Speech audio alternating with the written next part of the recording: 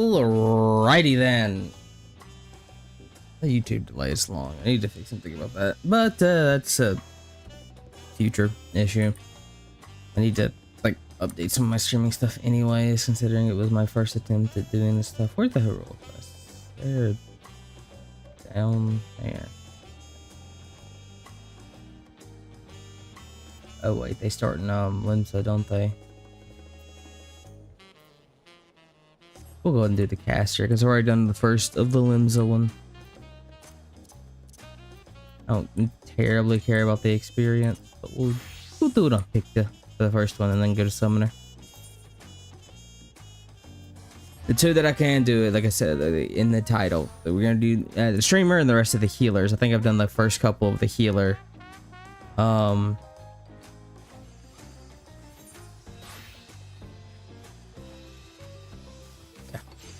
First couple of the healers, like the whole premise is the Mammoth and the Mammoth Lalafell and the girl.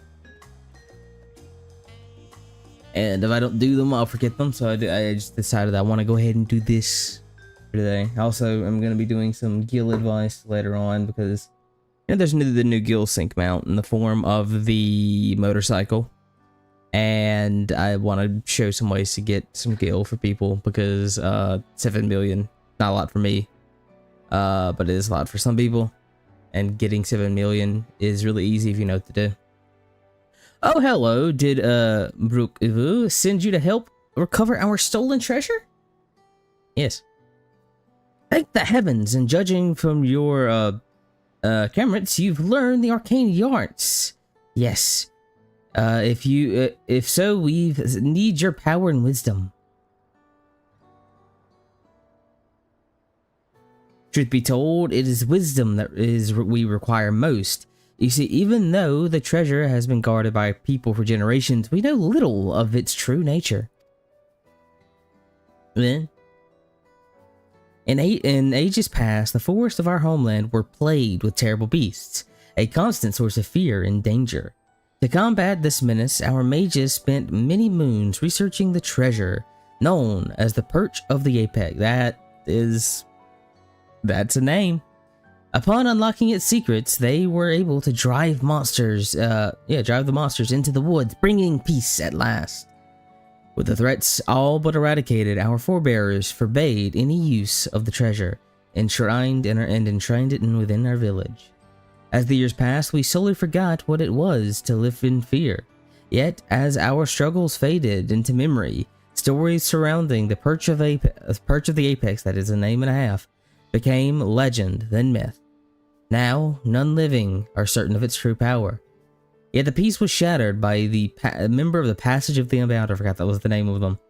The villains wheedled his way into our trust, then stole upon my husband. That's okay then. The treasure's appointed guardian, catching him unaware with a terrible blow that left him unconscious. Come on, me just moving some stuff on my desk. He has yet to awake. Goddamn, he hit him really hard then. He's yet to awake, so our daughter, Tapiki, has set forth to retrieve what was stolen. Unlike our father, she has no skill in the arcane arts, and chose the path of the sword. That's why I've been seeking someone with the knowledge she lacks. Should the ancient power be unleashed, please, if you can, find it in your heart to help. Tapiki, I would be forever grateful. If there's a mystic artifact involved, count me in. That's not exactly something we're known for, but sure. I just need to make sure. Okay, yeah, let me make sure my mic is working. Oh, thank you. Now, our only clue to the thief's whereabouts is from someone who he mentioned during his stay in our village. He spoke of his desire to bring change to a place called Razatan. That is where Tapiki decided to bring her search, so she boarded a ferry bound there by the way of Limsa. With her trusted sword and shield close at hand, that's how you'll know her. I think most of the guards use a sword and shield. That's not particularly helpful. She agreed to stay in Razatan to gather information until aid arrived. I know nothing of the place, but it's likely she can be found in a marketplace or some such. Please bring our treasure and my daughter safely home. Eh.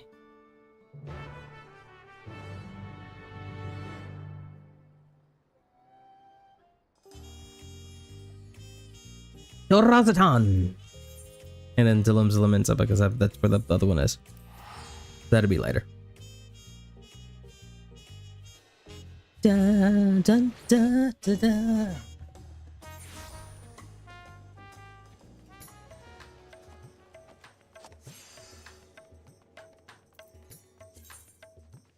Okay, I was thinking whether or not I should buy a relic while I'm here, because I have like 35% of one done. I just gotta buy the last 3.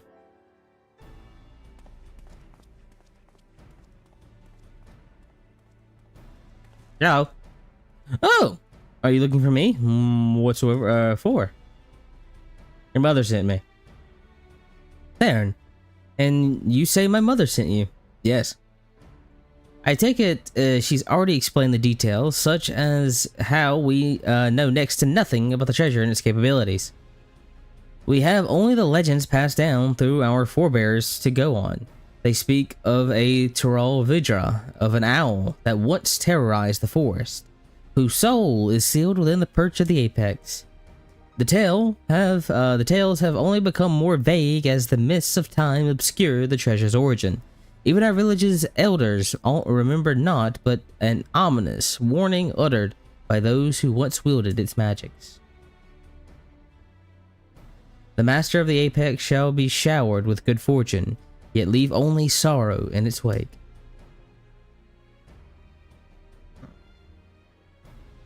It's clear that despite owing their safety to the apex's power, our forebears viewed it as something to be feared. It must be truly immense. Now, on the matter of the thief, even during our brief acquaintance, he made plain his desire to bring change to Razatan. Naturally, I started my search here and have been seeking anyone who's expressed dissatisfaction with the status quo. I mean, the status quo of Razatan's kind of been shifted up. I mean, hell, they only recently learned their king was a dragon. Sure enough, I soon heard. Oh, and there's also the final days thing. Needless to say, I don't think the people of Razatan are too happy to see much more drastic change. Sure enough, I soon heard stories of a recent arrival, a self-styled savior of Razatan, who claimed that he will lead the city to greatness and call it himself its Justicar. What do you mean lead it to greatness? It's like doing fine. He's apparently taken on the burden of personally exterminating the beasts which infest Thavnir's wilds. He's made a great show of claiming he alone is equal to the task, literally led by a great worm, just saying. While he certainly draws a crowd with his boasting, they only watch the morbid out of morbid curiosity as he sets off into the jungles alone. I realize this could have nothing to do with our problem, but even the smallest lead must be pursued. I've heard he often gives his speeches in the region's small settlements. So shall we go see this Justicar for ourselves? Sure, why not? It's decided. I hear no, would be a good place to start. Hopefully, there we can start to find our next crumb of a clue. Read that in the reverse order. Kill him. Get a helmet? I don't know.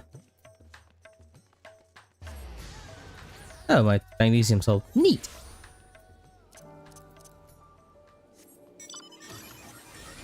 I really need to move this. It seems he gave a grand speech about saving people, claiming the dangers lurked nearby before venturing forth into combat alone. Yet the Radiant host could not well stand idle in there if there was truly were beasts afoot. So one of them followed him. All we need to do is pick up the chariot.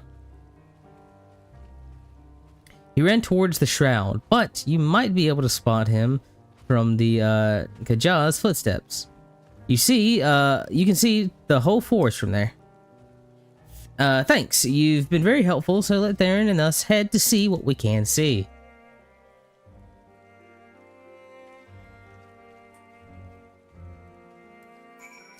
And for those that don't know, this is the mini gill sync mount. So if you've seen people flying around on this, it's 7.5 million for this thing, and I'm gonna try to help give some advice to get that 7.5 mil later after I finish the role quests.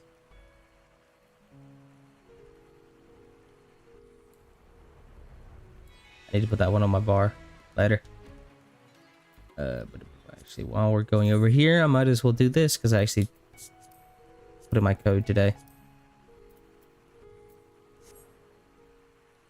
Also give a little bit of advice on getting the adamant toys, because if you don't want to do hunts, it's gonna take a bit. Now then, let's begin our search. Since I've never actually seen the Justicar, I thought you said you met them. I suggest we find the Radiant Host Soldier first. They do all wear the similar armor after all. Oh god, it's a look quest. I mean, it's fair. We got a vantage point. Oh, it's using this music. Oh, here, let's see. Where are you? There's an enemy.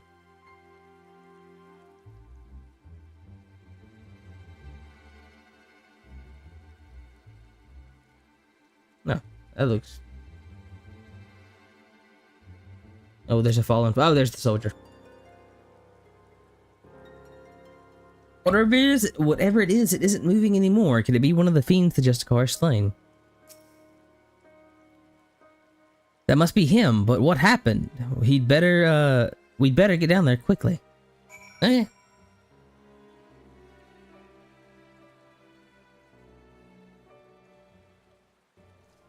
Oh, I thought it was actually gonna make me go down there. Okay, oh, I won't complain.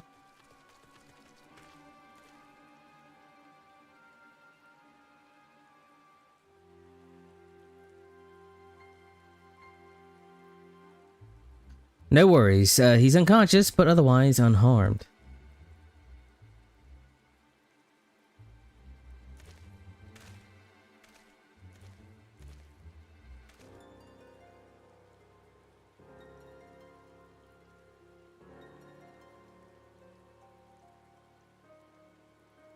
Okay, we have a mushroom enemy and 2 rocks. What happened?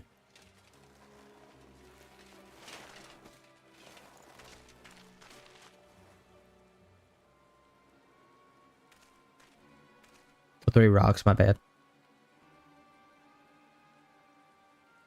We heard you came here to pursue the Justicar. Do you, they're just this here. I don't know if it's Justicar. That's something completely different. It's just this here. It's this here. Do you remember anything? Justicar is, from, it doesn't matter. Yes. Yes, I eventually found him, and he was confronting the fiend that now lies dead.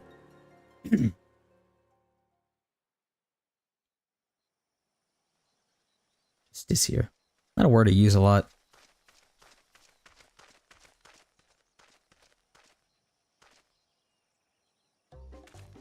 Oh god, I forgot the music. At last! At last, the Justiciar graces Razatan. I shall bring unending peace to this, belligered land. Some words you just never see spelled.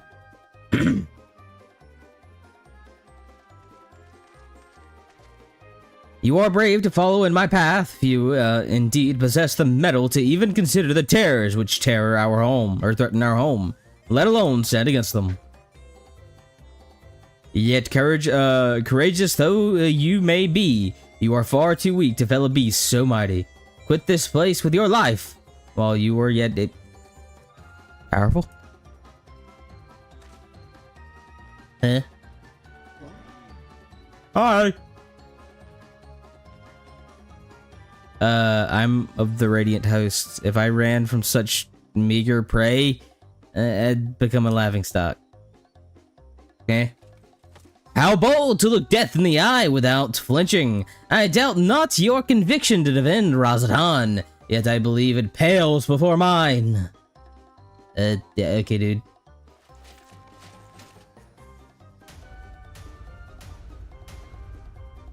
O Apex, bestow upon me your divine might!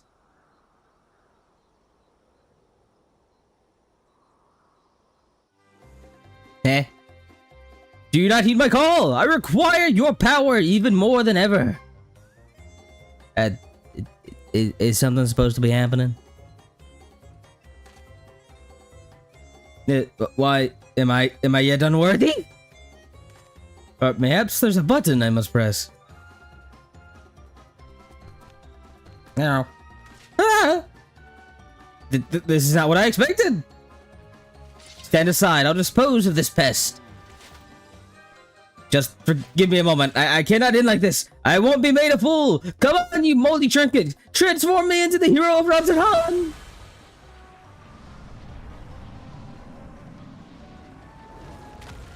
What? Huh?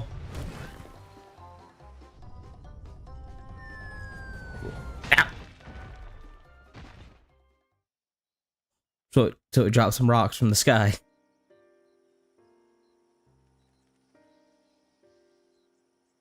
He brandished that idol and became wreathed in a mysterious light. Then boulders started flying from the sky. Down they came, one after another, and that's when I was struck unconscious.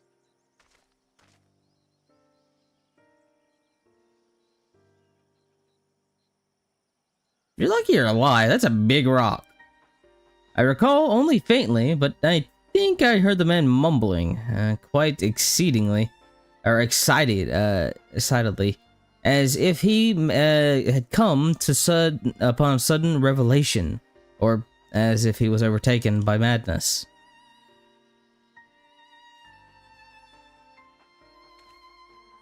I always find like the aura stance funny.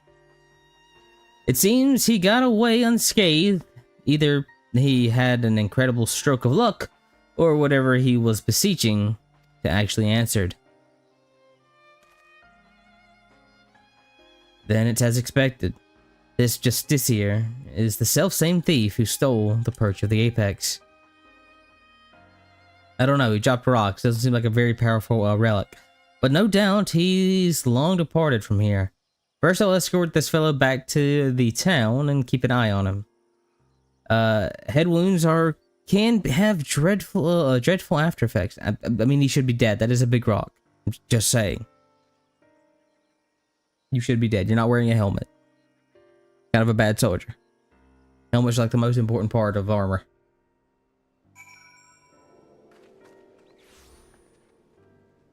Oh god, okay, you're just gonna bring me back here. Neat. The soldier made his way to Razatan to make a formal report. And what an odd report it will be. His account seems to align with the legend of the treasure's power. The wielder escaped unharmed and brought ruin to those around. Oh, is it like a luck thing? That's funny. Could those falling rocks have been a freak accident? I'm not so sure.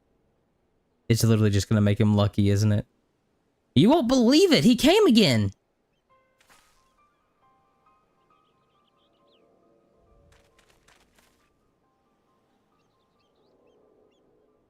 Who came back? The justice here. Yeah, see, not long after you left. He said he beat up a monster and knocked out a Radiant, and then he started laughing his head off. Did he really do it? Is he stronger than the Radiants? He dropped a rock on one. I don't know if you call that stronger. Whatever he did, the monster was slain, I suppose. Well, my mate can't stop laughing about him. He wants to be just like the Justice here. His mom and dad weren't happy about that, though. I'd advise you and your friends to look to a different role model, but we thank you for telling us what happened.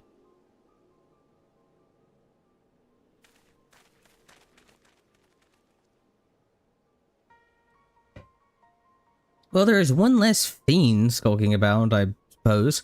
He may have been simply testing the treasure's capabilities, and As far as we know, he's yet to use its full power or its power to an evil ends. I find his motivations a mystery. To steal the perch of the apex by force, only to come to Thavnir to use it for good? It makes no sense. You've heard tell of the passage of the Unbound. Yes, many have ventured to Tuliol, claiming to be their victims. Yet, here they would be saviors. If he had such noble goals, then why did he stoop to such devious deception? What could he be plotting?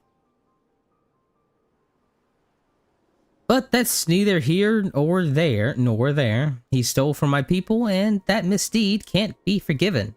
The Bridge of the Apex helped us win peace, but its might our forebears built, the foundation of the lives we now lead. Until recently, it stood silent, a symbol of our pride. The symbol of our pride as a people. It reminded us that we carved out our home within the inhospitable wilderness. Being trusted with its protection is a great honor. I was proud of my father when the elders chose him, so proud to be his daughter. Yet, since the day it was stolen, some of the other villagers made their disdain towards him only too clear. I couldn't bear it. Kind of rude to pick on an unconscious guy. That's why I must get back, to restore my village's pride and my father's reputation. There's still so much we do not know about the Justiciar, but we have assumed he's learned to wield the power of the Apex. I can't say whether those falling rocks have anything to do with it, but can't discount it outright. I'll continue looking into his whereabouts. While we still have so many questions, with both of us working together, we'll find answers soon enough.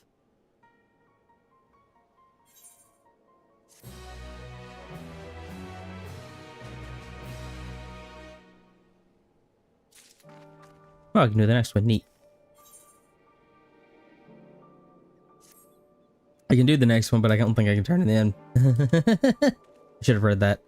Despite the creatures he hunts posing no real danger, he would paint them as mighty beasts in need of felling. Of course, the Radiant hosts are too busy to trouble themselves culling every pest that casts a sideways glance at the city's gates.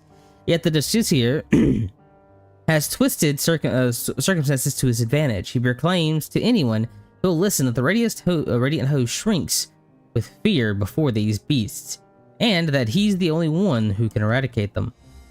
Though you might expect such claims to be dismissed as wild ramblings, it seems no few have fallen to those ploys.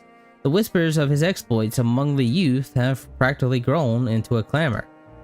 Yet we mustn't be discouraged, for his increasing fame only makes it easier for us to sniff out his trail, and where better to start than Razat-Han.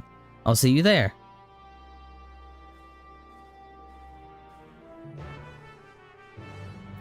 To Razat-Han!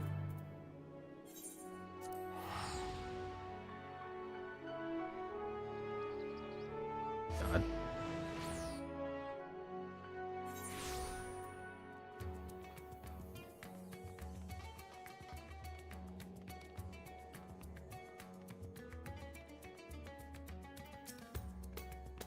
Given how large the city is, let's split up and cover more ground. I've already have a destination in mind, the High Crucible. I hear the alchemists there can concoct all manner of tinctures and powders, including those which help in detecting trace energies left behind by magics and enchanted tools. Falling rocks are an invariable marked location where the Justiciar has performed one of his feats, and I believe an alchemical mixture can help us determine if their presence is the work of the treasure. I mean, presumably, yeah. I'm hardly an expert on such concoctions though, so I'll seek the advice of the High Crucible. While I'm doing that, I would ask that you go to the Hall of the Radiant Hosts and see if they have any new information on the Justiciar's whereabouts. Does that plan sound agreeable to you? I'm just here, man. Great! Now that we both have our tasks, let's get to them. I'll meet you back here once my business is done.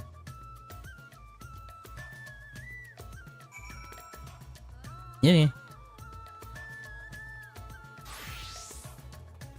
You know what, since I'm right here, I'm gonna go ahead and Let's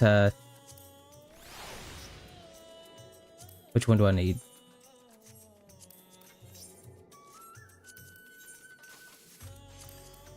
Okay, I'm missing the amplified. Oh, I can't buy 3. Never mind. I don't care enough. Darn.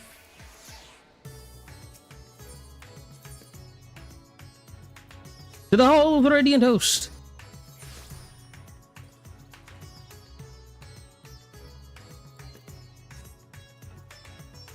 Which, funnily enough, I think is where the other relic quests were. No, okay, it's not this room. It's the other one.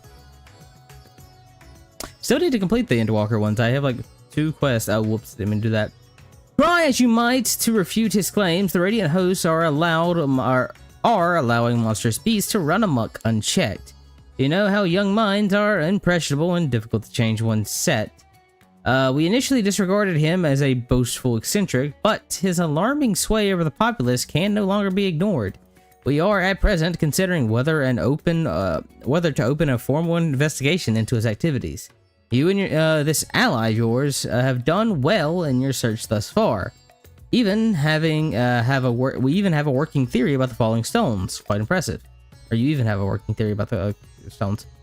Several of our number have encountered him during their patrols, only to lose sight of him under a hail of rocks. Such an incident has become all too frequent, and many in our ranks demand we act. For now, I'm afraid that this is all the help I can offer. Please share what I've told you with your companion, and together we may yet unmask the Justiciar. Okay. What's your great powerful relic that helped you conquer the wilds do? Make rock fall. And to be fair, I guess they're big rocks, but when you think almighty powerful weapon, you don't think falling rocks. Just say.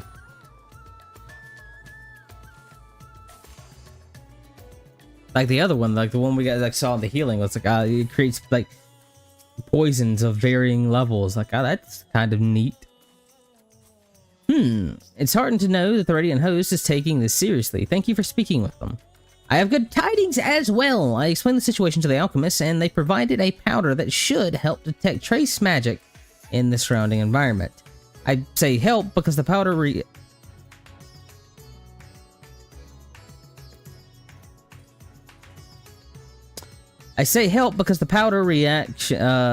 only faintly on its own. The function properly requires the skill of one practicing the arcane arts. Luckily, I have you. Give me 1 second.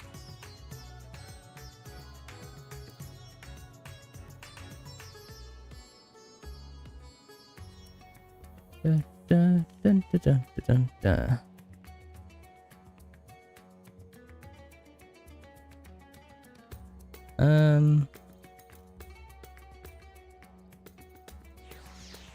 Let me do that. Do this over here.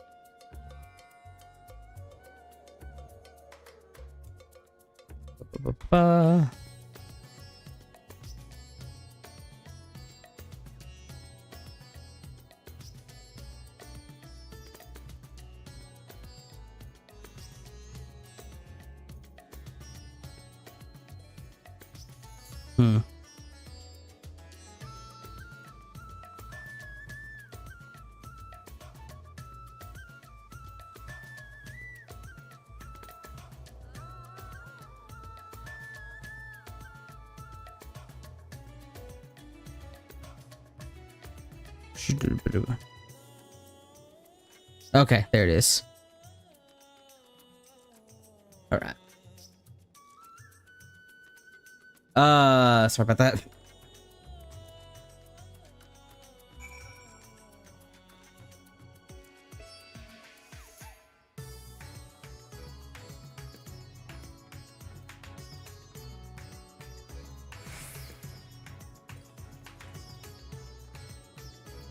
That's doubly annoying. Okay, never mind. My Chio has it. I get distracted by something. Sorry about that. To the great works.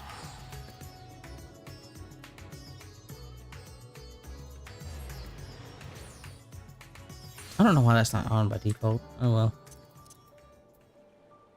Let's have fun with another mount. This is the nut mount for this expansion. Always love how goofy you look on the Adamant voice.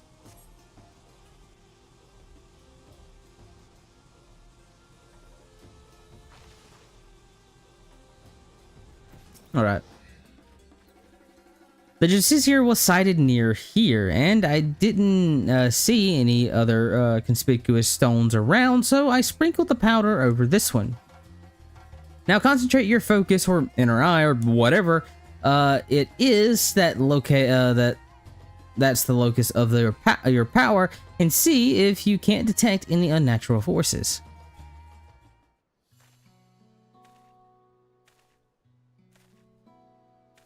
It's a rock. It's a rock. So what, we just channel ether into it, I'm assuming.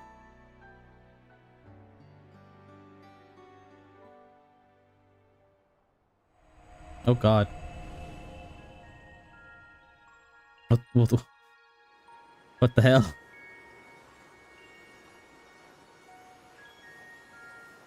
We're tripping. A special rock.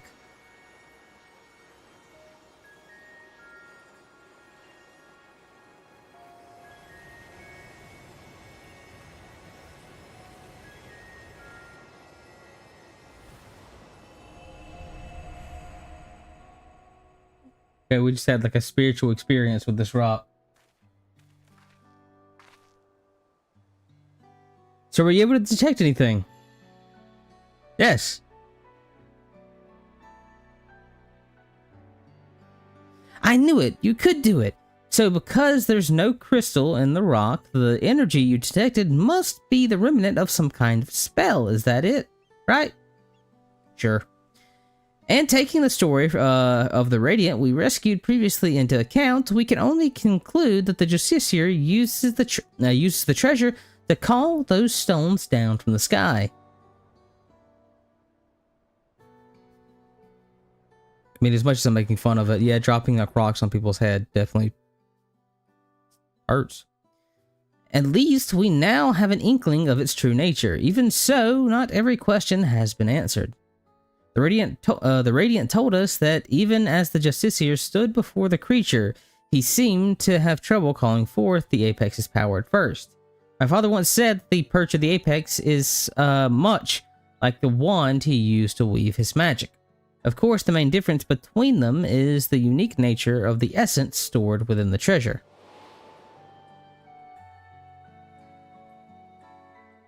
I know little of such arcane instruments, but you must have be quite familiar with them. How do you use yours?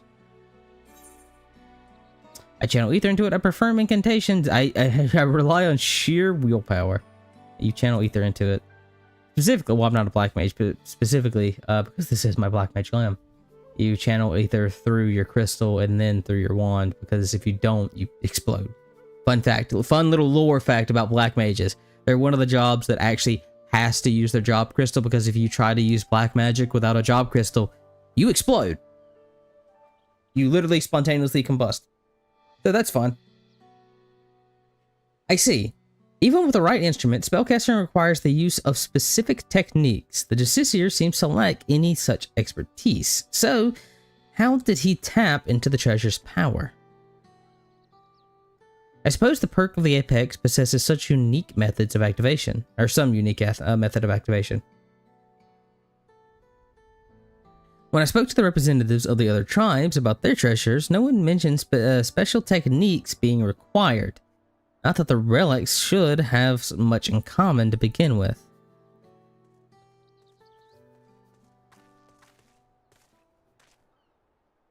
You do? Did you see an Aura girl pass through by yourself? Or here by yourself? I'm afraid not. What happened? Wait, I recognize both of you. The hero of the final days and a recent visitor from Tyrol. Apologies for the imposition, but may I beg of your assistance?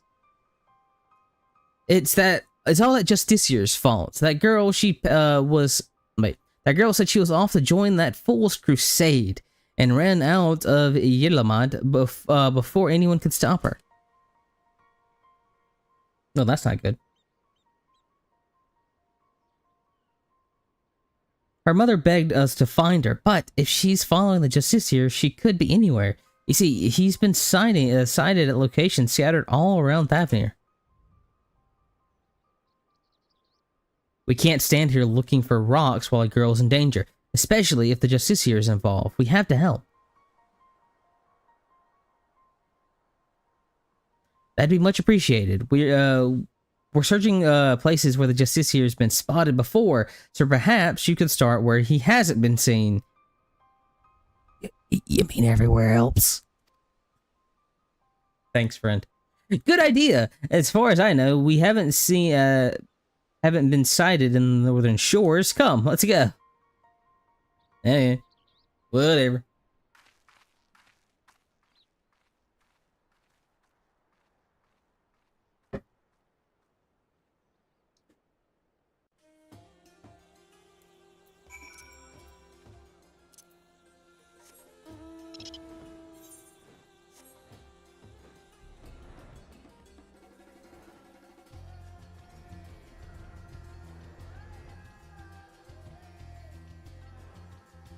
Oh, it has the sway.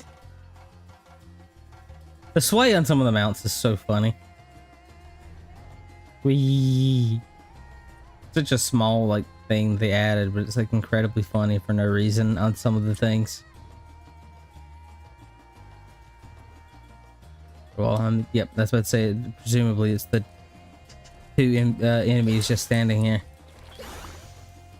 Hi, friends. Bye, friends.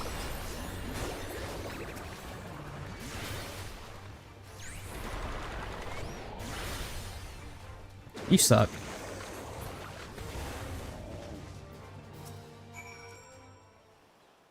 Hello, little girl.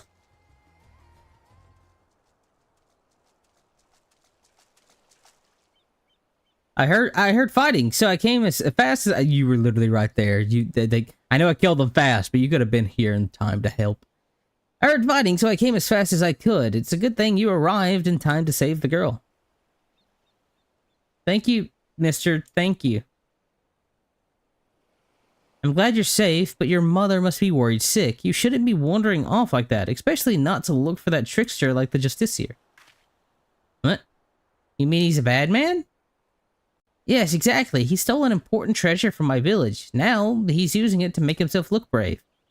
But he needs to kill the monsters to protect us.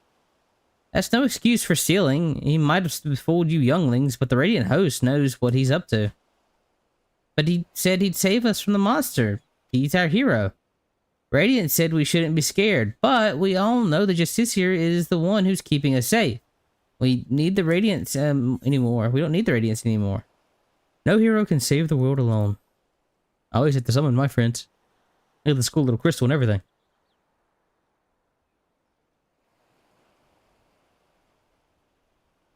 Yeah, I'm sorry.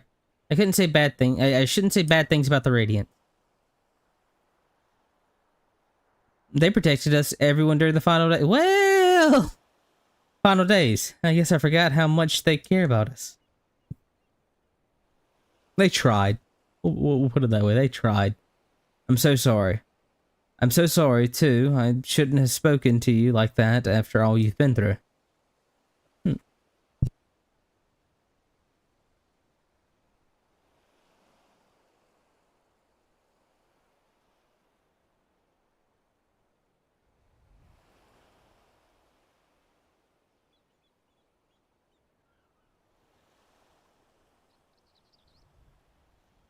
One second.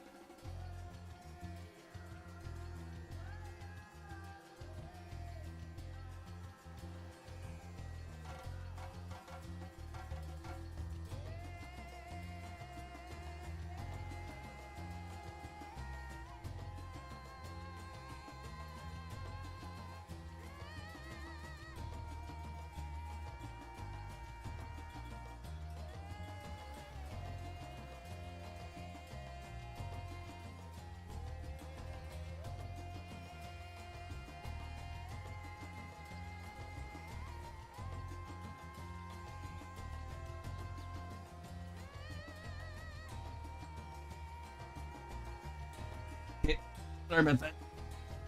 I'm gonna have to take a mild detour to put some stuff in the oven for my brother in a bit, but preheating and whatnot. So I was looking for a controller. I don't play this game with a controller. You said the Justiciar is a thief and a trickster, but I hope it's not true. He's my hero. Well, I'd best escort her back to the town. I'll see you there later. Yeah. He's your hero, yet he almost got you killed by you trying to follow in his footsteps.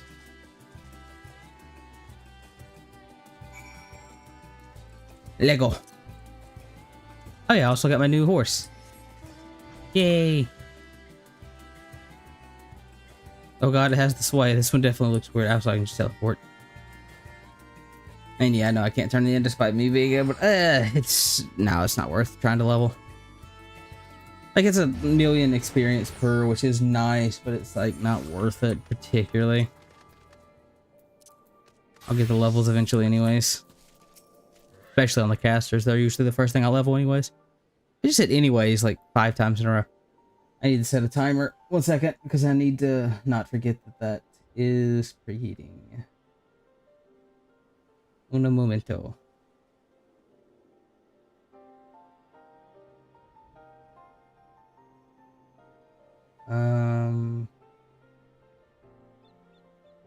Say 15 minutes. That's probably about right.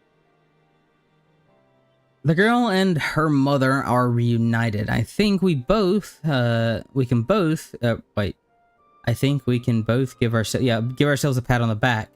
They're on their way now to inform the Radiant host that all is well. I would like to apologize for before. I let my emotions get the better of me and, harangued? That's another word that you don't see spelled that often. And harangued that poor girl when she was hardly to blame for anything. I really should be, have been scolding myself.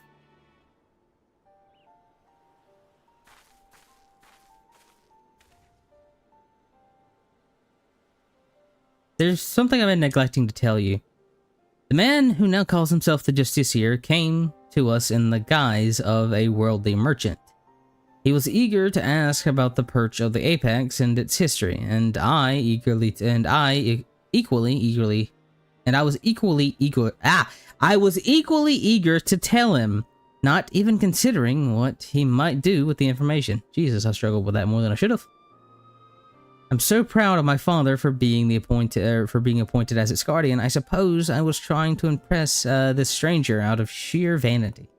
That vanity led to my father being attacked and the treasure being stolen from under our noses. I have no choice but to make amends for my mistakes and bring it back. Yet some are convinced that the Justiciar acts only to serve the greater good. I couldn't accept that he might not be rotten as I thought, and lashed out at the wrong person. From now on, I can't let my emotions cloud my judgment. I must remain calm and look at the faces for what they are. The facts say that the Justiciar has done no harm to the people of Thavnir. I'm struggling to read more than I should. Even so, the organization he serves, the Passage of the Unbound, is evil to its very core. Really? I mean, we honestly haven't seen them do anything. We've just mostly been seeing boasting. Just say. If his actions at my village are not villainy, I don't know what is. The situation is fraught with contradictions. I still don't know what to think. What about you? There's still too many unanswered questions. He's also kind of an idiot. I agree. He speaks of justice and heroism with great bluster. Yet, there's something we're missing. Thank you for your wise words. I sometimes find it difficult to keep my heart from skewing my perspective. So I'm grateful that you're here to help me see clearly. So it seems our objective is unchanged. We track down the man who stole my people's sacred treasure. Whatever his intentions may be, unraveling them comes secondary to finding the man himself. I'll continue to pour my every effort into the search, so stop by from time to time, and I may have something new to share with you. Yay!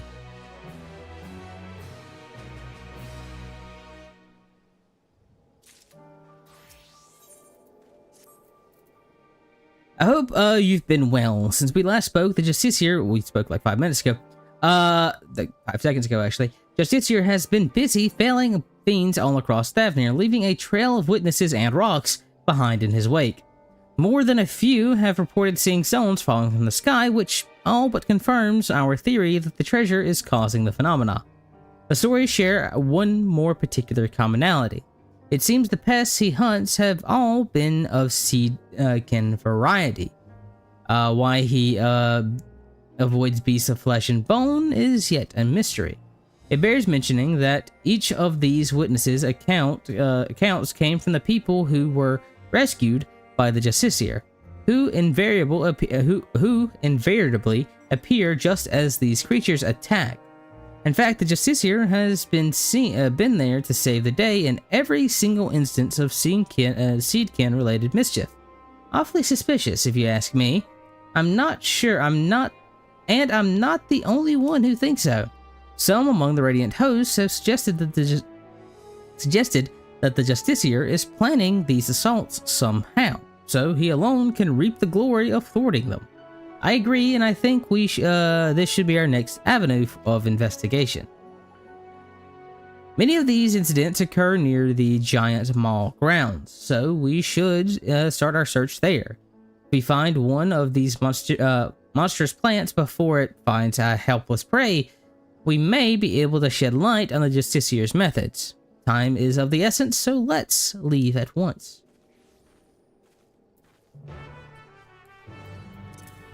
Oops.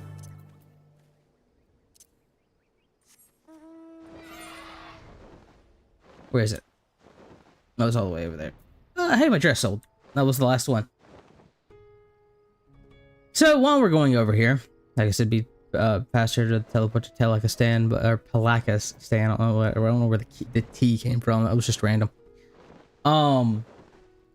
Yeah, while we're talking about, while we're making our way over there, a few things that I'll talk about, specifically because I got on the Mountain Zoo, not intentionally.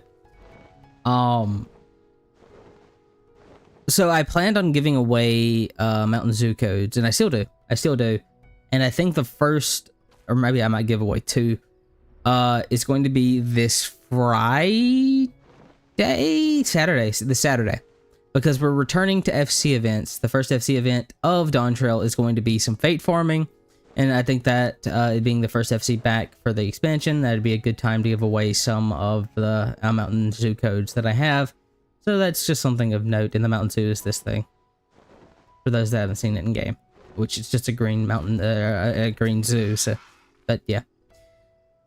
Any moving bushes, slithering vines, not here in any case. I'll search the western part. Why don't you search the east? Sure, why not? If you see something, don't strike to kill, weaken it, and then capture it with these ropes. We'll learn much more from a living specimen.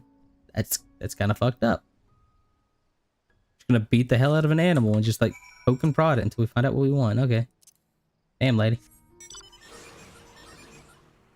It's a plant. Who cares? Hey, it's the funny giraffe. Oh, beating up a baby marble. Oh, I don't have my mimic. I don't have my carbuncle out.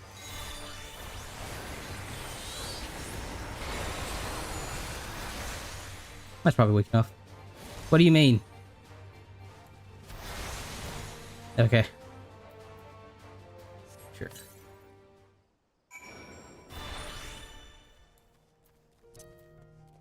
Capybara! Yay!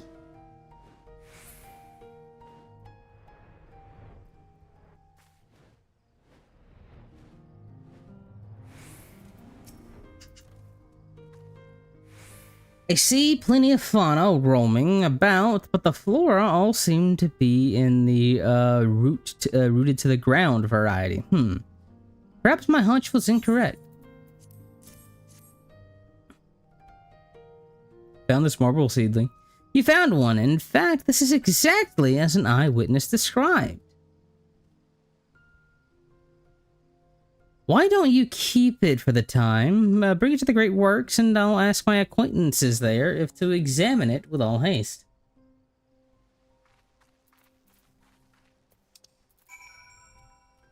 I'm lazy. I wasn't at the Great Works. I thought, okay, I was thinking it was the alchemist place in the Rosatan, rather.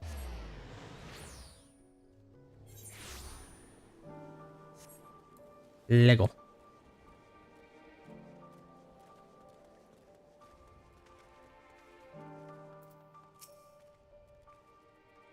Mistress Tipiki told us what to expect. Well then, let's see the thing. There you go. Just keep it in my back pocket, don't mind me. Oh, I didn't expect this to be so diminutive. If Mistress Tipiki's intuition is correct, then I expect some discoveries are in store.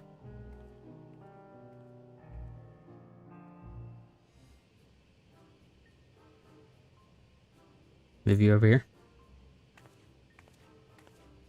Good news, everyone! We've brought you quite the you've brought us quite this fascinating specimen. Indeed, I can say for certainty that this creature's growth isn't natural in the slightest. Biologically, it's still but a sapling, as you can tell by its size, yet it is the result of a specific alchemical mixture which is used to spur the growth of seeds and mycelium to an unnatural degree. Whoops, didn't mean to do that. 1 second. The agents have a side effect of making the creatures more aggressive, which explains why such a small specimen would so boldly attack beings larger than itself.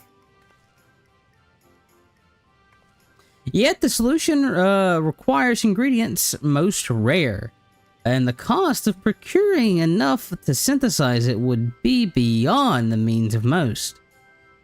Whoever is behind this, they have likely well-heeled.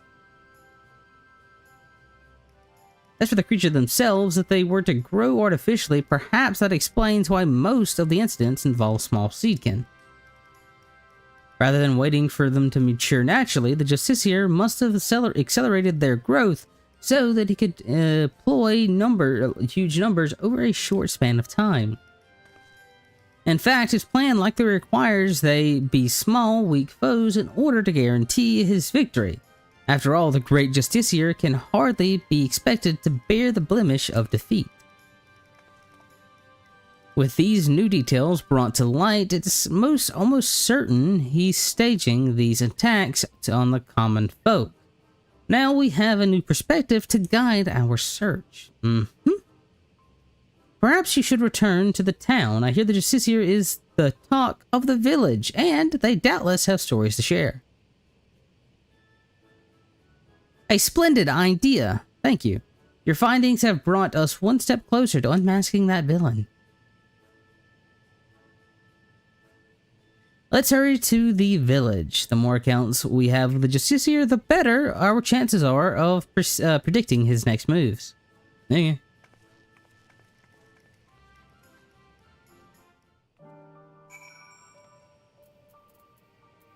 Oh no, it's talk to 3 NPCs. I may or may not have failed to click on that more times than I should have.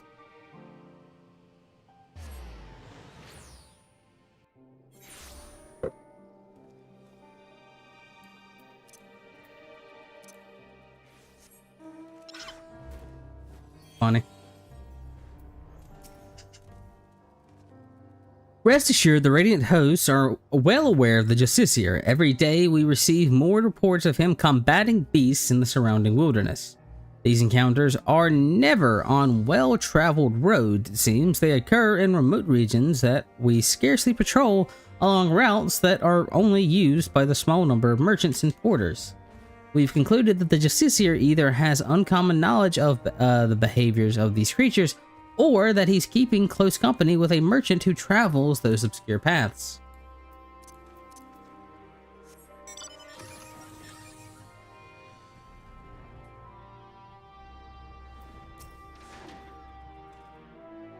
Oh, you're hungry to learn more of the Justiciar. He's amazing. I was lucky enough to catch a glimpse of him on the road leading here, facing down a fearsome creature. I don't know how he did it, but he called down rocks from the sky to knock that thing flat. The Radiant hosts were away on patrol, so if he hadn't come to my rescue, the brute would have marched right into our homes. He shouted that he was the savior of Razathan, and he even waved at me. Oh, he looked so impressive, the sun shining behind him. Okay.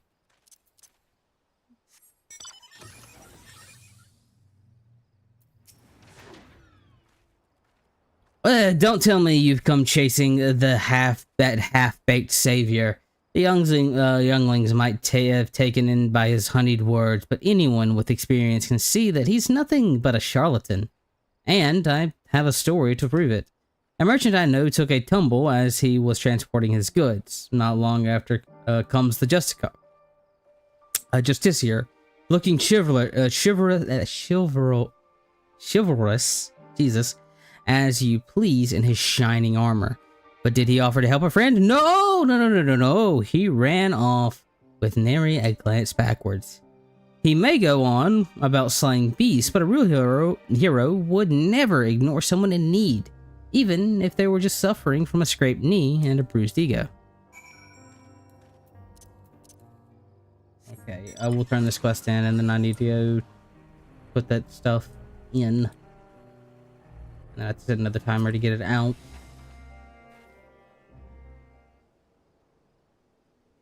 Go ahead and do that. Do you have a moment? I have a little trouble. I'm having a little trouble here. I sought this merchant out because I was told he dealt with alchemists in the great works. I thought he might know something about the Justiciar, but when I asked him, well, it's been like 6%. I apologize. I was just surprised you would ask me about. Oh, Jesus H. Christ! Is it you? What connection could he possibly have with me? The fiends he fights are grown with rare alchemical materials, and we think he may be staging these encounters. Since you deal in such wares, I wonder if you might know how he came to have them in his possession. I don't know what you're talking about. I mean, I've never spoken to that man. I very much doubt that. Perhaps he'll be more receptive to questioning from you. Hi, friend. He seems to be have intimate knowledge of the trades of alchemy. Who taught him, I wonder? Spit it out. You're working with him. How dare you accuse me? Why? How am I to know you aren't the one in leagues with Virazan? Virazan, you say? Who is that, may I ask? Well, I don't know.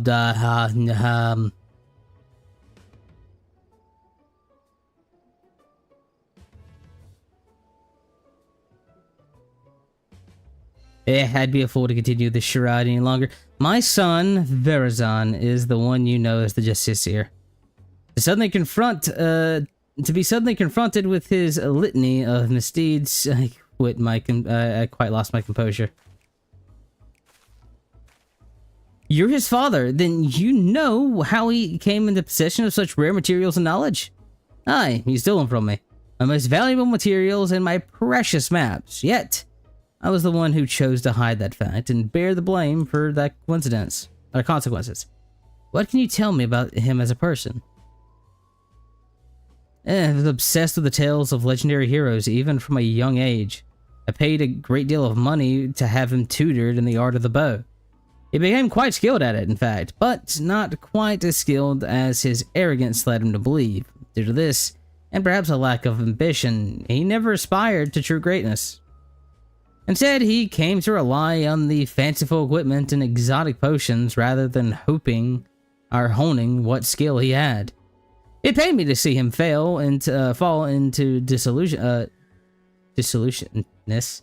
but he would broke no counsel. So several years ago, I gave him enough coin to support his lavish lifestyle and told him never to speak with me again. He didn't until recently, when he darkened my doorsteps once more. And that was when he stole your goods. Mm-hmm.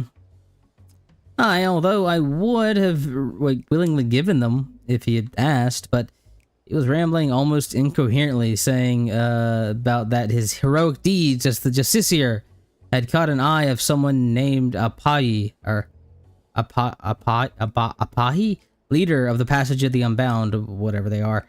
He claimed that under the guidance of his newfound allies, he had obtained a great power enough to eclipse the heroes who came before and shall come again. As he put it, it seems he gives what money he still has to these people. To think that for all his fancy words, he's only deigned to grasp a hollow glory, all at the expense of Razat Han. There's no greater shame as a father. Given what you know about the shadowy group, they're most likely aiming to sow discourse through Virzal's deeds. He may be so blind by his own desires for adoration that he can't see those hands are pulling his strings. You're saying that he's being used. If that's true, I can no longer remain silent, despite what shame it may bring. I see now that sharing my story might be the only way to save my son. Indeed, I suggest you tell the Radiant Host at once. Of course, we'll be pouring our efforts into stopping him. Thank you for giving me direction. I didn't imagine our meeting would end this way.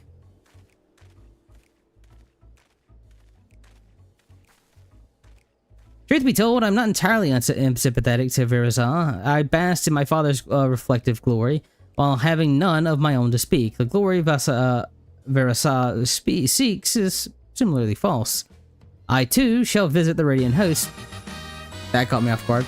I too shall visit the Radiant Host and have them spread word of the Justiciar's true nature. If the people are wise to his trickery, they will be far more likely to aid us. We'll soon learn that the legend he built on lies is no match for true heroism. Okay, with that, I'll be right back.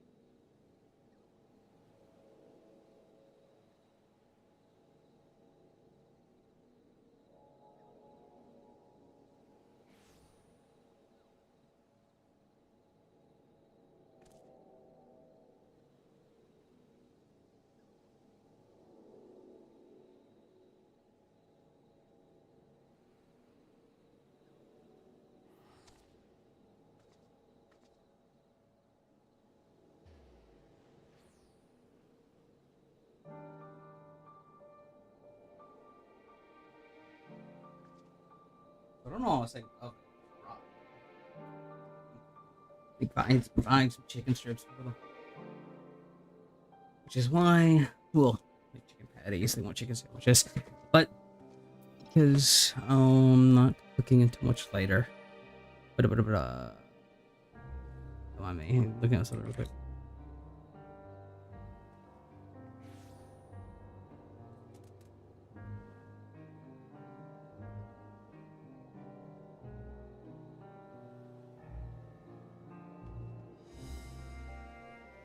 Okay. But basically the right time. Anyways, let's continue. I'll have to go in a few more minutes because, like I said, I'm deep frying something, so it's not going to take long.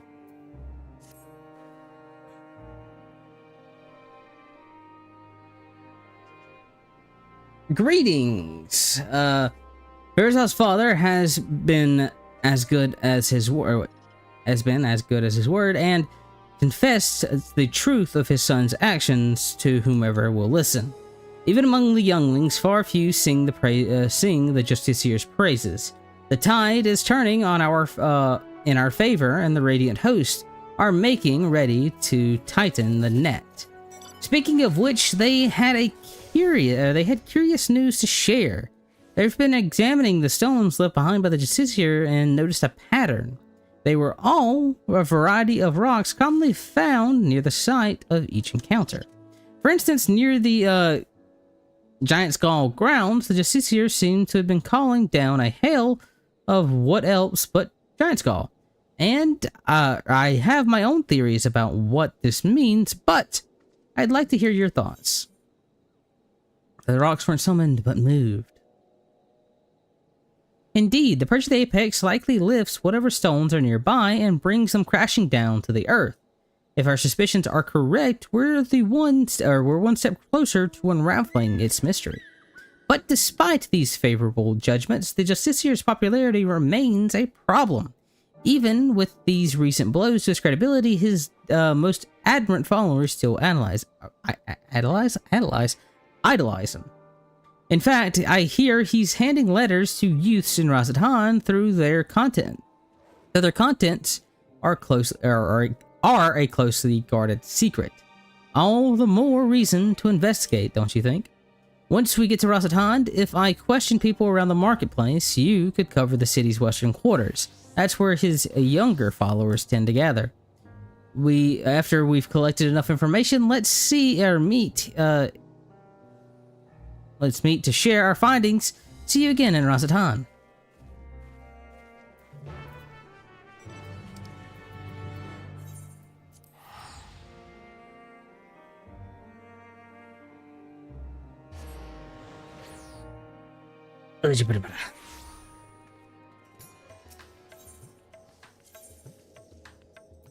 No, talk to the NPCs.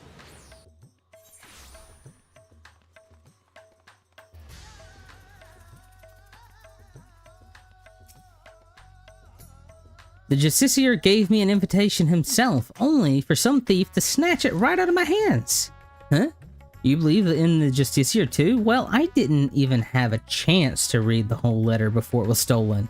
But he's gathering his most devoted for a special audience. The bastard who stole my invitation is clearly up to no good, even muttered something about getting revenge, but who could hate someone so noble? Dumb kids. Surly youth. Oh lordy, surly. Surly's a fun word. Oh, you're the ones who've always following Topeka around. I hear she's spreading rumors about the city's savior. I won't let her harm his reputation any more than she already has, so I have nothing to say to her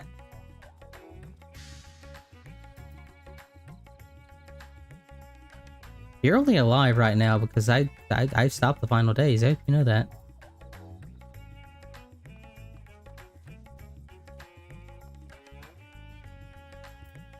Kid. Disrespectful. Rude. Yeah, I know about the letters. Me and my friends and I didn't get one. Though the grown-ups get angry if we talk about the Justiciar.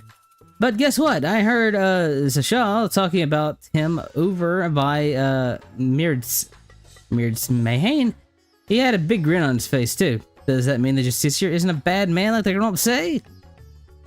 Most likely points merchant Shun has some connection to Virazon.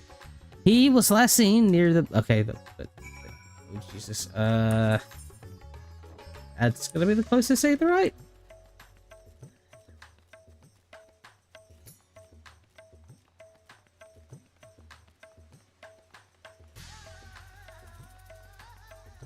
Oh, over 100,000 health.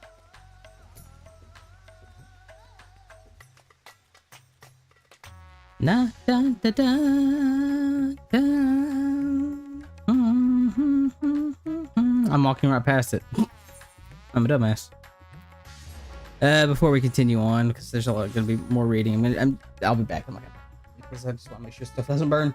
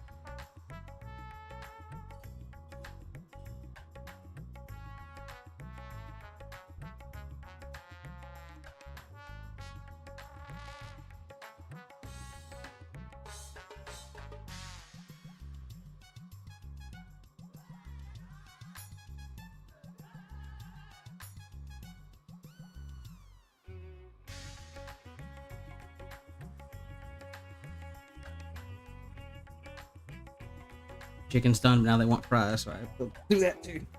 Good thing like this doesn't take long.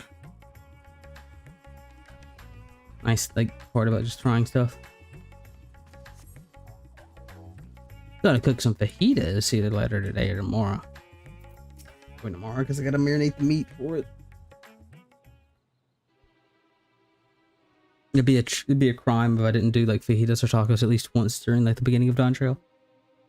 It's true what they say, a fool and his gill are soon parted. Right behind you, man. Why if it isn't one of the heroes of the final days? This isn't about the map I stole to your companion, is it? You'll find it points to the way of the vault of Azadal III, exactly as I described. I may have employed a few creative methods to entice my customers, but what merchant doesn't? I'm not here about the map. You're not? But of course! Why would you be? What can I do for one of our vaunted heroes?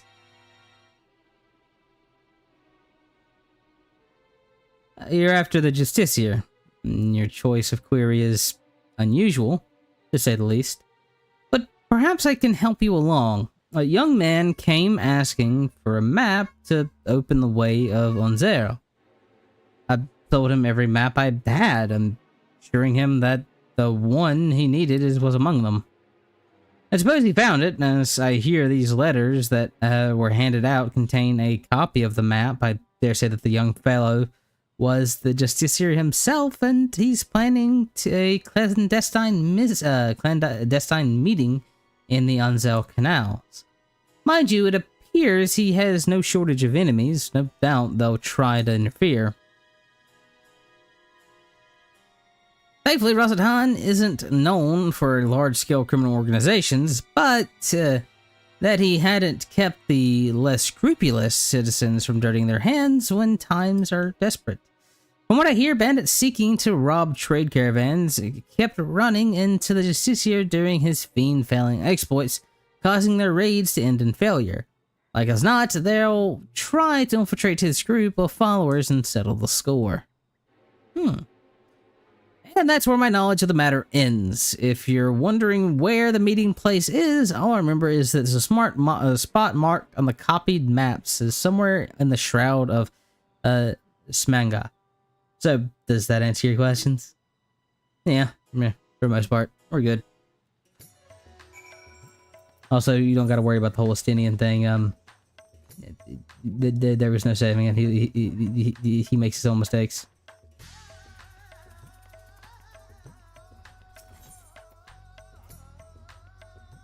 I think this is technically faster. Technically.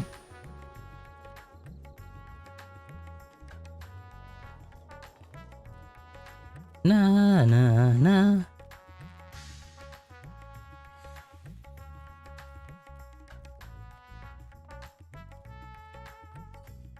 Okay, I'll be right back. Again, apologies.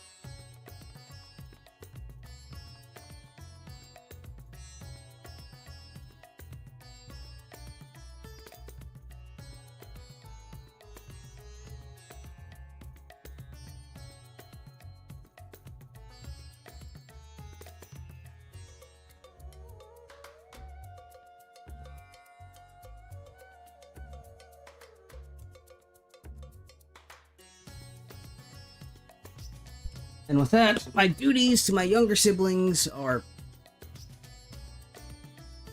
officially done for the time being until they want something else. Alrighty then.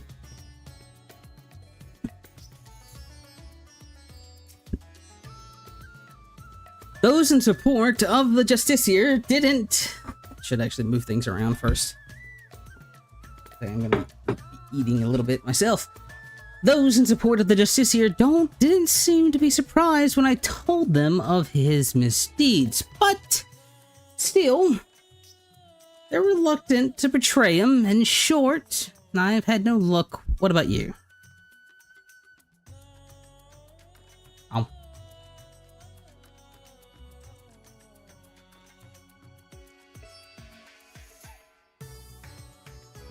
Your investigative abilities never cease to amaze me. As for gathering, Brazos is planning, I expect it's some scheme to prop up his flagging popularity. Even so, many of his devotees are younglings ill-equipped to make the perilous journey to the meeting place. If they've any sense, rather than attempting to travel there directly, they'll stop at a settlement along the way and rest to confirm the route. You said the map led into the Shroud of Semga, yes? That means Palakistan is the closest settlement. I hear many took refuge there during the final days. They did. And now it's a bustling town in its own right. I mean, there's like 3 of them in total, so it's like... The arrival of more people would hardly raise an eyebrow, making it the perfect place to avoid unwanted attention. While they make ready, we should head there before they leave on the final leg of their journey. Hey, whatever. Let's go to Palakistan. I said let's go to Palakistan. I said you need a french fry. Actually, hit the button first. French fry.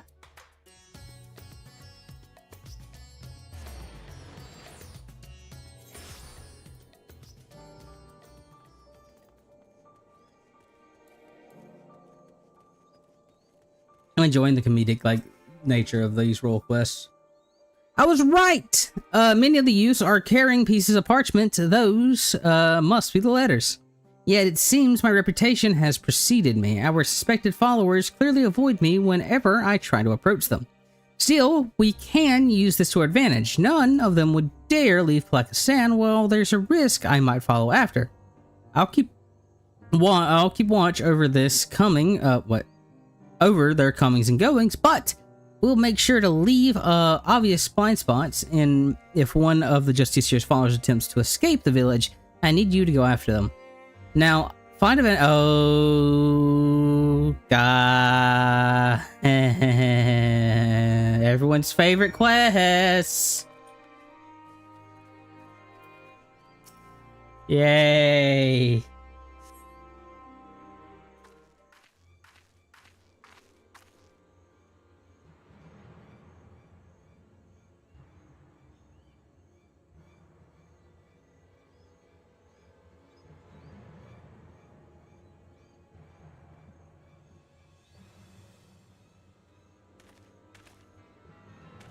They're not using the add-on, or they're not using the website to help find their treasure map location.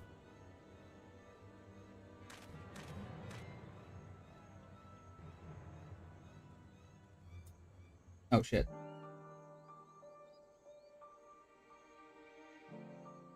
Yeah. Everyone's favorite quests. Time to follow the map.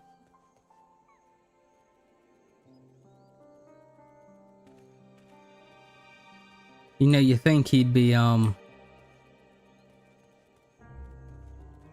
wanting to move a lot faster since he's trying to, sneak out without her seeing him, but I guess he just doesn't care.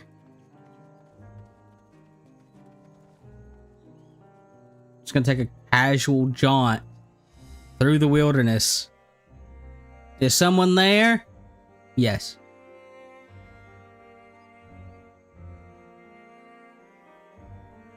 Okay, now you run. Now you run? Okay, dude.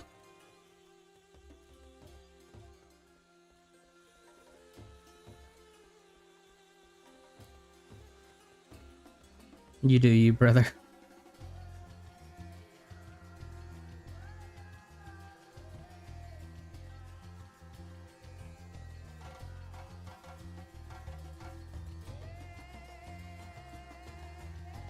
Monkey. Oh god. Oh, it's the... Cool. Something move? Yes! Over here for... Oh god. I actually mean to look in.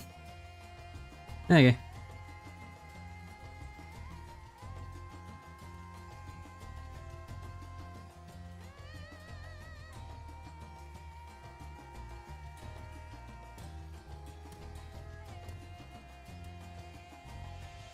Okay, that one wasn't that bad.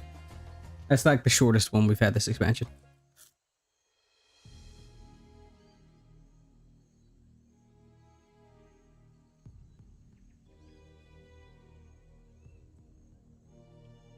The portal should be nearby, and then I'll finally meet him.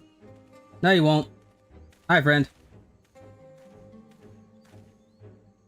What? Yeah, you're the hero who saved us from the final day. What are you doing here?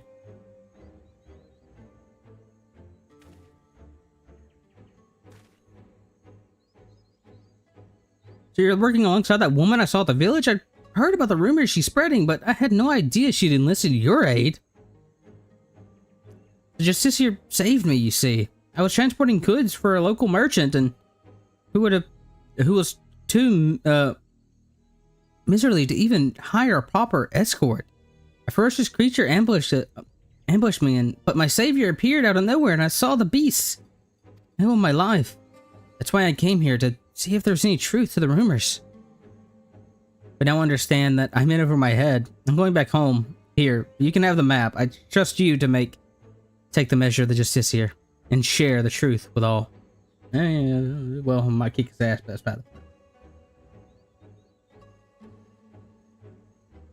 Bye!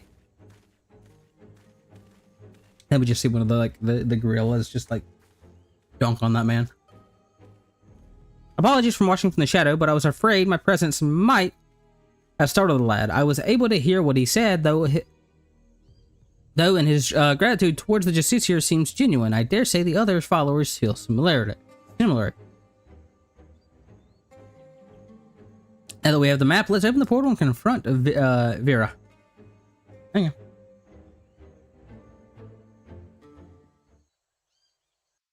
Oh, it's not actually going to physically do it.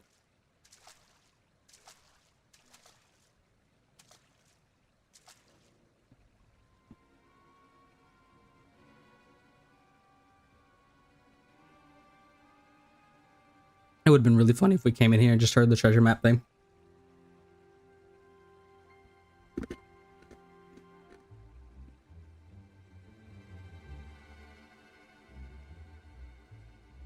The freaking rocks.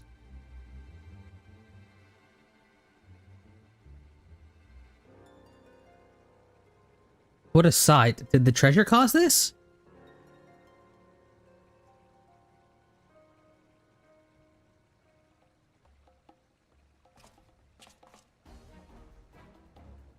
Oh my! If it isn't the hero who saved Rasathan, nay, the world itself.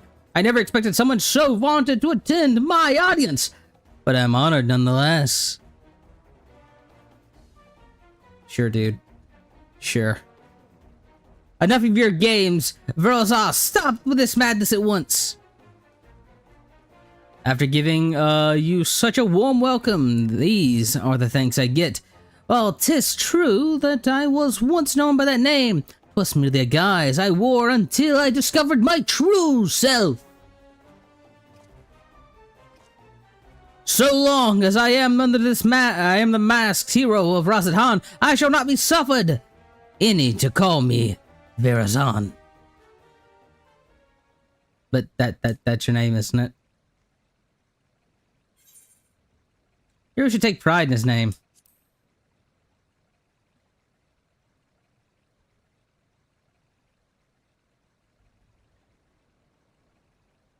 It would seem the Justiciar's meager alter ego has been brought to light.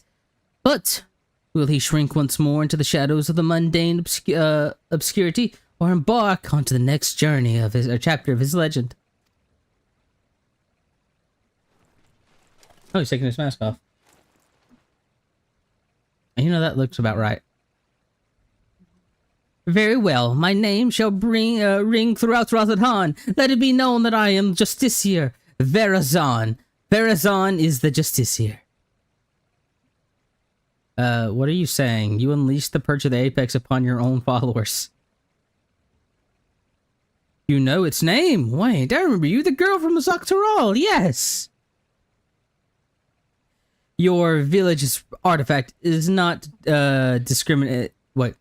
is not discriminating in its wrath. Some among my followers harbored wicked intentions and brought sorrow upon my enemies.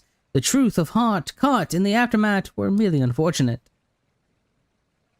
But they believed in you, even though you tricked them. What kind of hero are you? A bad one.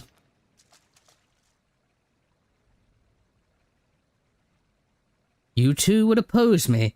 I had thought that as a fellow savior, we might find some common ground, yet it would seem that we are destined to walk different paths.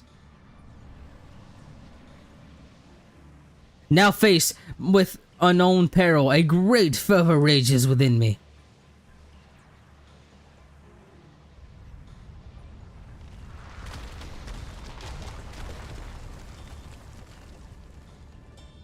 You missed. However, here is not where we shall match wits. No, a more fitting battleground is in order.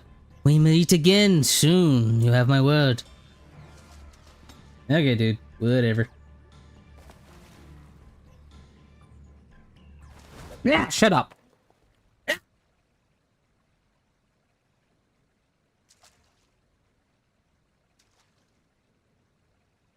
Please tell me you knocked him out. Oh, it would have been so funny if you knocked him out. It would have been so good if he was just laying there.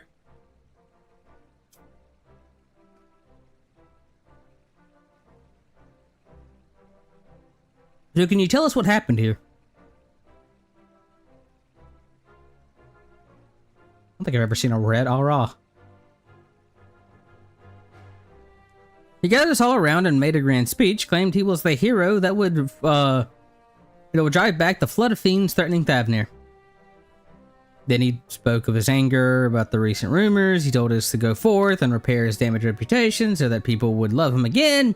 He became quite impassionate, in fact. Passionate. As for two of us, we were here to teach him a lesson, biding our time until his back was turned. But we couldn't stomach his self-righteous drivel any longer. He acts like he's a god to come grace Thavnir, but most people have grown wise of his tricks, including the Radiant Host. We stepped forward and told him as much, and then demanded that he admit that he's been pulling the wool over everyone's eyes.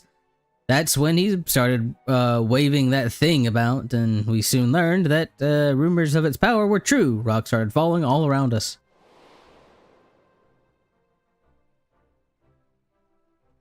Even us true believers were not spared. There was nowhere to run. The Justiciars had such power can't be fettered, and that sacrifices were unavoidable. And all the while, he was laughing. We pleaded for him for mercy, but that just made him angry. He flourished the object again, and yet more rocks assailed us, rather. It was horrible. Stones big and small rained down endlessly until you two appeared, that is. Thank you for telling us what happened. I only wish we could have arrived sooner.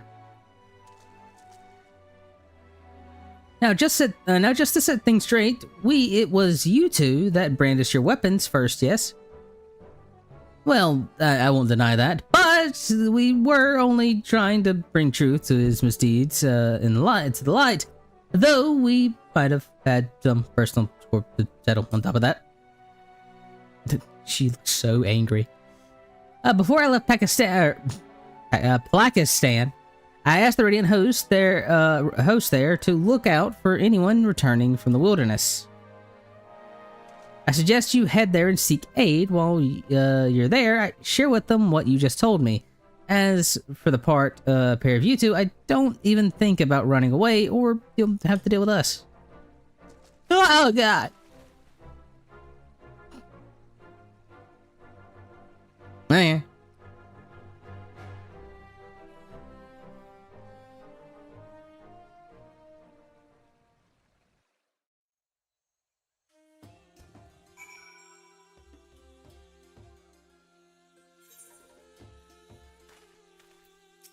Need to move that slightly.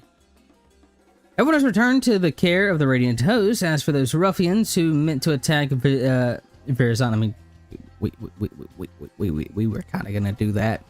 It seems they had a history of violence for which they may soon answer. Several among Verazon's followers were dealt serious wounds, but we can be grateful that none lost their lives. It's exactly as the old saying describes: the master of the Apex shall be showered with good fortune, yet leave only sorrow in his wake. The part about sorrow certainly seems to come true. We can hope, but that Verazon's spell over the people has broken at last when the word of what transpired here becomes common knowledge. Let that buoy our spirits as we return to the town. I'm gonna try.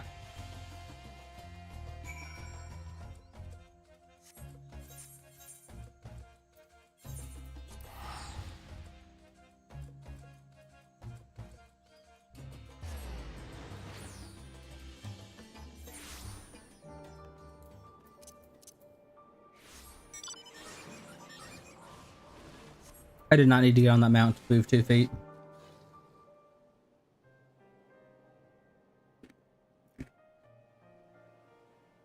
Well, that was certainly an ordeal. Although Verazon got away, we can look back upon what transpired to plan our next course of action. It appears that the treasure takes rocks from the surrounding environment and makes them rain down upon the wielder's surroundings. However, the power seems to be somewhat haphazard. While Verazon himself wasn't struck, the boulder assailed friend and foe alike. Something else has been nagging at me, as well as the stone he saw in the canals seemed quite a bit larger than the others. I don't know what to make of it, but I'll give some afterthought. We still don't know exactly how he controls the Apex's ability either. We must focus on these mysteries as we continue our investigation. As for Verazon himself, he was just as his father said, wasn't he? His so-called heroism is an empty charade, like a child playing at being a hero from their storybooks. He seems motivated by vain desires to gain love of his people, yet he cares nothing for their well-being. He'll learn his lesson soon enough, though. None will sing his praises after the words of what happened at Os Air spreads. Even he must know that. I worry that his desperation will drive him to worse misdeeds. If the treasure is used with reckless abandon, it could cause untold harm. I must discuss this with the Radiant Host. Together, we might be able to capture Verazon before he attempts anything drastic. Stand by for now. I'll be in touch the moment I have something to share. And by that, you mean 5 seconds after I talk to you.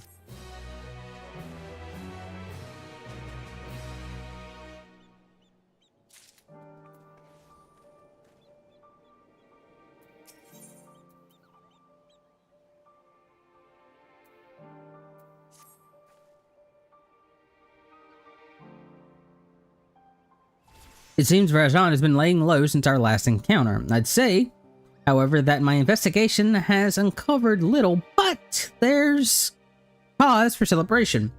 For I've received a letter from my mother with good tidings.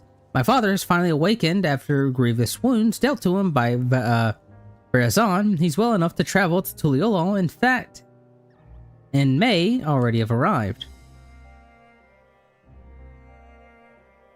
Of course, I'd love nothing more than to go to him, but I pledged not to return until I had the perch of Apex in hand. Besides, I'm soon to depart with the Radiant Host to try and sniff out Verazon's whereabouts before he acts out of desperation. That's why I ask you to go in my stead. As the treasure's guardian, no one living is more knowledgeable about its history than he. If you share with him that all that's inspired, since we've began our search, he may be able to point out something that we've missed. I know it's a lot to ask, but the safety of the Avenir depends on it, and please give my family my regards. My mother should be able to tell you where in Tuliolo my father is staying. Once you've finished, let us meet at the Aetherite Plaza in Razatan to share what we've learned. Yeah.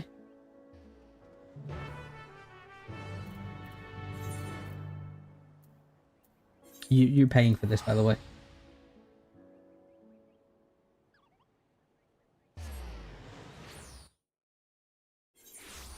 Okay.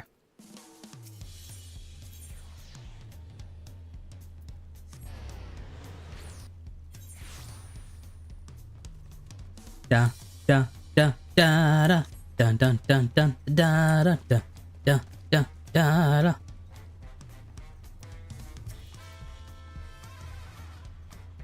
Oh, if it isn't Theron, but I don't see Tipiki with you. Did you come along? I'm glad to hear my load arrived safely, and that Tipiki seems to be as tenacious as ever. Her father, Nitsi, has already arrived in Tuliolo, but has barely stayed in one place since. He seems desperate to seek Tipiki from a distance in whatever way he can. He told me that he was traveling to the No in search of information he assured was quite vital. If you speak with him there, he'll doubtless be in the area.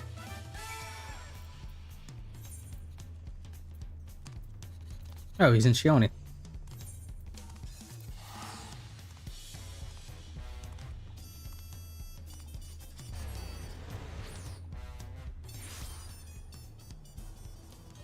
Oh god, I just realized they're all from Yaktarel. Yaktarel. That means they all have the American accents. That's kind of cursed. Well, presumably. The only people that we've met in Yaktarel, like proper Yaktarel, they have had American accents. To be fair, it's mostly just this western area. Because Heritage Found is a bit different, to say the least.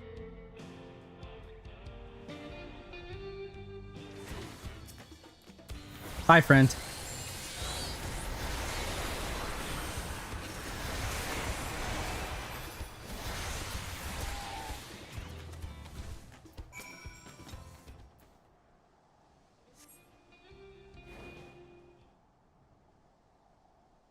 You get out of the screen. Thank you, traveler. I overextended myself, and I've but recently recovered from a severe injury, and I was full to confront such a beast alone. Interesting look for your father. Especially whatever the hell this mask is. So you're the Theron I've heard so much about. I owe you many things for all you've done to recover the Perch of the Apex. News of your progress in Thavnir is most heartening. Despite my position as a guardian, I've never knew it could rain down stones from the heavens. Since arriving in Tuliolo, I've done what I can to shed light upon the Tural of Indra sealed within the treasure. Vindral, rather. After the nation of Tural was unified, some left our village to build new homes in the city. I've sought them out to see if they know anything of its use. Unfortunately, none could offer insight into the treasure's magic, but one of them told me that the owl lurked around this place. And since the Tural of Indra sealed within the Perch of the Apex was once an owl, it seemed logical to pursue such a query. Although perhaps I could glean something about the ancient beast from their behavior. Like as not, some fundamental aspects remain the same even after transformation. But having heard your account, there is one fundamental difference that stands out. As far as I'm aware, no owl native to this land possesses the ability to hurl rocks, large or otherwise. No doubt the Tural Vindral gained this power following its metamorphosis. Or its telekinesis. I do believe, however, that it would retain an owl's core instincts. That one you fought didn't strike unprovoked. Instead, it watched me from afar with eyes, fear in its eyes. While this is not normal behavior for most animals, I was surprised by how suddenly it descended upon me the moment I started approaching. It sensed danger and attacked preemptively.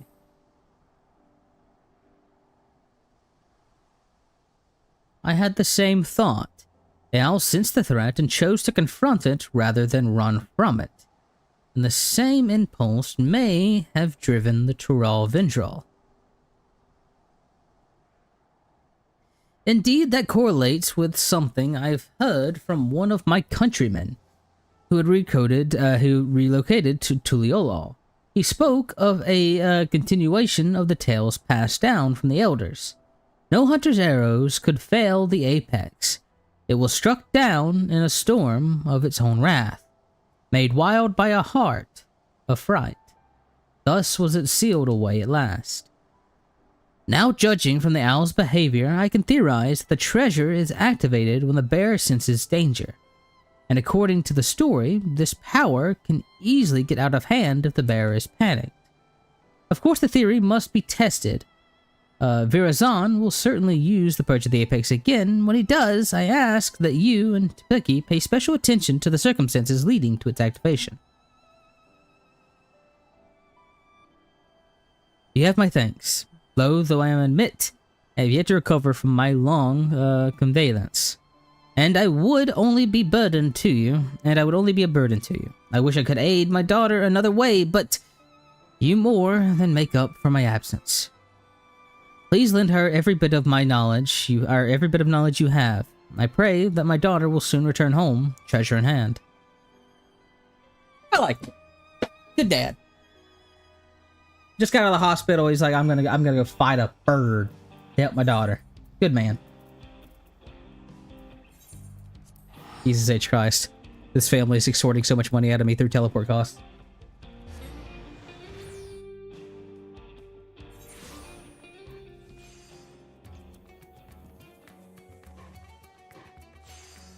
Damn you, travel taxes! You came just in time. Virazan has shown his face in Rasad Han. You can tell me what you about your journey into Tuliol later. For now, come with me.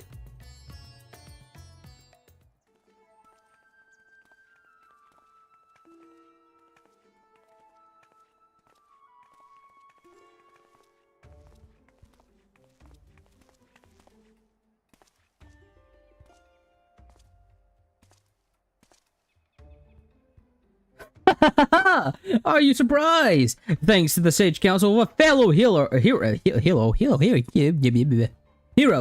I have decided to doff my mask. Although my face may be unfamiliar, believe you know who I am. I was once the Justiciar, but now you may call me Virazan. I am Thavnir's protector, its savior, its hero. You may have heard salacious rumors that I have orchestrated the very attacks which I so valiantly drive back. That I was behind the catastrophe at the Ozero Canals. I am here to assure you. Those were all false aspirations, all cast by those who are envious of their betters.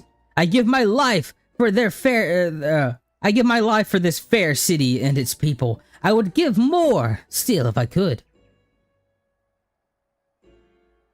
What should we do? Might be best to lock him up before he gets out of hand. Wait, we don't want him to rain down rocks on all the bystanders around. For now, we just keep an eye on him. All I ask for is your respect, your admiration, a dream held by all, but realized only by a few. And I would be one of those few. I have proven myself worthy of your being your savior, and now, with an entire city watching with bated breath, I shall declare my intent to reach even higher.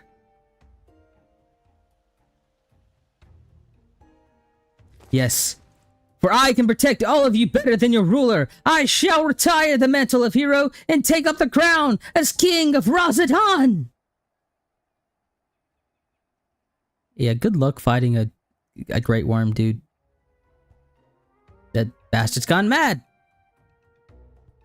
I wield power unassailable. Great worm. With me at the throne, you would never again have cause for fear. Protected by a great worm. All would live in peace. All would shower me with love. They would shout it from the heavens. And from the love would spring a new Razatan, a greater Razatan. Enough of your lies, Virazan. The power you wield protects none but yourself. To everyone else, it brings only ruin.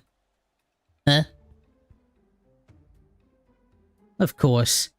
The road to greatness is ever paved with necessary sacrifices. Yet as long as your ruler lives, Razatan shall know naught but prosperity.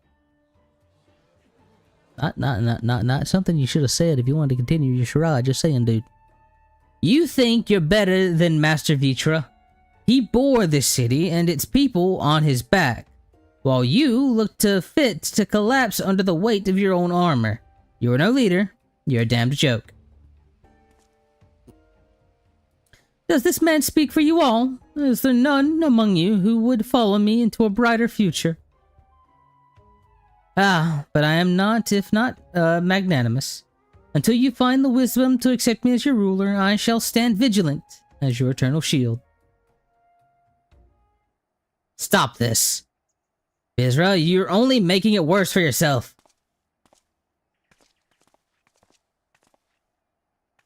Can't you see you've become a laughingstock?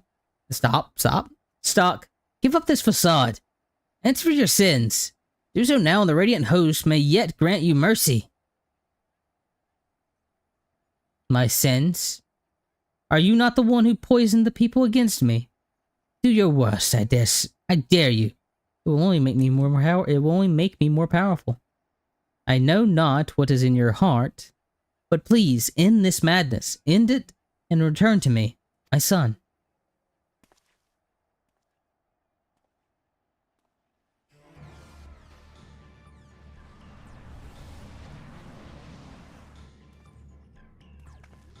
Don't get any closer! You two, why are you...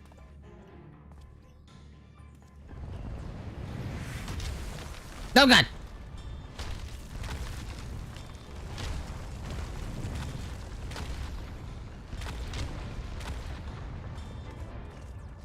What?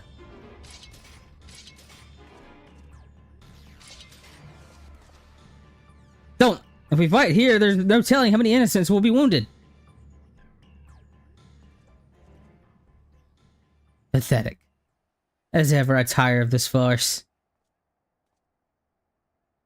I have declared my intention to become the king of Razahan. Good work against a great worm. As for you two, this is no place for a battle between heroes. We shall meet again, mark my words, and then we shall decide who is mightier.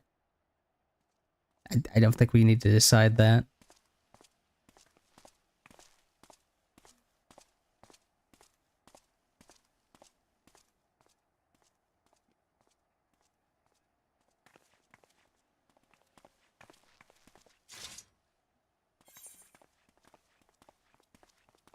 Can't risk a confrontation in the city. Ideally, we need to go to a place with no rocks. Like the beach. You're right, of course. As much as I hate to see Virazan walk free, we've yet to ascertain the extent of his power. For now, we must bide our time. I noticed that despite all his proclaimed love for his people, he didn't even look back at them as he retreated. Perhaps he couldn't bear to look at them in the eyes, or one of them at least.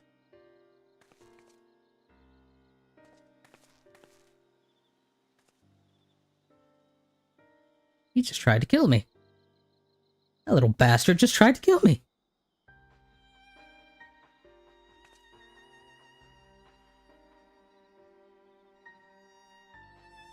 After all the money I gave him. That little shit. I should have sent him to a boarding school!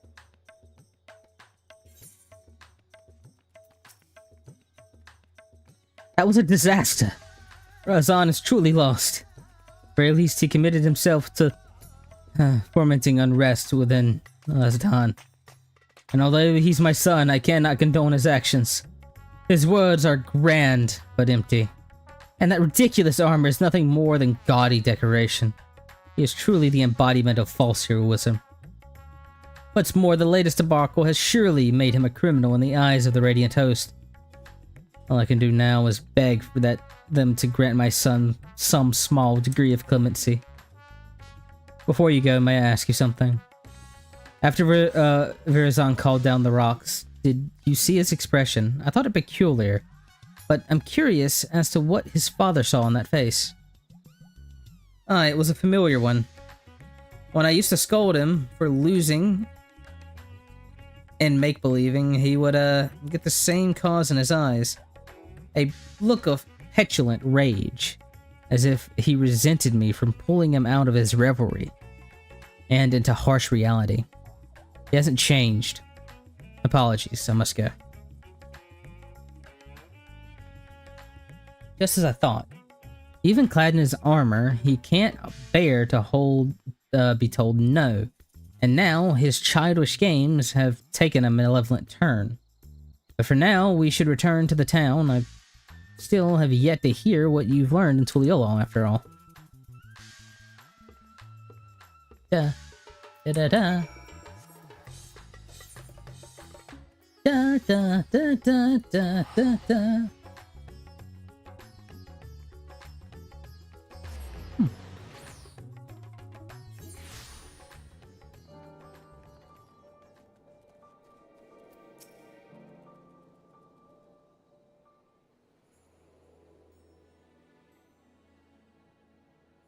Now that we have some room to breathe, I'd like to hear your journey to Tyrone. Did my father have anything to share? Yeah, kinda. You get out of here. I'm heartened to know he's well enough to be chasing after owls and such, though I wish he'd take more care. Thank you for saving him and for bringing his theory concerning the treasure. If it really is triggered by a sense of impending danger, that might explain why Virazan had trouble using it for the first time. He wasn't truly afraid of that small fungi until it was almost upon him. It also explains how he can wield the Apex's power despite having no training in magic. It responds to emotion, not intent. So much is falling into place, he goaded the Radiant Host into apprehending him because he knew that the threat would be the answer. You saw how nonchalantly he quit the plaza, almost as if defying someone to stop him. Virazan truly believes himself to be untouchable. I think his words and deeds align with the theory well enough. As for that curious fragment of the story, it seems to imply that the Vitrol lost control in a panic. Perhaps its strength grows in proportion to the danger it senses, and when the danger is too great, well, you saw what happened in the Zeral canals and Razathan. You were present both times, as were the others who wished Virazal ill, and both times he saw stones much larger than we've seen before. Now understand why he's so eager to face you. An opponent of your caliber will strike fear into Virazan at his very core, and that fear will summon the power greater than any he's ever known. Power enough to bring a hero to his knees. Hey, don't. Or so he thinks. But we know better.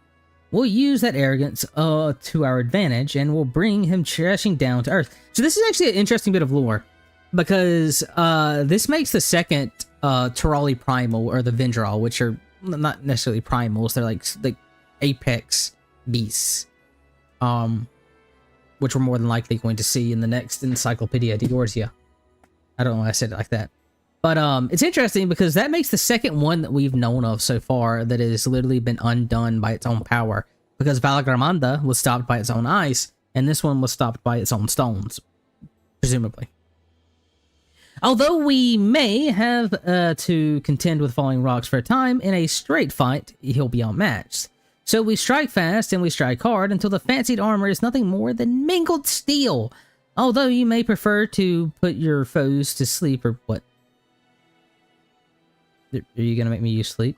We know he had an arsenal of alchemic concoctions at his... Wait. Yeah, I read that right. That's why I suggest a bit of old-fashioned brute force. While you unleash your most fearsome destructive spells, Bahamut go brrr, I'll be your shield. Don't even think of holding back. Oh no, he wants to become the king and overthrow a great worm. I'ma show him a great worm.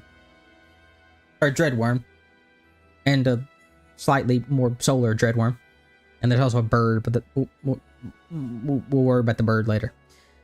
I look forward to fighting by your side. Now we simply have to find a suitable arena. I shall consult the Radiant host to the location. Once that's decided, we'll confront Virazah at the final for the final time.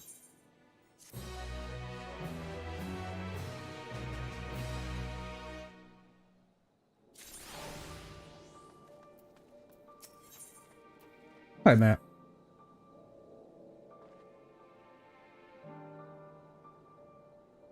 Were these all? I don't think these were Endwalker thing. I guess or Dawntrail thing. I didn't think they were. I might be wrong.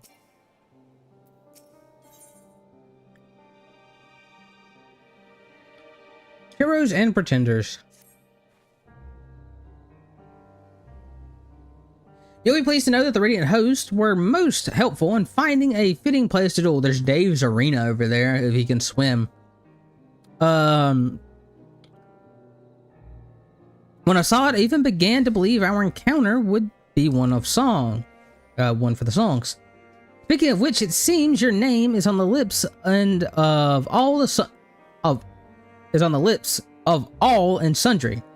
The people already consider you the true savior of Razat-Han and believe you will bring Virazan to his the deceitful to justice. We apologize for putting so much weight on your shoulders. It's nothing new, but something tells me you're used to it. Yes. The final showdown shall take place in the mountain pass leading to Khadga, where the Great Crystal will stand as witness to its conclusion. Suitable, romantic, and suitably isolated. You use suitable twice. The Radiant host has spread the word throughout Thavnir that a hero has arisen to challenge Virazan, and his pride will force him to answer. The entrance to the pass is at the Giant's Call grounds. Let's head there at once and await his arrival. Teehee.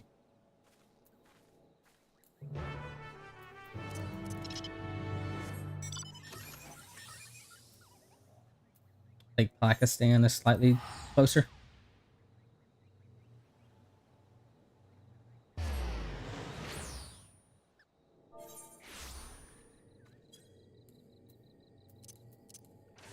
I'm an idiot.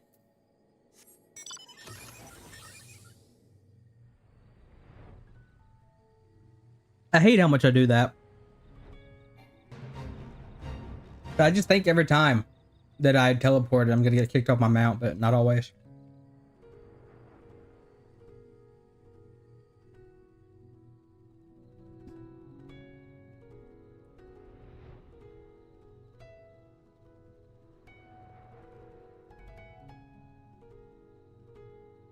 Please tell me we're not fighting him in a ravine.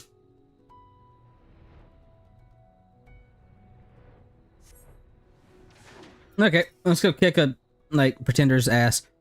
Sir Mul here has opened the way to Khadga. I'm certain that Virazan will arrive before long, and then we'll wipe that arrogant grin off his face. But first, we should check our gear and gird our loins for battle. You ready? Yeah, sure, why not?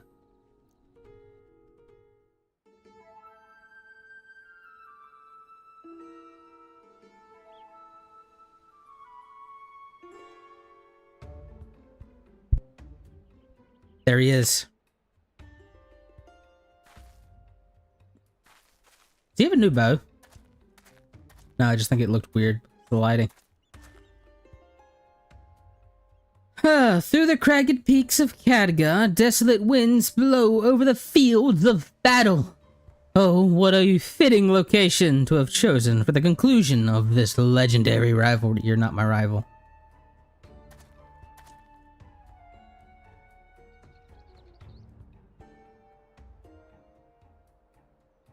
I was right to not face you before. It environs and suited to struggle between titans.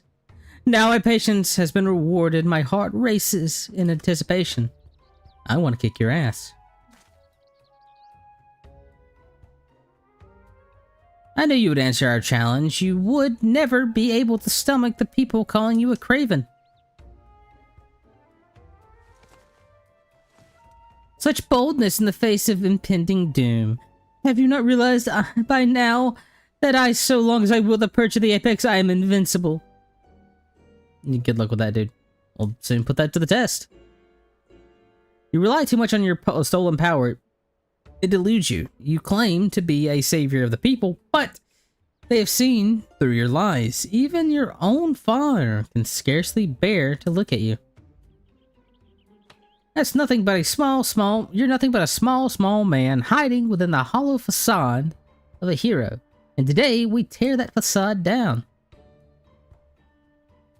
You will now. You may have the metal, but have you the prudent,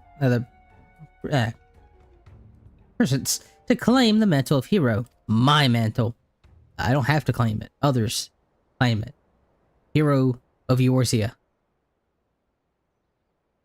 Savior of the Star. Veiler of Primals. Okay. Please tell me the song's gonna play throughout. Please tell me the song's gonna play throughout. The time for words is past. Follow my lead. I'm just gonna laser beam him. Please tell me the song's gonna play throughout.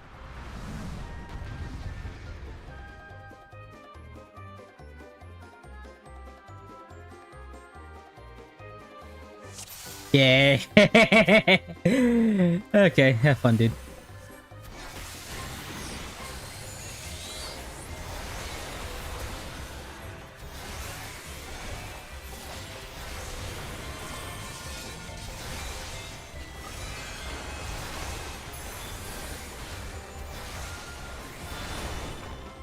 You missed.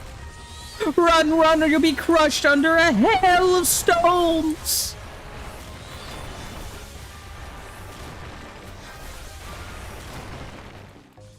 You missed. Impressive footwork, but all legs must tire in time.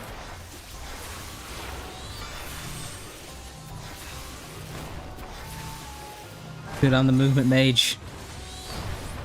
I can do this all day. The finesse you say, yet I wield potions, concoctions by Thavnir's finest alchemists. You have done well, but your fighting endear. My alchemical minions shall be your downfall. Okay, dude.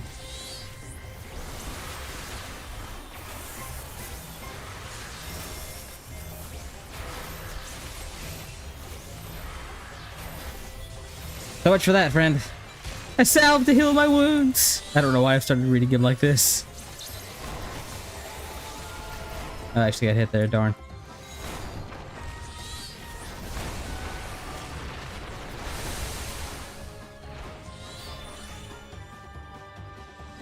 You defeated them already, but of course, who would wish for a duel to end so quickly?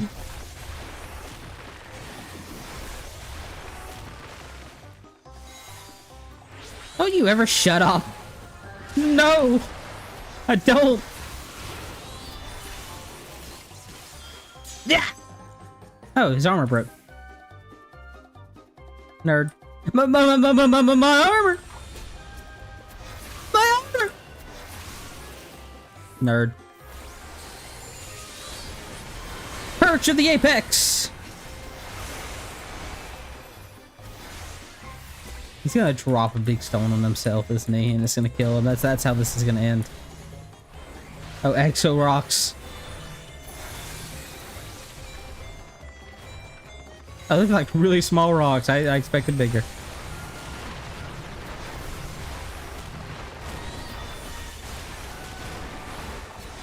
Lady, you're kind of getting your ass handed to you.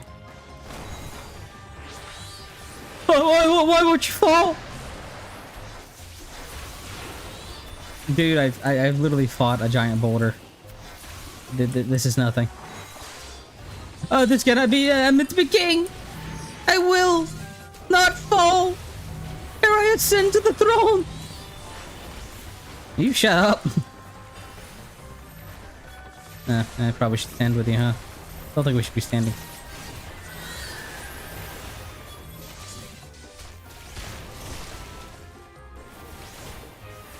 My precious potions, they're almost gone.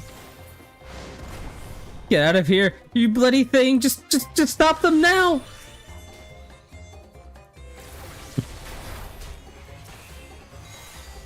Oh god. I don't think you want to stand there, lady.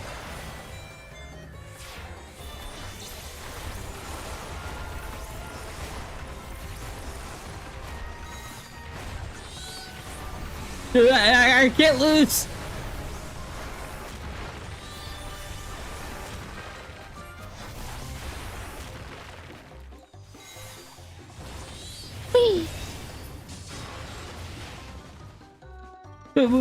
We both suffer grievous wounds. Perhaps consider this a draw? No. You've lost, Vitra. Or Virazan. Lay down your weapons. Ah! My pants! I'm utterly defenseless. You rotten piece of wood. Who was supposed to make me invincible? Oh no. Oh god. I can't move. The artifact, it's...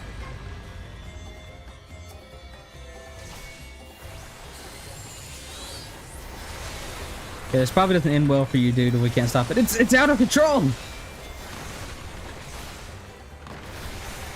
Oh god. It actually hurts. Unlike this bastard. Can't suppress his fears in his heart. The apex won't let him go. I can't get it like this. I won't let it. I won't let it. Apex's power grows. But I'm the hero. Someone save me.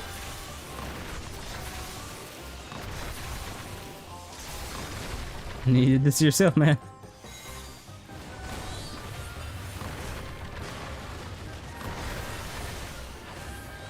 It swallows us. It won't if it don't stop soon. And it's dead now.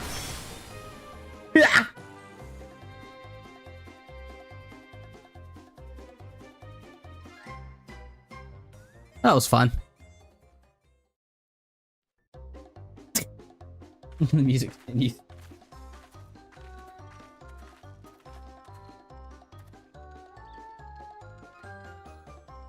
Yeah.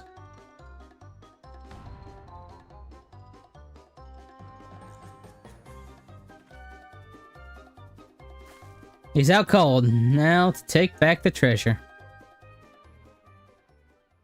This can't happen. A hero never fails. I must retreat. Yes, a tactical retreat and a noble retreat, so that the Justiciar may live to save another day.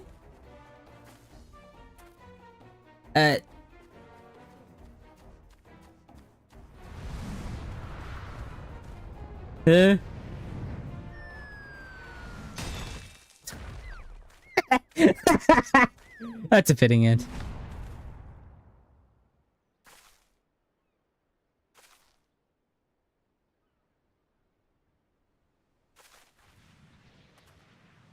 Oh god.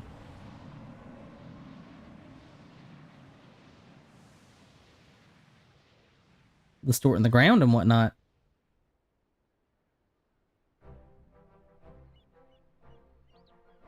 Oh, that was fun. I suppose the Apex wasn't finished yet. It seems that Virazan, in his cowardly haste, neglected to look skyward. Was it an unfortunate accident?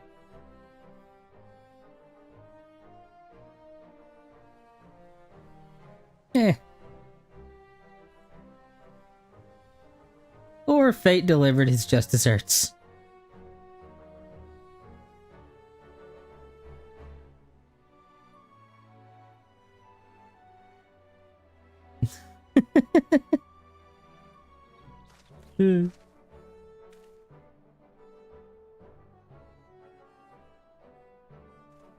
Okay, I go jail now.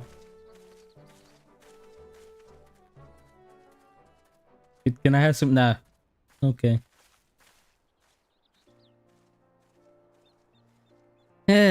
He claimed to be Razahan's savior, yet he sowed only discontent among its people. Perhaps someday in a sunless jail will give him time to reflect upon the error of his ways.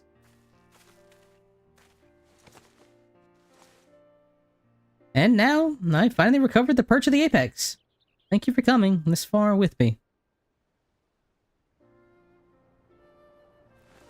That was a fun little. I'm enjoying these. I'm enjoying the role quests this time around. Like, all of the role quests have been good. Like, don't get me wrong, but like, this is some fun humor. The battle was hard fought, but we made it through. Razan is the responsibility of the Radiant Host now. And now that I've done what I pledged to do, I must return home and bring the good tidings to my mother and father. Yet, before doing so, there are many others I must thank. In the meantime, can I count on you to meet my family in Tuliolal for one final farewell? My parents will surely be glad to see you again. Yeah, whatever.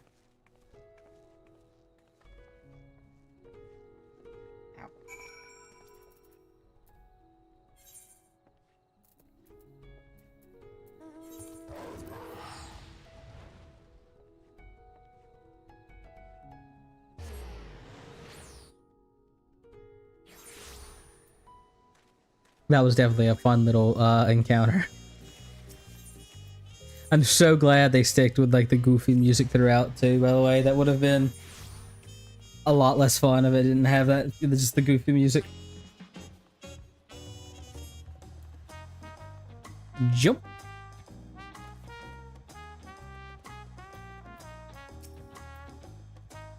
I didn't expect to see you in Tuliolal again so soon. Is Tpiki well?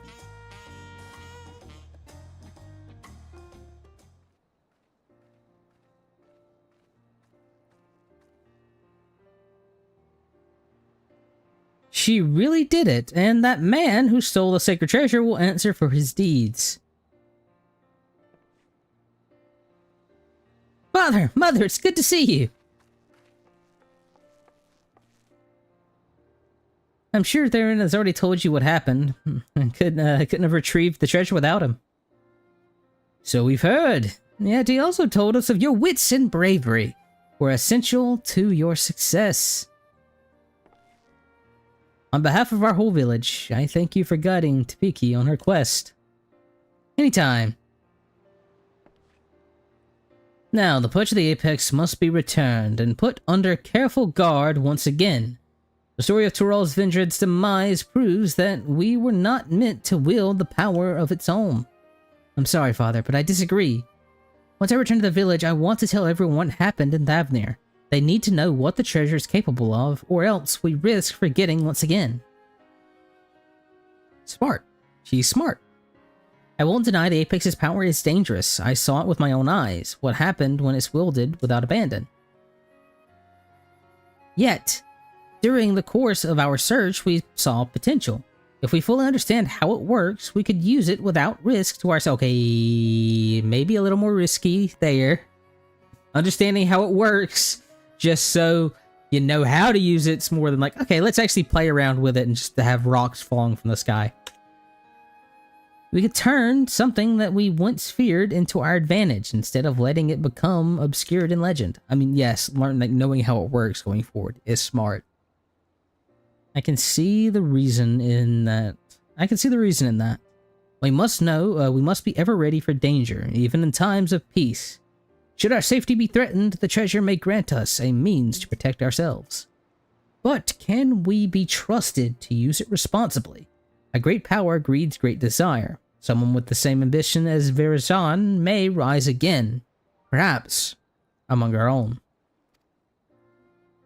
I dare say that once I'm regale them with the rise and fall of the Justiciar, they'll think twice before following in his misguided footsteps.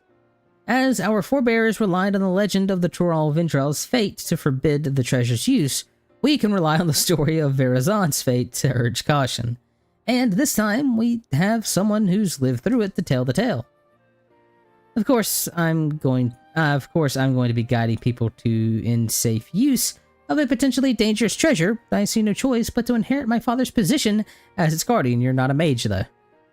Some may raise an eyebrow to the prospect of a loose-lipped Tipliki serving as the perch of the Apex's protector, but I've grown from my mistakes. And who better to tell the tale of Verazon and to pick these failures?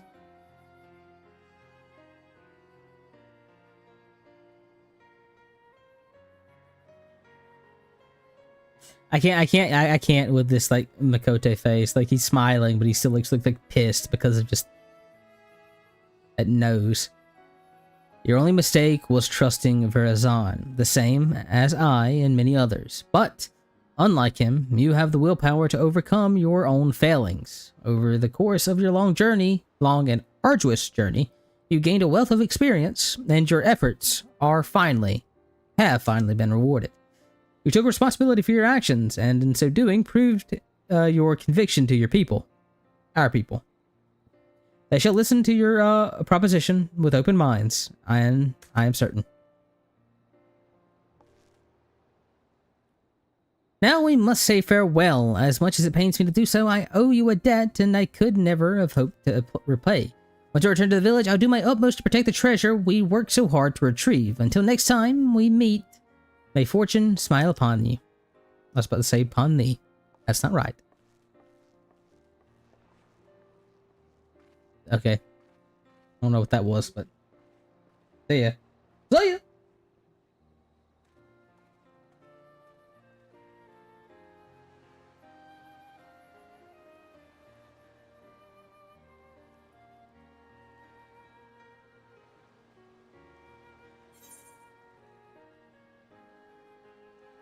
And materia.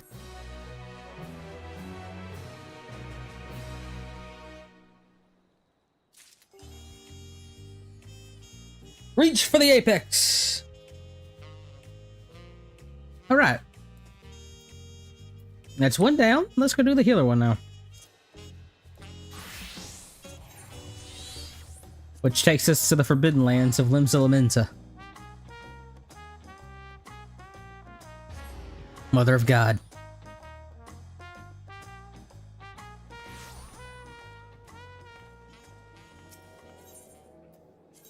It takes us to the Forbidden Lands. Okay, it's over here.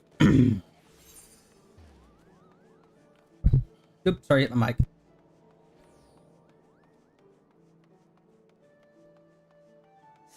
Now, I really can't wait for the job changes. Just because I'm thinking, don't know whether or not I'm going to, because I'm still trying to learn it. Of whether or not I want to heal with Astro. And like the biggest problem with Astro, I think right now, is the one that a lot of people have been saying, and the things they said they're going to address, which is the fact that it's like so hard to not drift your draw, because like it's 60-second cooldown. So you have literally no time. Like you have to use it on cooldown, like as it happens. And so I think they're gonna lower this or give it charge. I think they're lowering it. Which I think it would make sense if it was like 40 seconds or even 30. Because how it works now, and I haven't seen the proper rotation, is basically in your opener, you do something along the lines of like div, use buff, use you just waste these two because like you use this in your opener, and then like when you do your next draw, you have to hold this and this until your next div, just because of how it lines up, and it's like eh. Anyways, let's continue on. Oh, it's you. You'll have to forgive my dour mood. I just don't understand it. How is it that Elret and Kokonoa can so egregiously reveal their names and identities, yet I remain unable to track them down? I've been following the latest hearsay, but I haven't had much luck. Not a soul seems to have seen them since the incident with Wussel and Zurich. But that's not to say I've given up entirely. Now that you know I'm on their trail, or now that they know I'm on their trail, I suspect they're using my unfamiliarity with the lands to their advantage. I dare say they're lying low outside the city. That's why I propose a trip to the Marabi dry docks. Folks here often speak of it, but I've yet to go there myself, so it seems a good place as any. If you're game, I'll meet you there. Hey, I'm just along for the ride, lady. Wrong button. To the dry docks. To the dry docks. Okay, that's what they don't make me actually think. Whee! Okay. Hey, look, there's my island I haven't gone to since he maxed it out.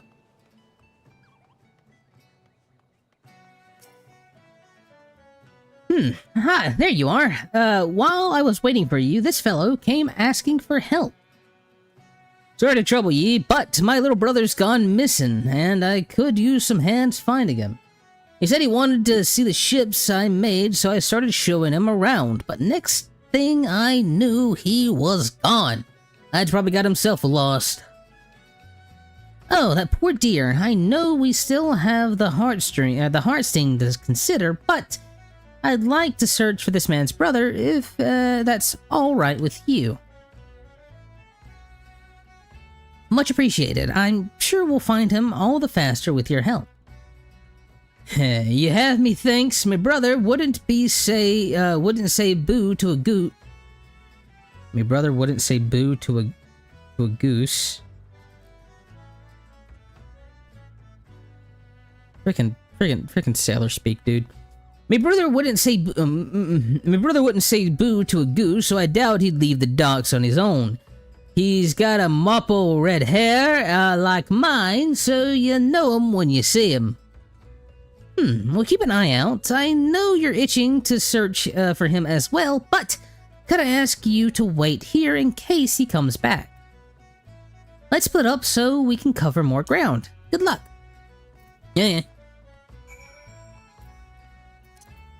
We can fly!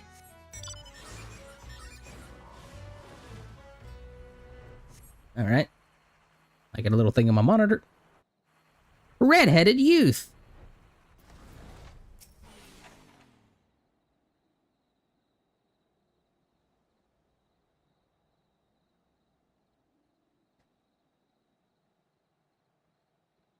I'm scared. Where are you? Hey kid.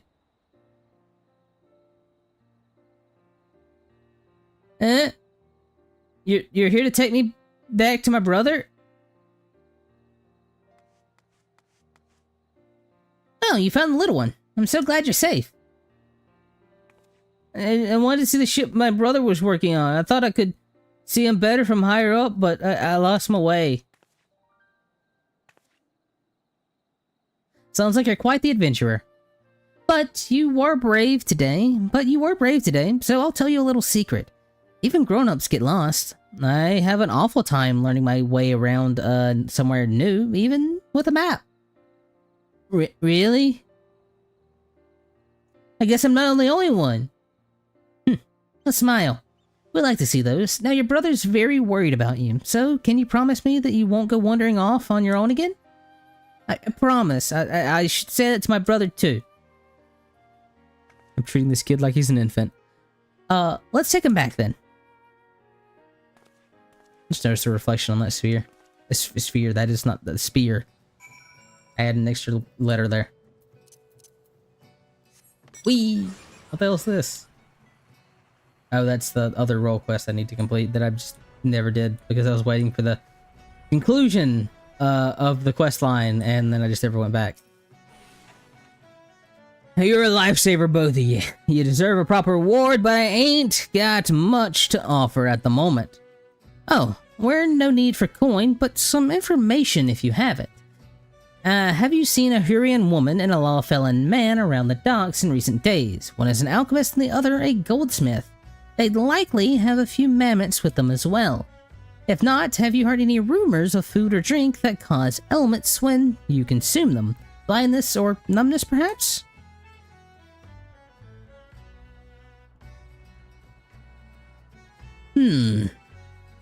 Afraid I haven't seen or heard anything, or anyone like that. Sorry, I couldn't be more helpful to you. That's alright. Knowing that they haven't been around the docks is equally helpful. Well, that's good at least. I'll be praying to the navigator ye both find what you're looking for. Any road the two of you ought to be heading. Thanks again. Everything good fortune and safe travels to the both of ye.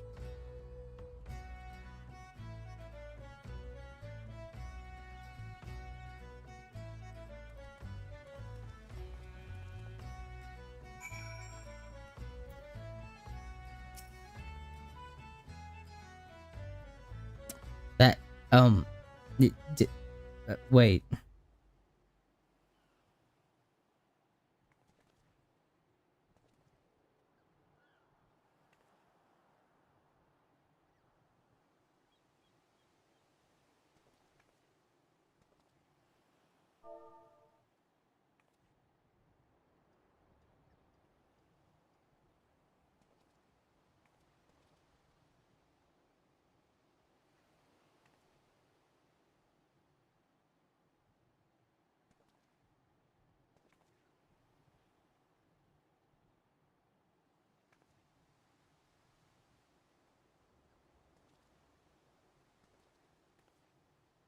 Sorry.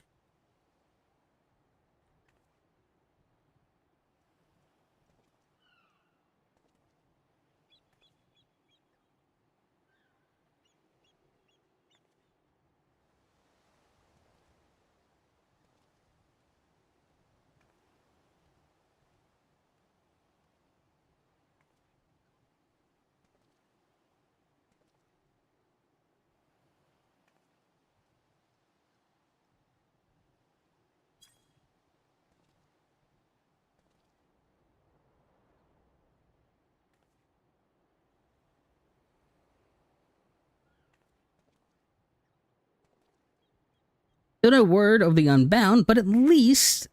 still no word of the Unbound, but at least we could help those brothers. Children often let their curiosity guide them, which means they'll naturally wander off on their own adventures. I don't blame them, that man, for worrying as much as he did. You seem to care a lot about children. After a fashion, yes. I've always enjoyed looking after them in the village. Children in my spare time. I try to be a good role model for them, though the other adults tell me I shouldn't dote on them over much.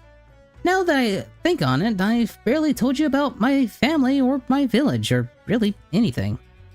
I'd be happy to share a few stories if you'd like. The ocean view here is beautiful, so we may as well enjoy the scenery and relax a bit. I need to look at this chat, actually.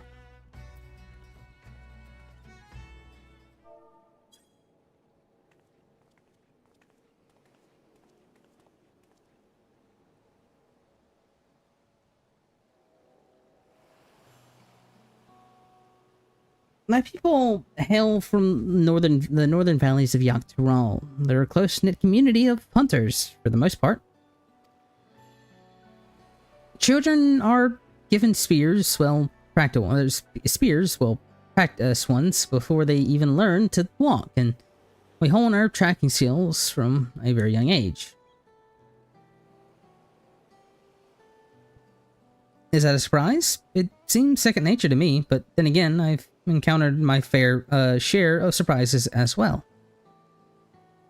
Our village rests in a veritable sea of poisonous plants and animals, so the slightest injury on a hunt can prove deadly. Thus, we believe it prudent to begin our training as early as possible.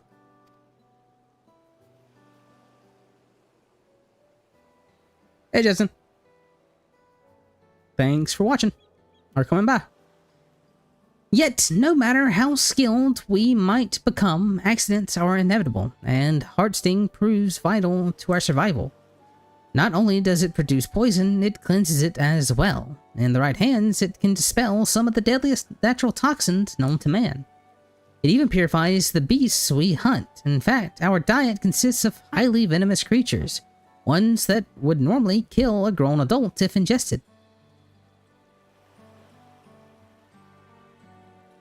The Heartsting allows us to lead a quiet and peaceful life in lands where others dare not tread.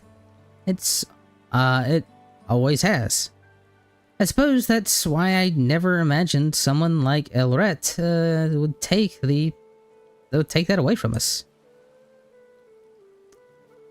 When I left, our village's food stores were well stocked, but I couldn't bear the thought of my younger brothers and sisters going hungry. I must return the Heartsting as soon as I can, for their sakes.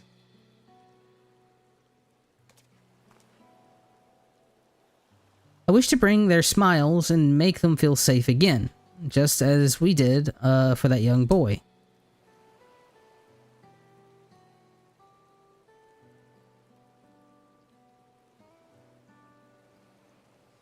In any case, oh, one second, I need to do some advice.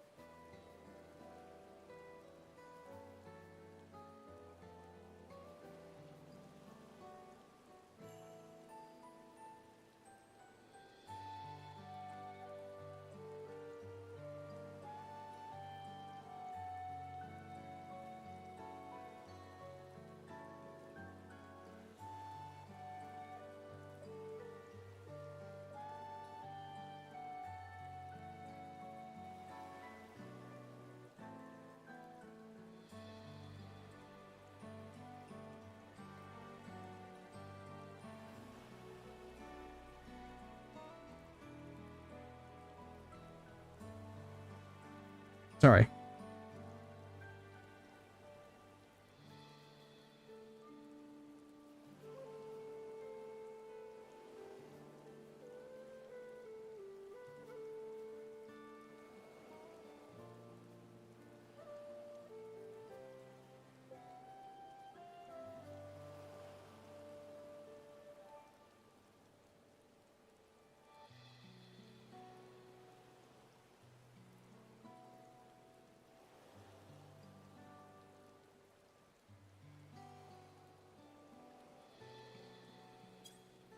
Ah, crap.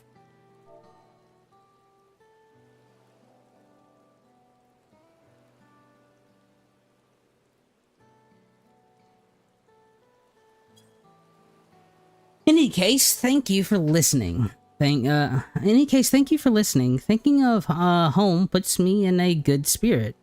As long as I remember who and what I'm here for, I'll be alright. I know it. But I've kept you long enough. I think it's time we made our way back to Limsa, don't you?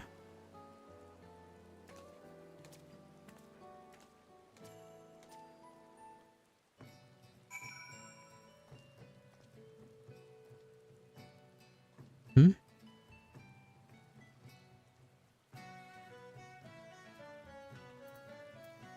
No, you can translate the 9s and the 10s because it's making battle material. You don't use it anymore.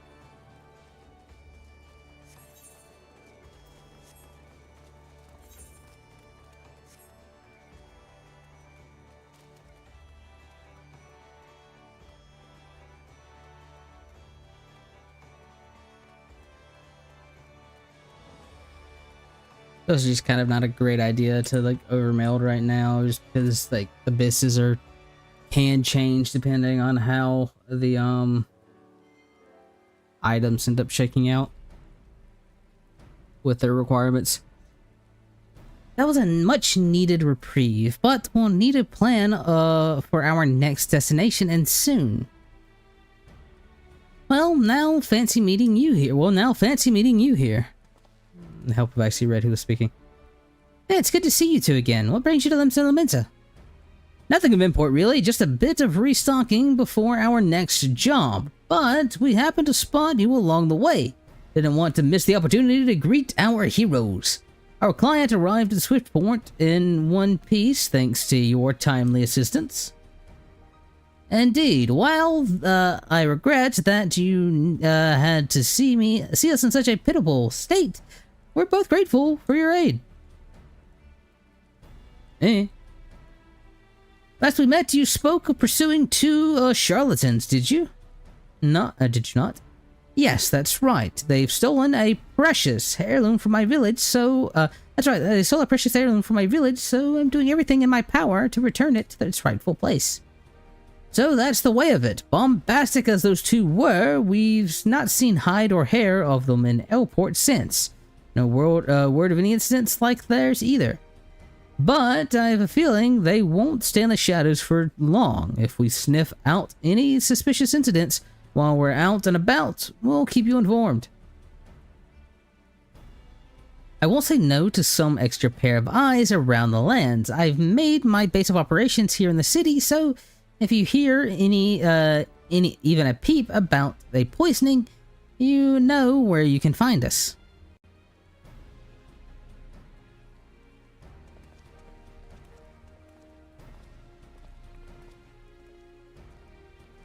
Well, we may have not found any leads on Elrat, but I'm glad we had a chance to chat, and with Winslow and Zurich on our side, things are looking up. For now, we'll keep in touch with our newfound allies. Should I hear any news on our culprits, I'll be sure to let you know. Well, no, I'll come seek you out, and well, yep. And now I have to switch over to, nope. Yeah, we have to switch to one of the other jobs.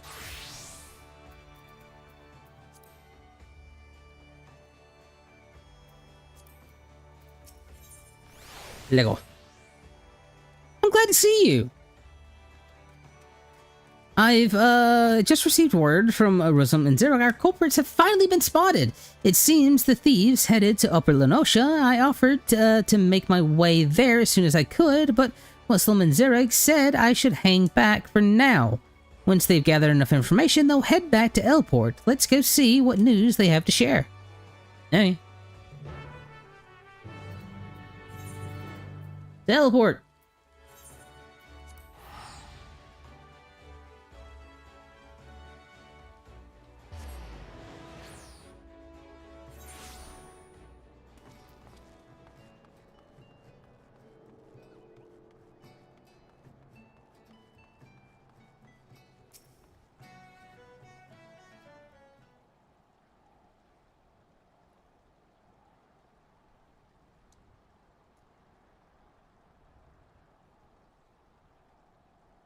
One second.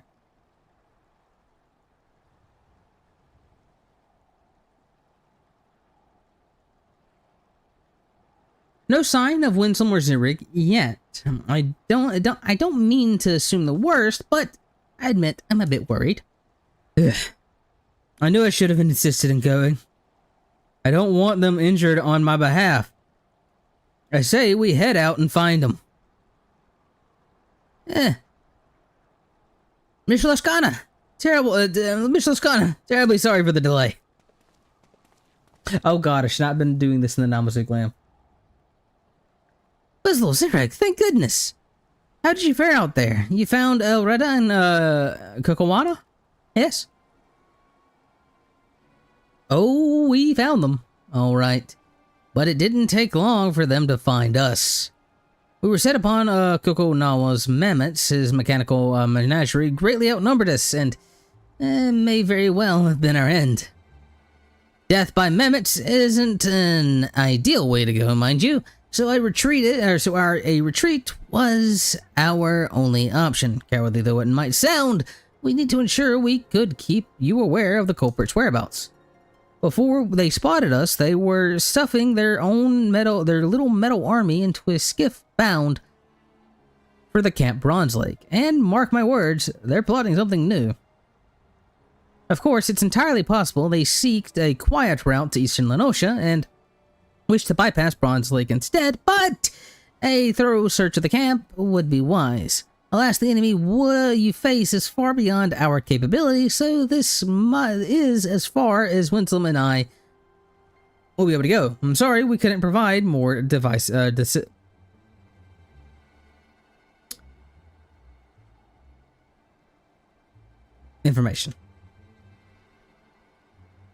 Honestly, I should be the one apologizing. You've risked your lives and limbs for me already. I never meant to push you past your limits. You needn't dwell on it. We're as eager to bring those criminals to justice as you. Indeed, we shall at least take pride in knowing we could put you in the right direction. But we should take our leave now. Winsome and I ran most of the way here, and I think I speak for the both of us when I say we could use a comfortable chair and a healthy meal. None can gainsay your strength, my friend, but I beg you not to underestimate that of your foe. Go well, and may your determination guide you to victory. All right.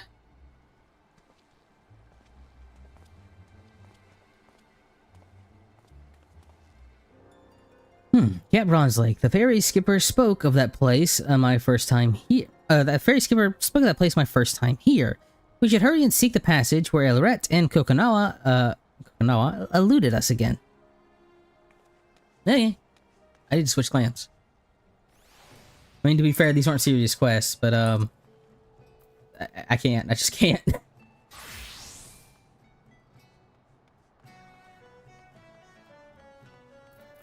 Is this going to be the annoying side of Camp Bronze Lake? This is... No, it's not. Okay, thank God. Thought I was going to have to go the long way. Okay. Slowly but surely.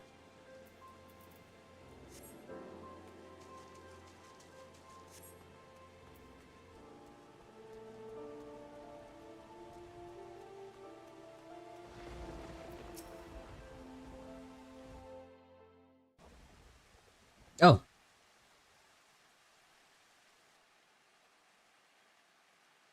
What a I wonder if it's supposed to be raining. What a lovely camp. Now, if I were a half-crazed alchemist with the heart sting and a new scheme up my sleeves, where would I hide?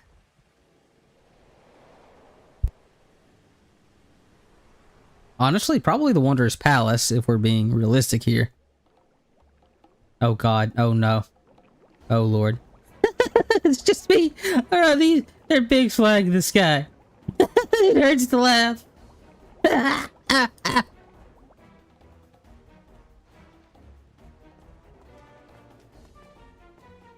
Oh dear. That doesn't bode well. To the upper levels! Quickly!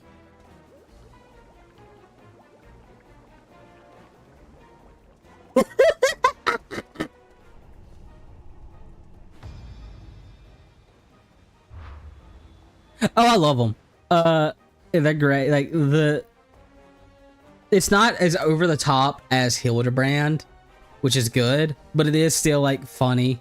Like, I just finished the, caster, not the caster one, and I enjoyed, like, the entirety of that. And that was probably, that one's less humorous than this one is so far, but just like, yeah, it's been good. I'm enjoying them. Poisoning the spring, you truly are the lowest of the low. You flatter me. 'Twas just a little poison, really, as a treat. I'm afraid I couldn't contaminate all the water here, but we're having oh so much fun with our shiny new hallucinatory toxin. Step away from the spring, now!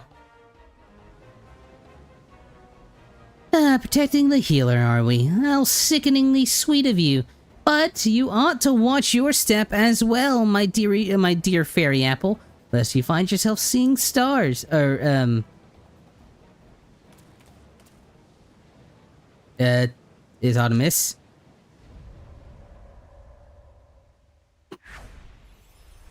Oh, Jesus! Oh, good lord. I did not expect that. You look absolutely idiots! Or should I say adorable? Why, you're a body of a porcelain doll. Yeah, these are definitely, like, I will say this one so far is, like, very cartoonish. Like, the caster one is less Hilda Brandy, but, like, yeah, no, with yeah, no, this one is... And I haven't seen the other ones. I haven't gotten, I haven't got a, I only have a caster and a, healer to level 100. Oh, what the hell are you talking about? Very interesting. Yeah, it's very interesting indeed. I believe I may have poisoned myself. What a predicament. I guess what? Do you recall those antidotes I prepared at the base? Because I forgot to bring them. What? You are your own worst enemy. Do you know that? I suggest we retreat before you decide to dive headfirst into the spring for fun. Unbound scum, you think we'll allow you to walk free after all the chaos you've caused? Well, yes, actually. Have you seen Elret? He's in no state to contend with you. I've never seen one, and I've never been one for rough and tumble. Of course, you're welcome to give chase, provided you have no qualm about leaving these poor souls to laugh themselves senseless.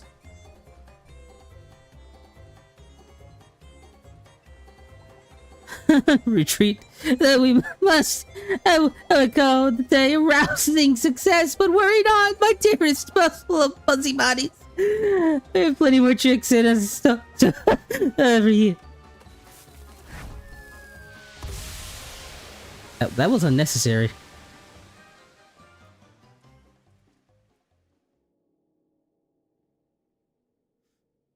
Yeah, the healer one so far just seems like it does seem like kind of over the top, at least compared to the caster one. Caster one, like, while funny, was not nearly as this goofy as this. Ugh.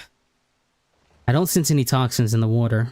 I don't sense any toxins in the water anymore, so the spring should be safe again. What will happen to the toxins from here?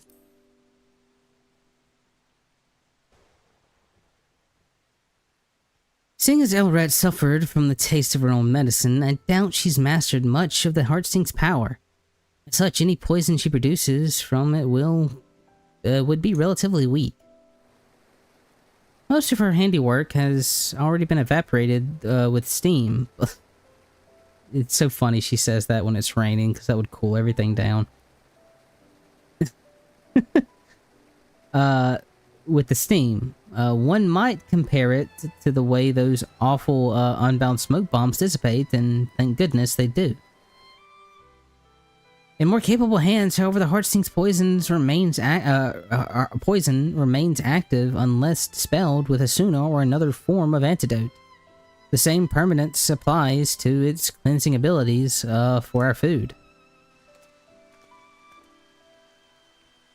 Now, there's much on my mind, but I think our bigger problem to address first.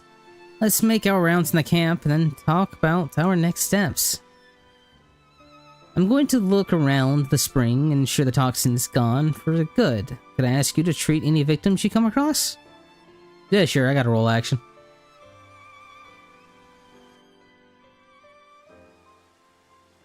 I half thought the caster one was going to make me use sleep, by the way. Because they actually specifically mentioned it. Okay. Da-da-da-da. I feel like it raining during that is funnier. During this is funnier than it should be. Dude, I just straight have to cast a Suna on them.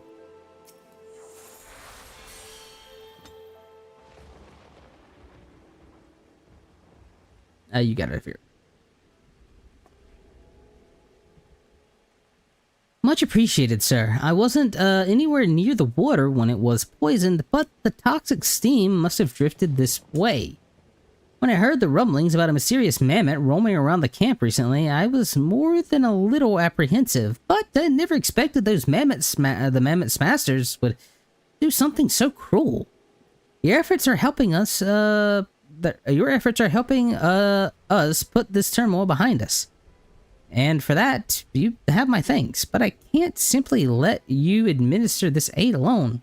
I should attend to the victims as well. Okay, sure. I don't know what the hell you're gonna give them for laughing too much, but power to you. I don't think there's laughing medicine. Maybe there is. I don't know. Laugh weary lullaby.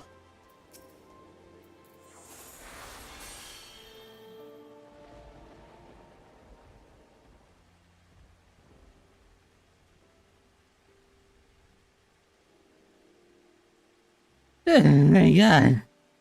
I wasn't expecting nearly to laugh myself to death. I had a place meant for healing, but at least I can breathe again.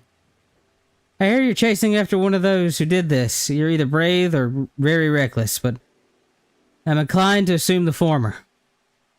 Any road, all that laughing has exhausted me, so I may as well take a break from my soak. Thank you again for your kindness, and may the navigator keep you. Bye.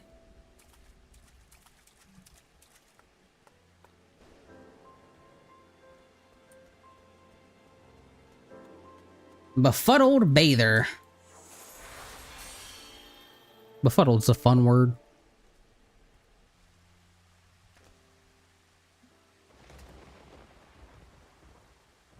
Yeah. My compatriots, they're gone. Farewell, my visitors, or my visions. May you revel in my memory. You say laughing is the best medicine, though I feel worse than before. Many thanks for putting it to an end. I think I've earned myself another soak and an extra flagon of mulled wine. Pleasant travels to you, healer.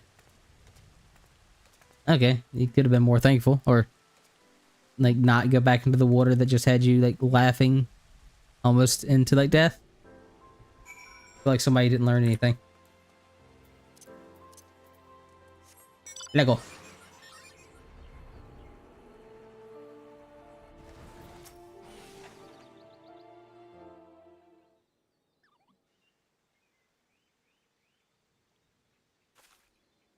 Oh, how goes the healing? Wonderful. I'm glad it soon proved effective. For my part, I've given the spring a thorough look. The toxins have dissipated completely, so the bathers should be safe from here on out. As for Alert and Konoko's antics, I've a moment to reflect on everything. Now that our work's done, do you have a moment to chat? Sure. Oh god, the music. I'm well versed in the numbing and blinding poisons we used on our hunts at home, but something kept troubling me about Elret's toxins. I've never seen anything like it. I have no idea it even existed among the Scorpion's gifts. Elret may be inexperienced, but the fact she's learned to inflict hallucinations is cause for concern. Still, we should be trying to look on the brighter side. She's yet to discover the Heartsting's cleansing properties, judging by the way she couldn't cure her own ailments. Knowing her as we do, I reckon she only has toxic trickery on her mind. Kokonoha, however, handled himself surprisingly well despite his exposure. Do you recall the man in Lim's Elementa who ate the poisoned apple? He claimed that Kokonoha took a bite, yet never suffered its ill effects. He must have some manner of immunity, but how? This reminds me of the Templars. Oh wait. Traditionally, Dunefolk families often drink poisoned teas to build their tolerance. Maybe. that's part of lore, I don't know. How intriguing. So instead of using an heirloom like the Heartsting, the Dunsfolk train their bodies to endure fatal toxins. It'd be interesting to try that tea, as long as I had an antidote at hand.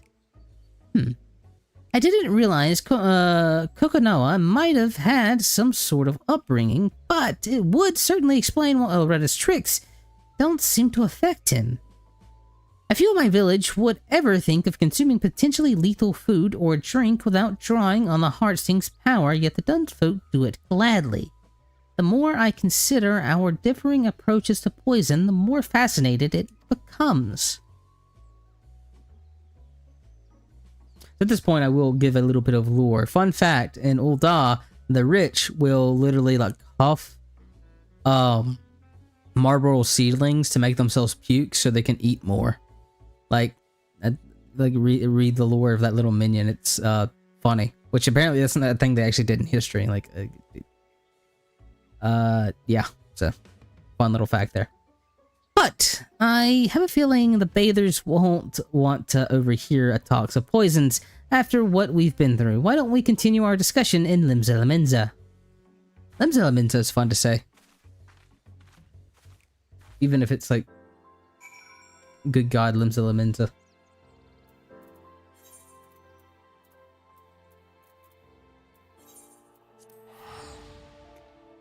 Yeah. And they'll literally eat themselves to the point that they're gorging themselves and then puke it up. Or, by huffing it and then gorge themselves more, which I can't imagine that. And like I said, that's a thing that was done in real life too. It's amazing what... yeah. Hello! Came in at a very interesting time. Yeah, it's like amazing what people will do. Like I said, I'm pretty sure that's the thing that was actually done in history with like people overgorging, like the wealthy overgorging themselves and stuff like that. Malos Antiqua, that is a Xenoblade player right there. Whew. I know I've been anxious to ascertain our thieves' whereabouts, but things escalated far quicker than I thought. Your presence throughout the whole ordeal was a welcome one. What was not so welcome was Elret's parting words. Whatever she's planning for a whole island, it can't possibly be good. Her acts of mischiefs have only grown worse since I arrived in the city. We must take the Heartsting back before she can cause any lasting harm. Of course, it was Wilson and Zirig's efforts that led us to Elret, so I'll have to thank them when I get the chance. In the meantime, I'll do what I can to track down our unruly thieves and report to you as soon as I'm able.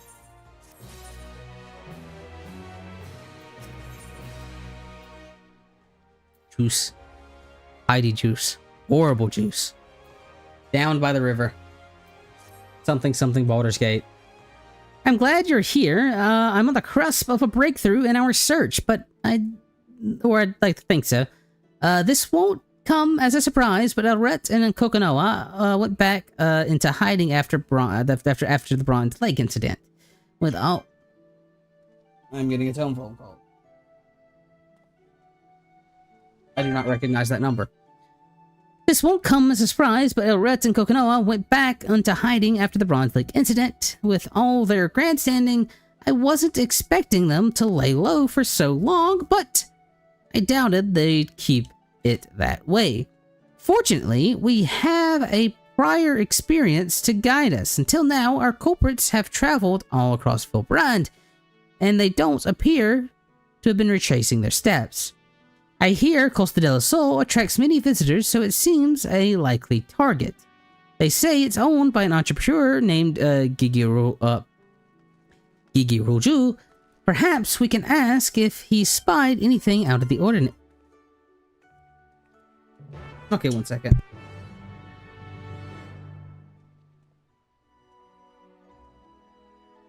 Same person called me back and then hung up, so I guess they realized they called the wrong number. Lego.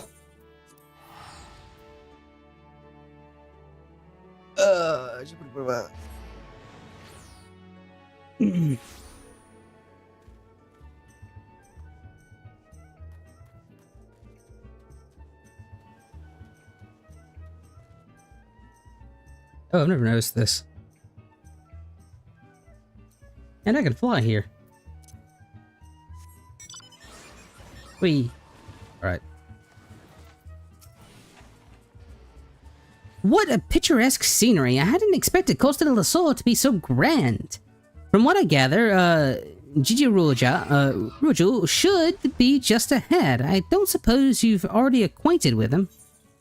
I know him well. For better or for worse, yes.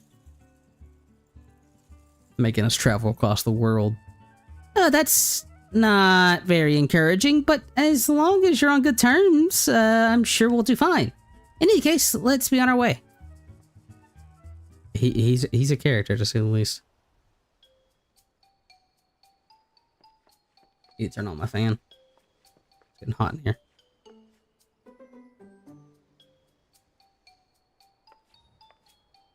Well, well, if it isn't our favorite intrepid adventurer, what business brings you to my abode? Poisoning. Oh, why yes, I did spy that lovely specimen of a cure. Alas, I was so entranced by her feminine wiles that I cannot recall any such entourage of Lalafilan men or mammoths.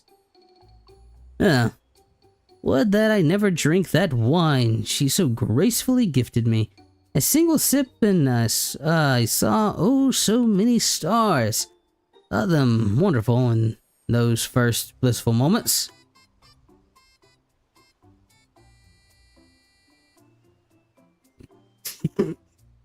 I partook the drink amongst my retinue of kittens. Yet as the rush of stars subsided, I found myself surrounded by a flock of unfamiliar faces instead. At first, I presume the wine caught up. Okay. At first, I presumed the wine caught up to me faster than I had anticipated, but time passed and unknown faces stubbornly remained. I dashed across the shores in terror. In the midst of the mayhem, I could hear her, the wine-wielding beauty, maniacally laughing in the distance with some other chap. I feared these crackles would be the last thing I ever heard. It's a fucking character, dude. Which is precisely why I found it appropriate to slap the sense back into him. Oh, that is not the correct voice. Judging by the way Master Gigijul was darting around, I suspected he'd been in his cups. Drank the whole bloody bottle too. If you wish to investigate the wine itself, I'm afraid that won't be possible. Can you blame me? Questionability of her wine aside, the woman was immaculate. A sight for sore eyes, any gentleman of taste would have fallen for her tricks. Fucking Lullaby, man. Though he may lack the drink in question, we received reports of mammoths roaming Raincatcher's Gully not long after the incident. If you intend to investigate this further, you'd certainly be doing us a favor. Any news of a wayward mammoths is promising for us. We'll give this gully a look and relay to whatever we find. Godspeed out there. Then our next destination is clear, but before we depart, might I have a word? It's a pleasure. We don't even acknowledge him. Like we give a nice like yeah, see ya to the company of heroes, dude, and it's just like the love, like just god damn it, man. I've had enough of shit. Based on Gigi Ruja's account, it's safe to say Elret's discovered a new poison. While similar to the hallucinatory toxin she used in Bronze Lake, it strikes terror into the hearts of its victims instead. Terror, yeah. I had a bad feeling about this. She's gained proficiency with the heart sting at an alarming rate, so we must tread carefully when we next cross paths with her. As for the Mammoths, Kokonoha doesn't seem to type to send them wandering around aimlessly. Oh, 1 second. Oof. That's why I think they're... Oh no, 1 second. Couple of coughs. That's why I think they're bound to have some clues on them. If we can track these mammoths in Raincatcher's Gully, we may be able to discern what those two are planning. Okay, just get me the hell out of here.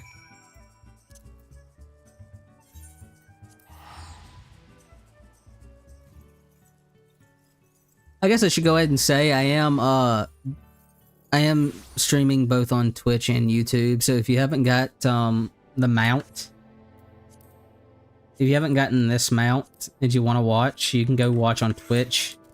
Because if you watch 6 hours, for those that don't know, if you watch 6 hours of any 14 stream, you'll get this mount. And you also get these food items for like 3 hours, which are 1% better. They're 4% instead of the normal 3%. And you get some Aetherite tickets. So, there's that. Yeah. I guess I should... 1 second. For those that want to do that, I'll put a link in the chat. There's the Twitch channel. Because I forget that I should make mention of that, so if people don't have the mount, they can get it. That is the wrong way to go. I am almost a dumbass. Oh wait, it actually brought us over here. I didn't expect that. Or did I teleport? I might teleported. I just lost track of my thoughts. But yeah, any 14 stream that has the thing turned...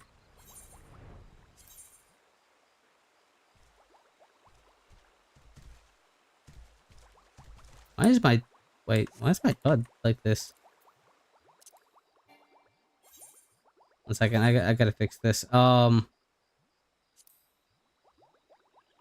goes there. I guess I just never, like, adjusted it, and that would go, like, there.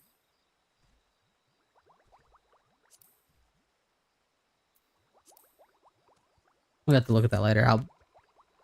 I'll worry with that later. Oh,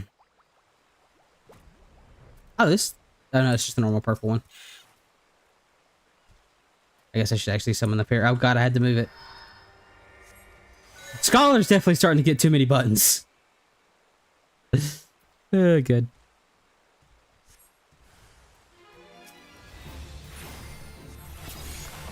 I need to move those up a little more. That's gonna bug me. I want them to be equal. Gain on 2!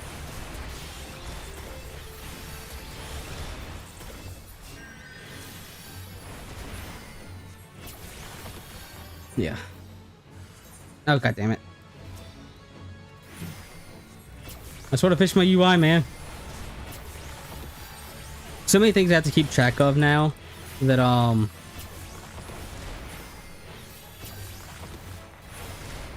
actually had to, like, redo my UI.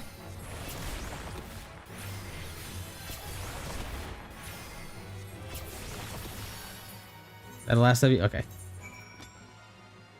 So yeah, I want this to be slightly more up. Nope, I want it to be slightly more up.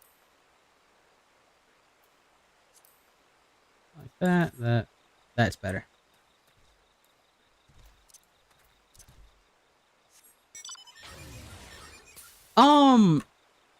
It's good. So far, all the healers that I've played have felt really good. Seraphism is interesting. I've done the first half of the extreme with Scholar, and I'll say that it's been very useful. This recitation, I believe, is shorter now. Like, didn't it used to be like 90? Didn't they change that? Or am I imagining? Yeah, it's 60 seconds. This being shorter is really good because it means you just get you have more like powerful heals. So like Seraphism like lets you it's your equivalent to I want to say equivalent, but you know, Sage has Numa as an oh crap button. And for the longest time, Scholar didn't really have an oh crap button. The best you had was Recitation in Dom. And that's like, how much health do I have? That's like a quarter of my health. And it's really good to heal, but yeah. Dude. Oh, God. You had to bring up the dash. So, I really like the dash. But, so I'm going to switch to White Mage real quick. And so, here's the issue. Every dash ability I have, I always have them with the mouth buttons because it's the thing that's comfortable for me. Problem is that this used to be my thin air button. And so, to be comfortable, I had to move it like this. I had to put my thin air here. I had to put the dash here. And what has happened is the other day, I was playing White Mage on the Extreme 1. And, let's just say I tried to use thin air more than once. And I may or may not have dashed off the arena like 3 times. And then I got fed up with it and moved it here so I wouldn't do that. Because this isn't a button I'm not going to hit accidentally. And then and then I hit it accidentally. And I dashed off again. So, I like the dash, but god damn it, I cannot be trusted with it. I cannot be trusted with a dash on any class. Okay, mini rant over. But no, the dash is good. I like White Mage too. It's felt really nice. That extra, the Divine Caress, it's really good. I think the shield should be a little longer on it, but that's about it. But yeah, no, and like I said, Scholars felt really good. Seraphism gives you that oh crap button because you can just push out so much HP or HPS. So like if things go awry.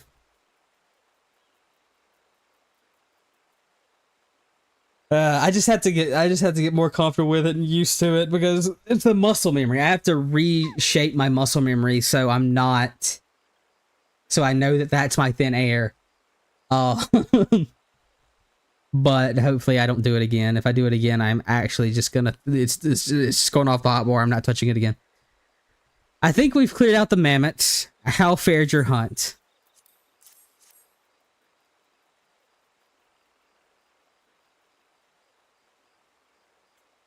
And the worst part is, I think 2 of the 3 times when I did that, it was the perfect distance to send me off the edge. So you've been keeping a record of the island's rivers.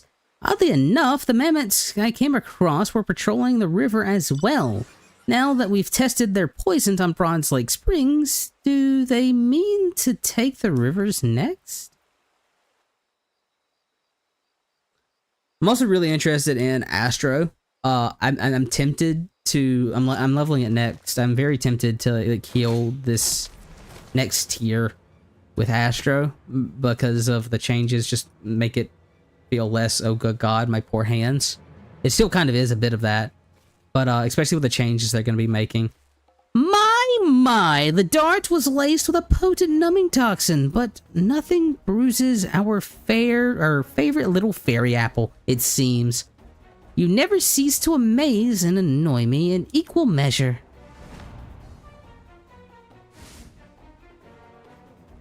Where did the bow go?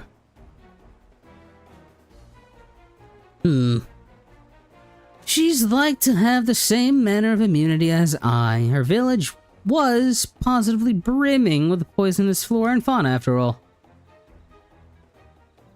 I have a request for you, my dears. Would you please give up one of your little trinkets, pretty please? I wish only to revel in the fruits of my devilry, yet you continue to spoil my every attempt, and trust me, I despise our conflict as much as you do. Indeed, do you think we enjoy watching our finest mammoths suffer at your hands? Enough. Enough. If you truly wanted this to end, hand over the Heartsting. The Scorpion's gifts weren't meant for a petulant, childish criminal like you. Fine, then. No more Miss Nicelretta, but answer me this. Who have my antics killed? Who? No one. I remind you. So why must you refuse me? Why must the world refuse me? Yeah, I'm on Scholar right now.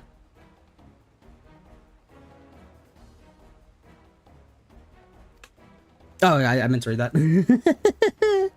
As long as I remain unbound, I care not what the wretched masses think. I shall play my tricks at my heart's desire, and all who stand in defiance will know my wrath. That includes you, my dears. No, I didn't much. I was just reading this. Oh, yeah, not much. I've just been doing the role quests. I was talking about the healers and stuff, which I'll do a little more while we're going with this. Doing this. The next scheme will be finally plunge this island into chaos I so desperately crave, and I will not stop at nothing until I see it realized. Bye!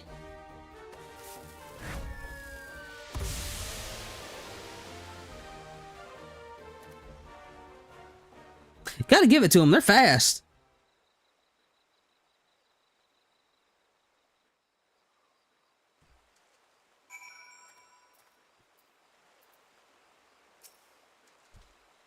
Sorry to worry you, Theron, but I feel much better now. It's a shame I didn't sense the mammoth's presence quickly. Fair. But I'm glad you came out to the ambush unscathed. Oh, I guess the mammoth is the one that shot her, not actually one of those two. That aside, I wish they didn't use such putrid smoke to make their exit. I don't know if my nose or stomach can take any of those awful bombs.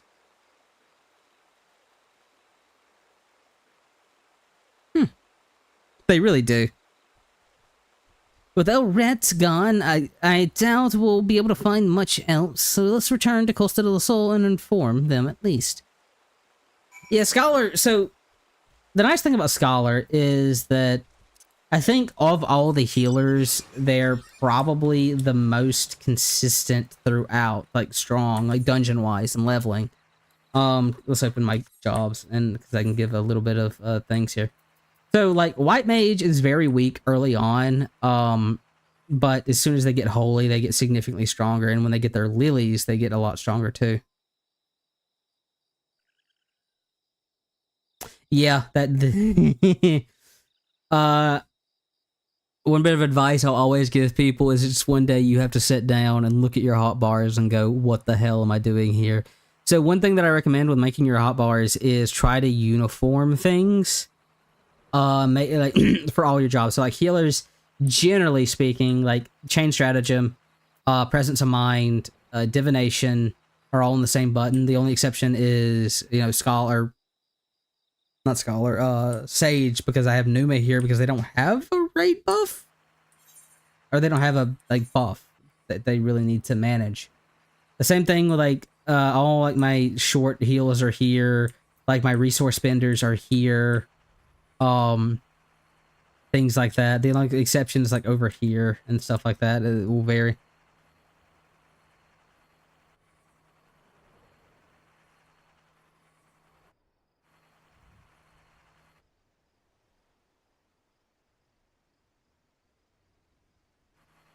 So it really is like that. That's the thing. So,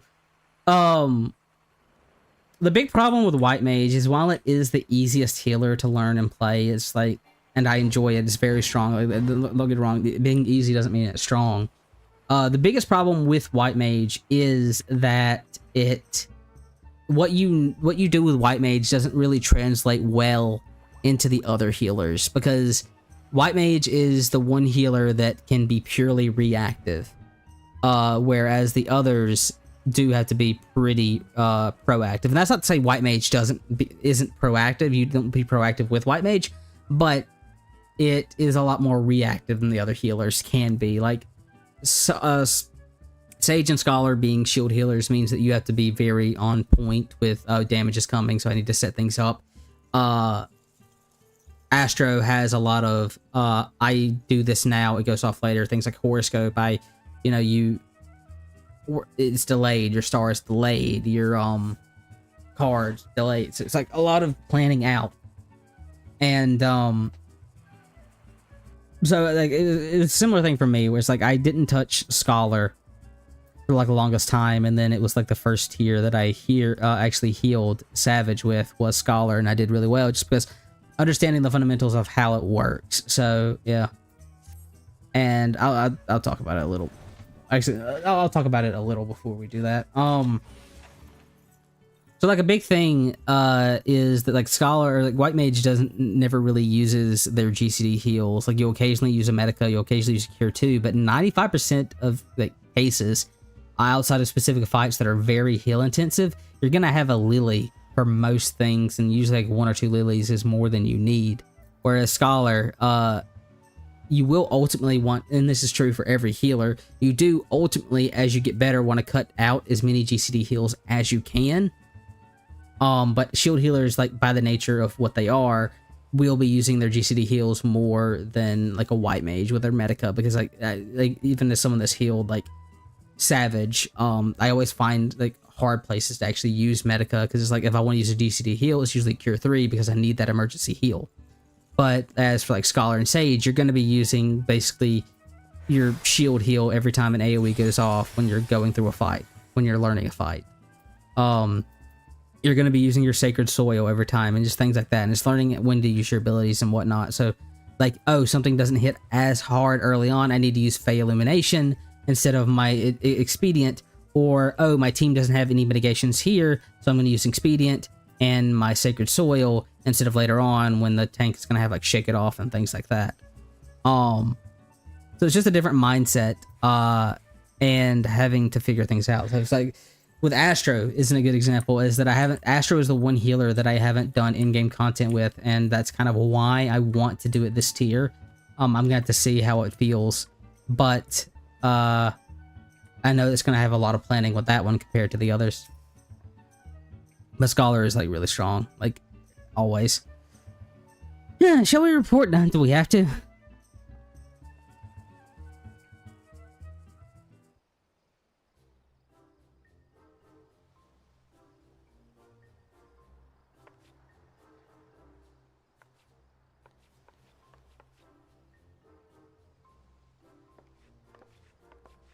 Oh! Back already! How fortuitous, or ominous, or both even.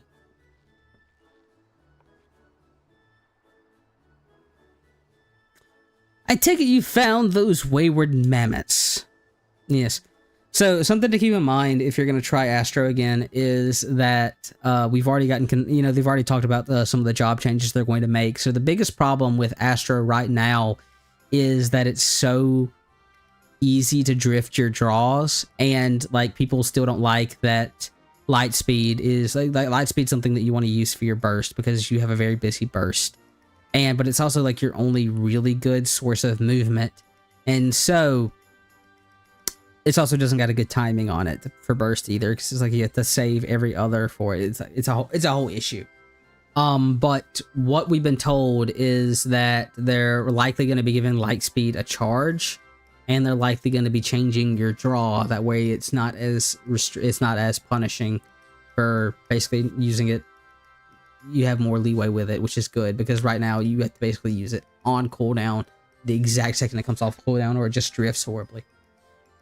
But busy wise, it's not as bad as it used to be. Like from a actions per minute, or like actions in your burst, like you don't have to, like you're using like basically 2 cards instead of the previous like 6, or not 6, the previous like 3. So you're 1 card less, and it's nice. I've enjoyed it so far. I still gotta get some max. Surveying for Brand's waterways, are they? After the recent poisoning at Camp Bronze, we have the reason to believe the culprits are planning to make Vilbrand's rivers their next target. So the culprits are one and the same. Then I had my suspicions since I caught wind of an incident in Warm Wine Springs. Regardless, this bodes ill. We may not know which of these rivers they'll strike until it's too late. Well, I shall not stand for any more preposterous poisonings. 'Twas be prudent to inform the Maelstrom of these potential horrors. The ones who are poisoning you, her name is Elret. She stole something precious from my village, and I must recover it, no matter the cost. If you learn anything of their whereabouts or her plans in the coming days, anything at all, I'd be willing to hear, or I'd like to hear. Hell's bent on finding her, eh? Brave one you are.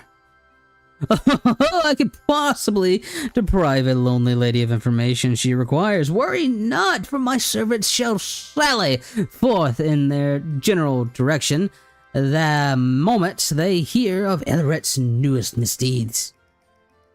Oh, thank you. That'd be much appreciated. It's going to be an uphill battle, but we can't afford to let Elret and Kokonoa elude us any further. Come, let's head back to Limsa Laminsa. See ya!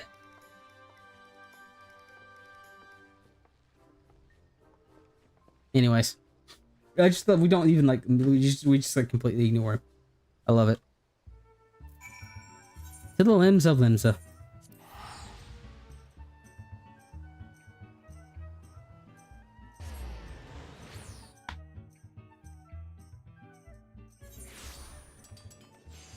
I keep wanting to go to the Aetherite and teleport, but that's not something I can do for this.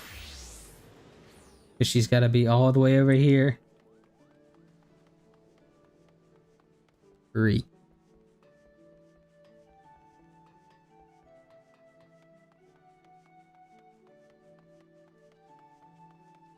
The other thing is Astrodyne's gone now, which was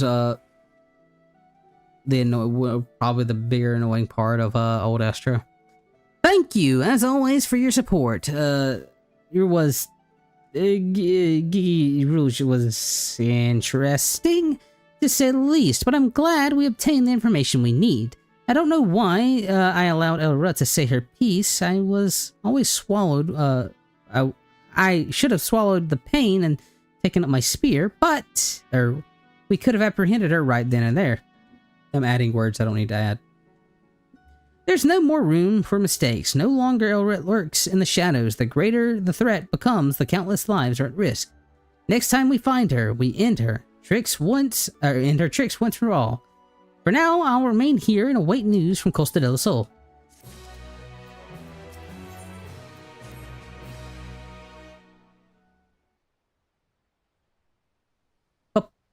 Hello there. I've been on the lookout for anyone from Costa del Sol, but nothing yet. Perhaps we should travel over there ourselves, Justin.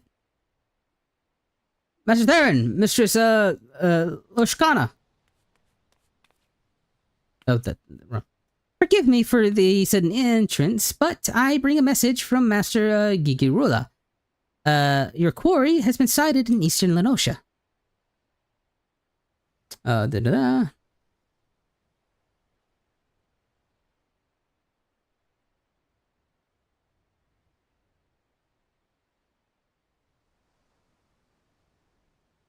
Oh, that's fine.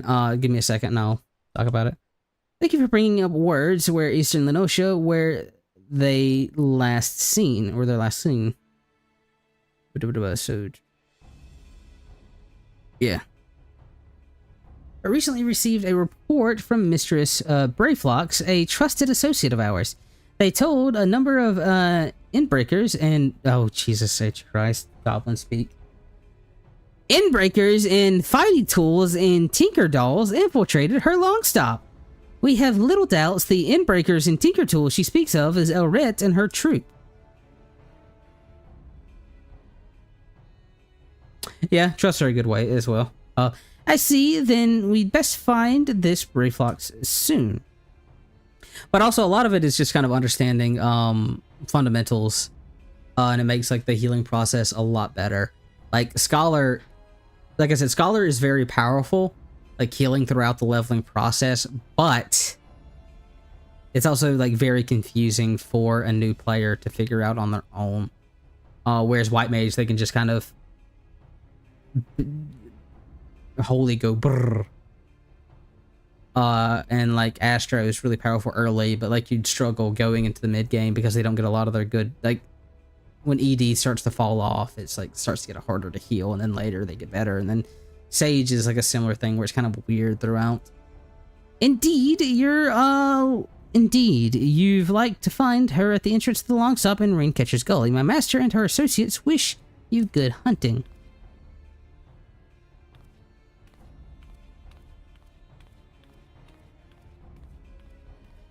We should get a first-hand account from Playfox as well. Perhaps she'll have more to tell us. Let's be off.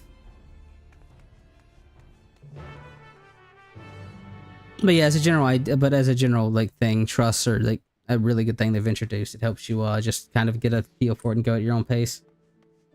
You also get loot without having to share. It's really nice of you, like, the nice thing about doing trust, especially like new content, is if you potentially get one of the minions to drop and you don't have to roll for it and you cry because you missed out on it. I actually got lucky in Shadowbringers and Walker, and I got one of the minions from doing it with a trust just because I wanted to play it as a DPS.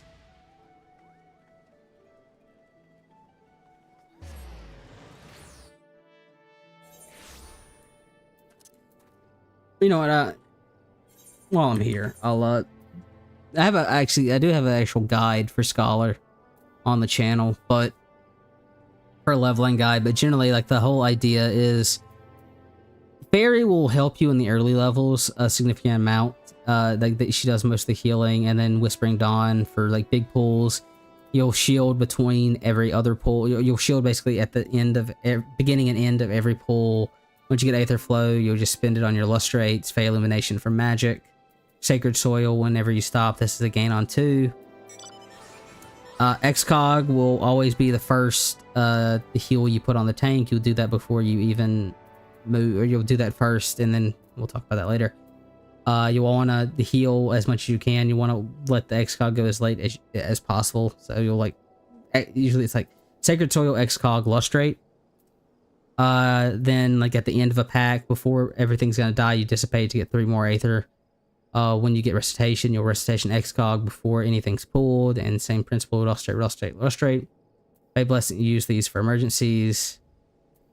Protraction, so fun fact, how Protraction works is it applies the buff and then increases the healing throughout, and so the best way to use this is Protraction and then Aether Pack. And this is just the giving a brief, and it's a lot. This I'm just giving a brief overhaul of how it generally flows. Like, I think the Scholar is the healer that gets the most increase to its leveling as it goes through. Because like I said, White Mage is basically Holy plus. But whereas like Scholars, like you're always getting stuff that helps with your healing going throughout. Like, every couple of levels, something is very useful. Like Whispering Dawn, then Adloquium, then Lustrate, then Sacred Soil, then Deployment Tactics, because you can shield the tank, then shield yourself, then Deployment Tactics to give them a new shield. Then Dissipate, then XCOG, then, you know, Aether Pact, then your station. Like, I think that's another reason that I always recommend, that I like to recommend Scholar as someone's first healer, is because I think of all the healers, it has the best progression throughout its healing kit. Whereas like White Mage isn't fun until like 60 when you get your lilies. Astro is just like ED for like the first 60 levels. Sage is kind of similar. Well, Sage kind of has a better one because you do get your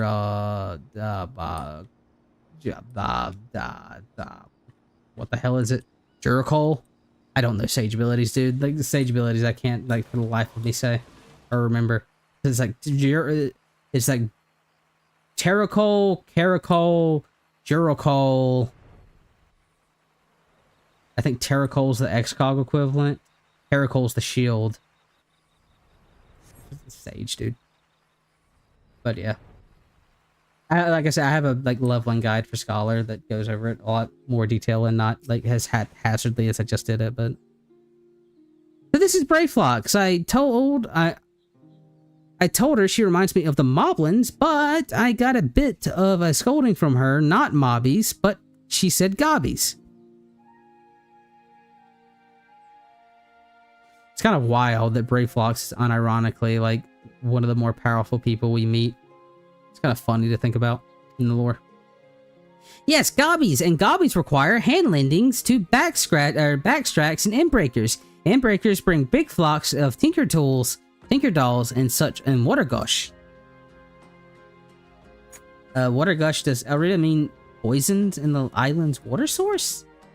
This must be why there were researchers in the rivers. If the toxins are strong enough, anyone or anything that draws near the water would grow terribly ill.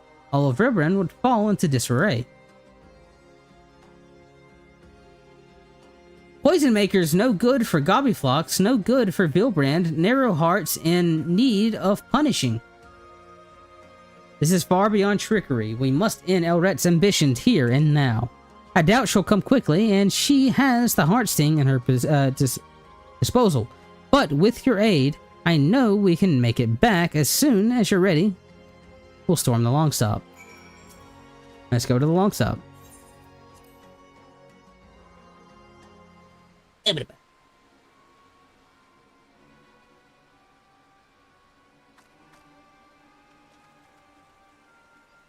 Hi!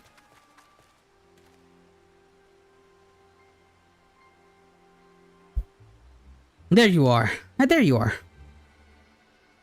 Oh, I knew bringing those bits and bobs for battle was a good idea.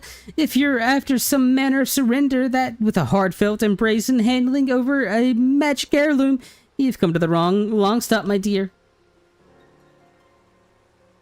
You monsters. You plan to poison every waterway in Vilbrand, don't you? But of course, the trick is to let the poison spew from a few bells with a healthy helping of those tantalizing toxins and the dollops of advanced alchemical processes. Poof! This eyesore of an island will get a taste of my finest work yet. My latest masterpiece neither dissipates nor evaporates, and no amount of inherent immunity can save you from its influence. It may be safe to the touch, but one tiny sip will have you begging for mercy.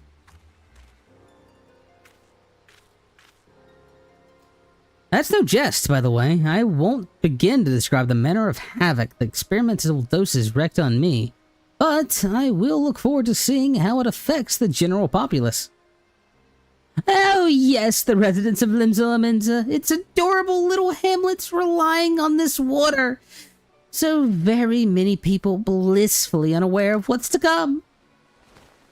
And every single one of those wretches will be at the mercy of our malice, every single one. Jesus H. Christ, lady, you're crazy. She unleashes those toxins. If she unleashes those toxins into the waterways, this is going to end up far worse than Bronze Lake. Playtime's over, Eldoret.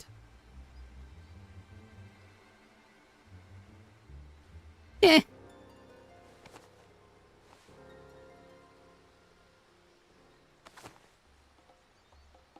Your precious scorpion once hunted prey with these poisons. Yes, perhaps I should learn from its example and revel in the thrill of its chase. Ooh, excuse me.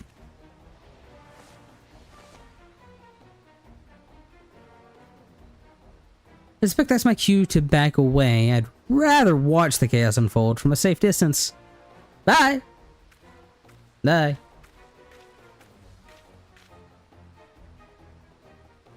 These venomous gifts keep on giving. My very aether is infused with their essence.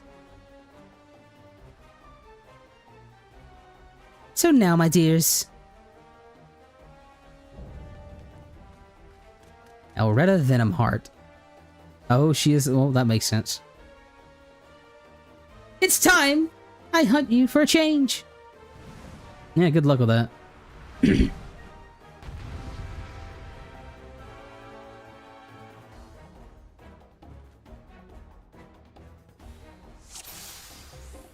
Ah, there's the music.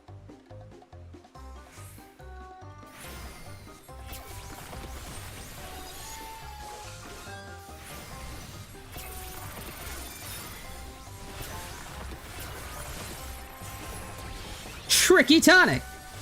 Pesky pests, call upon the alchemical solution. Gods, that's bitten. Hehe, a little poison never killed any- Oh wait, I lied. Oh well.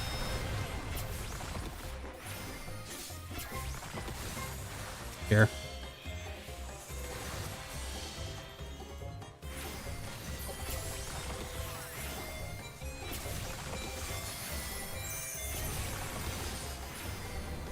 Don't do that. That's rude.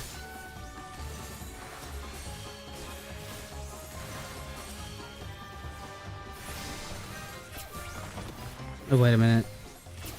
Oh, I never summoned my fairy.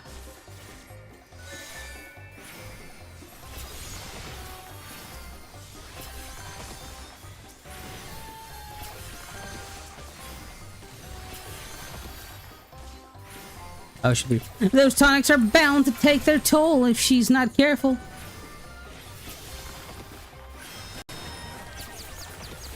Oh, boy.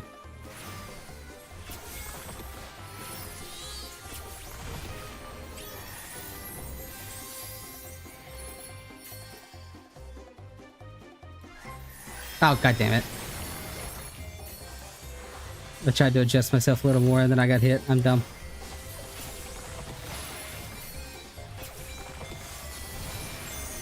Being of the herds only just begun, my dears. There's plenty more where that came from.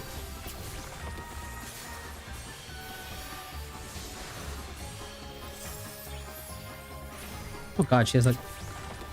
Oh, she's on drugs. Good.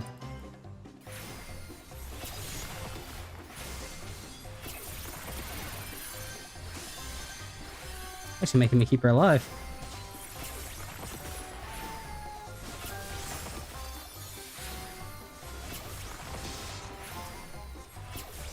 Grow weary with tenacity.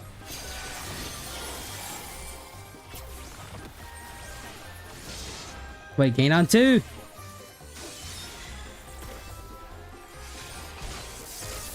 Oh, that's not good. Ah!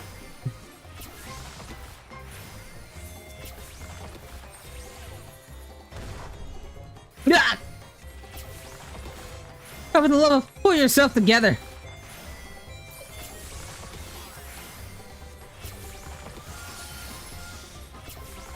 Oh god, she's doping. She's doping. Oh, she's really doping. Oh god.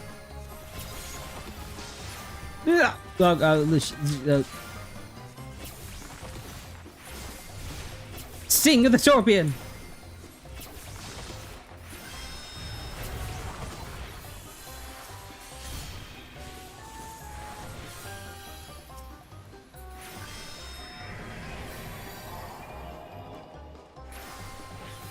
Catch me if you can.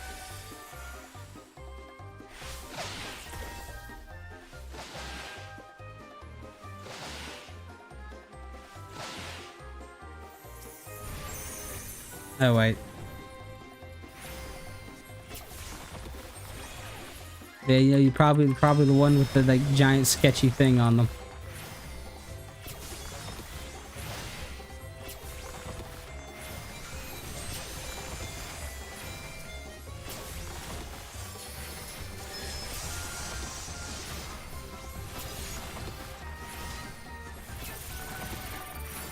Because for times they are all summon the defective mammoths. I don't think that's a good idea.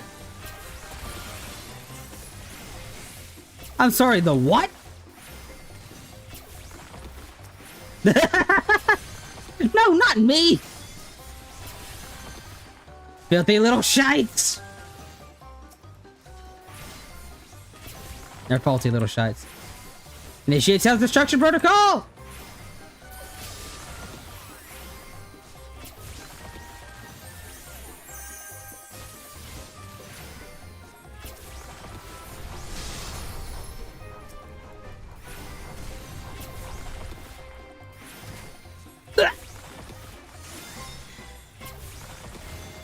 Oh, how do the rest go down for the be a good little goldsmith and sit this out? You insist.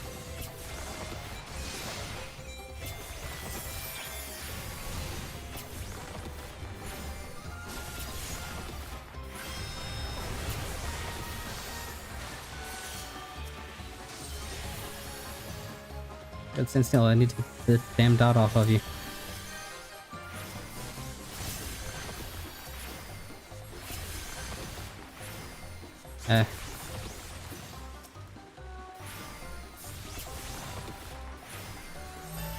Oh, that's not good.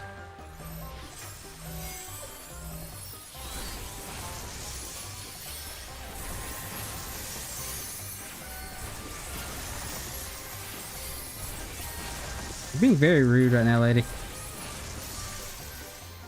You know what? Screw it.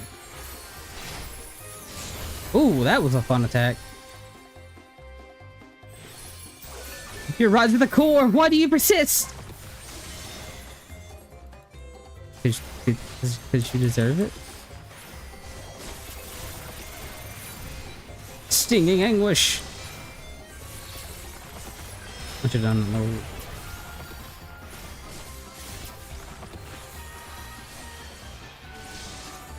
God damn it all! Oh no, she's going through withdrawals. No, my tonics! They betrayed me!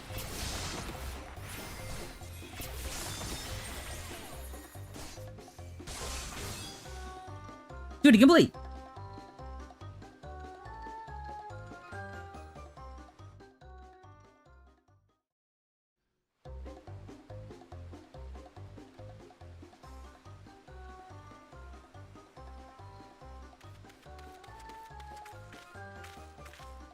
No, alright, we must escape while we still have a smoke bomb, quickly!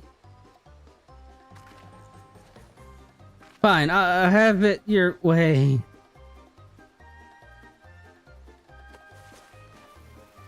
Wait, no, that's not a smoke bomb. Wait, no, that's a goblin maid! Eh?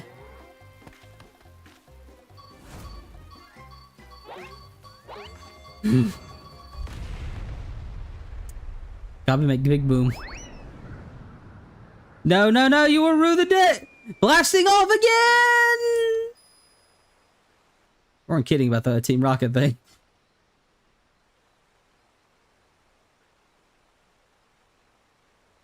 That's convenient.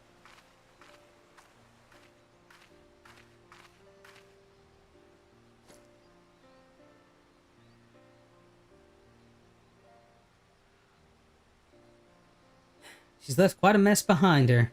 Nothing the heart sting can't detoxify. Hurry. Let's clear away the poison.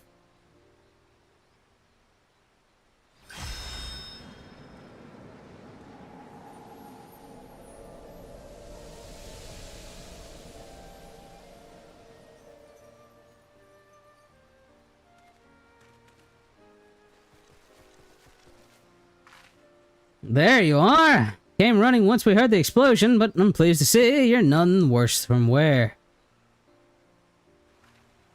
And this isn't the first time.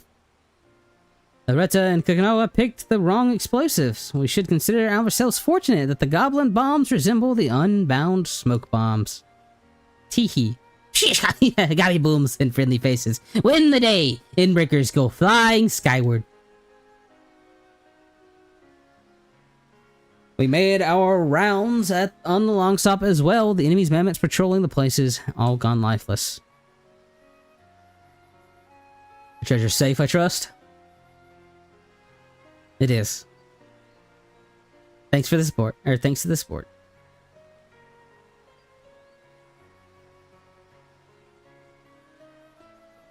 Very good. Should the troublemakers survive the impending fall, they won't pose the same threat without it. If they do happen to show their sorry faces around here, I'll notify the Yellow Jackets to be on the lookout for them. They send their regards and their deepest gratitude, of course.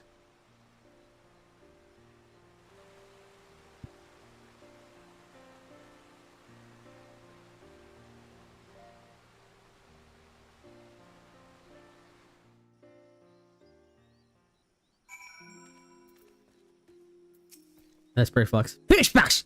Big thanks to Uplanders. Many big thanks.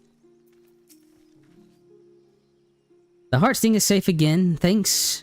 Thank you for everything. And thank you too, Brayflux. We might not have found Elretta and Kokonoa without you. Peace. Brayflux happy gives hand lending. Important for all good gobbies to offer hand lending to fellow gobby friends. It's an honor to be counted among your gobby friends. Now I'm eager as I am to get the Heartsing safely back to Tyrol. I'd like to say my goodbyes to everyone here first, if that's alright.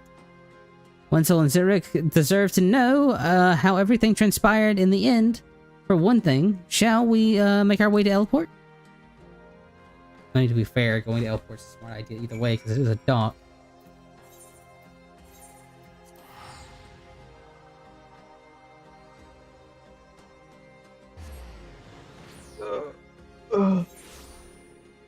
So, looks like each one of the role quests are about 2 hours long, looking about how long I've been streaming. It's a good length of content for each one of them.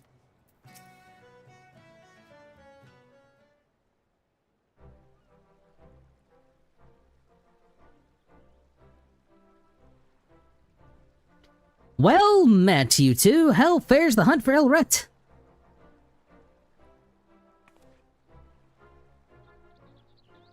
Elreta. I said Elret. It's Elreta, right? I'm being an idiot with how I'm reading it, right?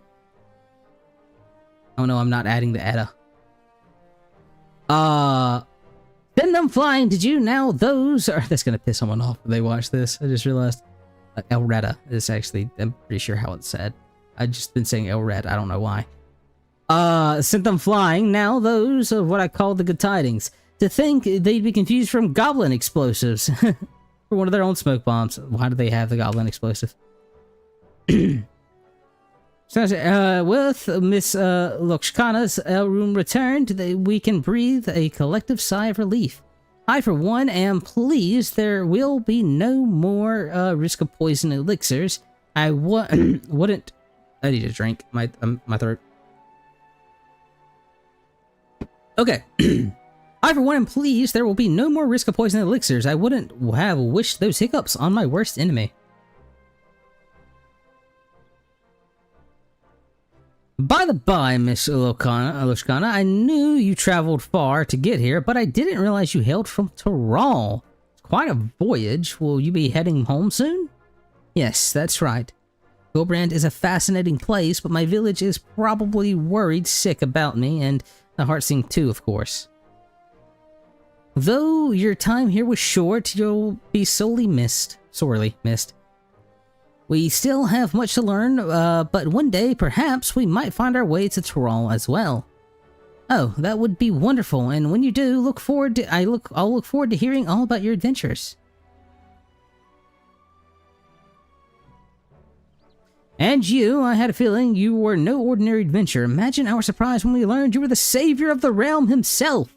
One of our Yellow Jacket acquaintances boasted about meeting the Warrior of Light while investigating the cereal poisonings, and that's when it dawned on us. She sends her regards, by the way. Neat.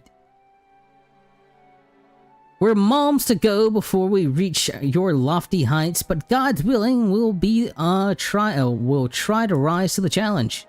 Indeed, you've given me much to inspire as a fellow healer, and I well, I was supposed to say, oh, that's cool, you got the line because I'm a healer, but it's like, it's the healing role quest, of course, I'm a goddamn healer. I shall do my utmost to follow in your shining example. Bye! Be well, you two, and may we meet again on distant shores. Thank you both for your help, I'll never forget it. It's time to return to Tuliolal, and I would mean the world to me if you'd come too. I wouldn't want to report our success to Nipine without you. Or Nipine. Fine, Nipine, something like that. that Rogan stance always gets me.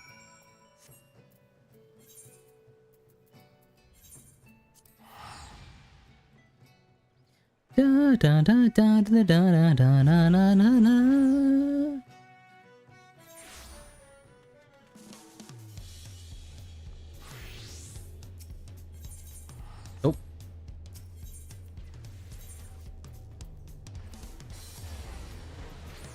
Hey! Welcome.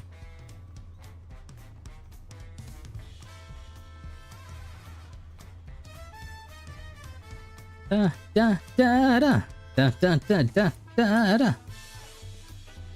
So yeah, this is gonna be the last of the role quests, and then I'm gonna go into some give some advice about how to make Gil for people that want to get the new Gil sync mount.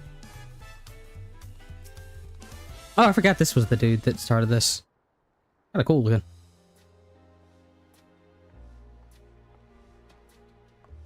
The staff specifically.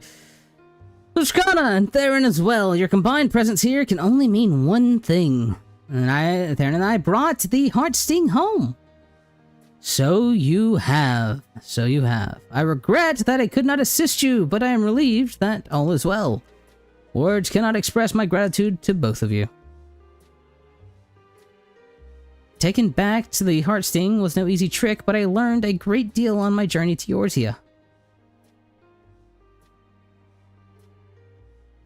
One of the Unbound, a man named Kogawa, possessed an inherent immunity to poison built up by years regularly ingesting small amounts.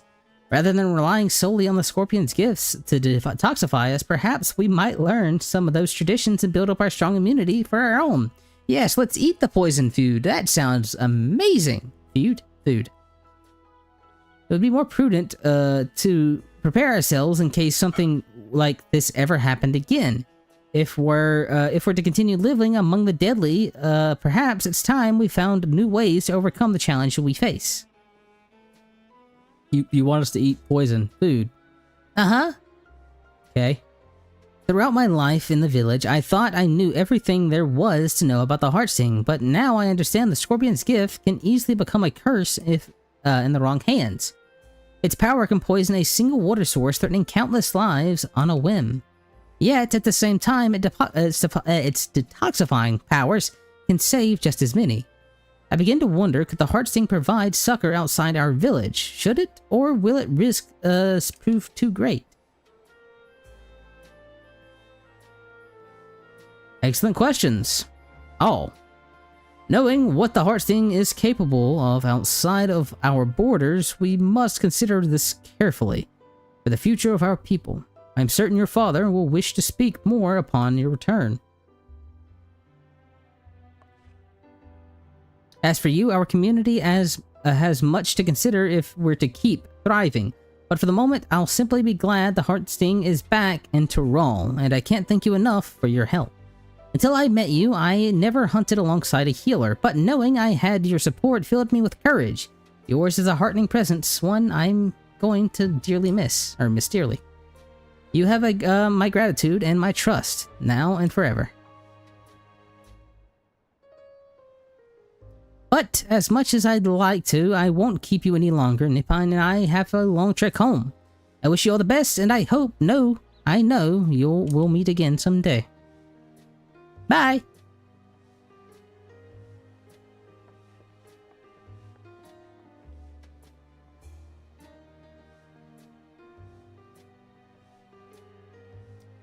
That's 2 down. We'll have to do the others the other day. I have to get my other roles leveled. I specifically need to get a tank leveled, so I have one of each role. Boo! Anyways. Piety, disgusting. I say that as I'm playing Scholar, the job that, like, craps like, all of its mana out because of one ability. That's 2 down. Alrighty then. So, with that being the case, first thing I'm going to go do is go to our FC because I need to check my retainers. So, I also need to go somewhere where I can shop them out. So, for those that don't know, and this is where we're gonna get into slight spoiler territories because I'm gonna travel to the second city, which I mean everyone knows from the promotional that it's what it is. But 3, 2, 1, Solution 9. So this is the new pseudo Gil sync mount, and a lot of people have been struggling a bit to get Gil for it. I mean, and I take that for advantage that I just know how to get Gil, but. We're going to talk about a few ways to help you get that 7.5 to get your new mount. Along with actually showing you where it is, because I think a few people miss it even though it's marked. The first thing always is just going to sending out your retainers. This isn't why I did it. I just wanted to come here to do this. But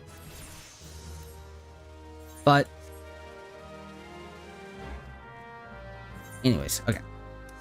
So the first thing to do if you want to get Gil is just doing your roulettes.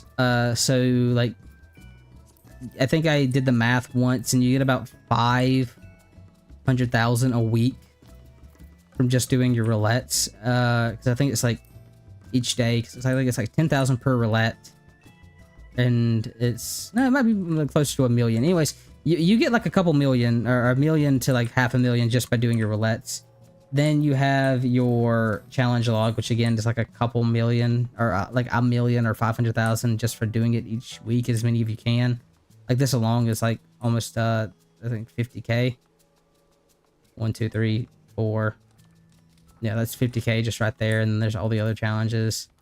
It just gives small amounts throughout the gold saucer. Oh, not the gold saucer, but like the retainers, the treasure hunts, things like that. You can usually get like 100k from doing this. So that's just the stuff I wanted to quickly cover that you can easily get. The other like more active ways to get gil are going to be things along the lines of farming content. Leveling right now is in Bozja, and you get Bozja. You can get the treasure boxes, and in those treasure boxes you have the chance for the Gabriel,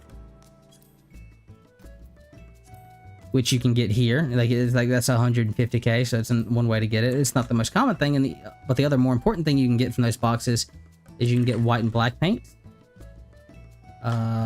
which is about 500k each. That's not okay. Yeah, like that's another way to get it. And let's go to our island. I don't have to go to island sanctuaries. The other way is to sell the gunmetal, or the more expensive paints. The gunmetal black, 20k each. You can get this from doing your either like leveling your crafters in the firmament or doing your island sanctuary. But if you don't want to do like crafting and gathering or just other stuff and you want to actively get money, the best way that I like to do it is by using Blue Mage. So if we come to this retainer, you'll see that I have all these treasure items. And that's just because I do a lot of like solo maps. Not like some of them are from our actual map events. But for example, the Frontier, earlier in the stream, I sold a Frontier dress for 200k. Like I can just sell these Frontier cloths. What are they? They're all going for, you know, 100 and... I had, at the beginning of this expansion, just because I would do Blue Mage solo maps, 24 of these sumbitches to sell. I have made already, I think, I've sold, what, 6 dresses for, like, 200k. So it's, yeah, so I made a little over $1 million just from selling Frontier cloths. And, I would have made more if I didn't make the shoes previously and things like craft like that. But, like, right now, what I'm going to do is I have these Frontier cloths, so I'm going to 149, kill 2 of them at a time. That's probably 300, that's basically 300k. I'm going to make it a little bit. Let's take a look at the, and this is just from, I'm going to show how I do the treasure maps in a second. I'm just trying to sell some things. The clothing, the powder's gone up a little bit, so let's see, we're going to sell that for 65k. Oh, god damn it, right. I realized that my numpad is... I can't use my numpad for this because that's where I have my transitions set. Damn it. Okay, well, that's annoying. So we're gonna... That's like 100k right there. I use my numpad too much. So let's see, what else is it? The Fireglass isn't that much. Exciting Leather, Hagness, Cloth, Happiness, Frontier, Taoist, Sea Cloth. How much is the Sea Cloth going for? 21. Okay, so we're gonna do 21. And I could be crafting these into the actual items to make them easier to sell, but, you know, again, if you don't want to do crafters and whatnot, you don't have to. I'm just showing that you can sell the items pretty well to get gil. But that's me showing you selling the items. How do we actually get those items? Well, we're gonna do some blue maging. So one of the main ways that I make gil is by using... is by doing maps. So specifically, for right now, until we get the level increase to 90, where I'll start doing the new maps, I run the Zoroark map. So you see these are really cheap right now. So what I'm going to do is I'm going to buy 3 of these. That's 1. That's 2.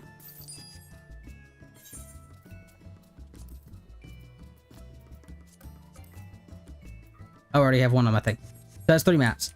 So now I need to... Oh. Oh. They... Huh. This is my first time opening Blue Mage since the expansion. They've changed this. This used to be different. This used to be a little corner thing. That's... Oh. Oh, God. I like it. What else did they change? Nothing. It's just this. Okay, interesting. That caught me off guard. Yeah, that caught me like way off guard. Anyways, so this is and I'll actually go ahead and I need to change the Twitch stream name.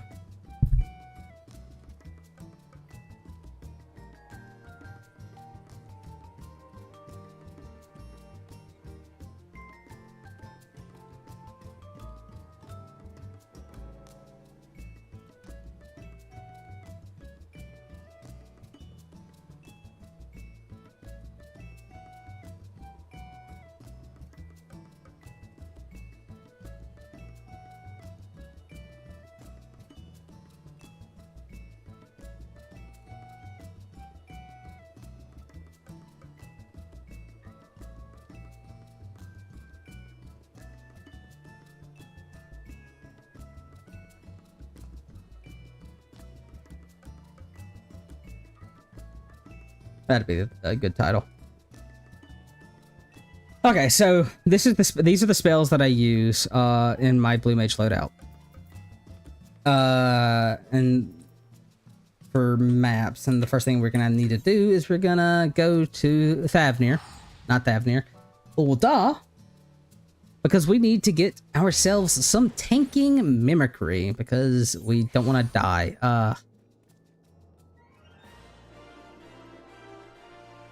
Ul'dah, you failed me.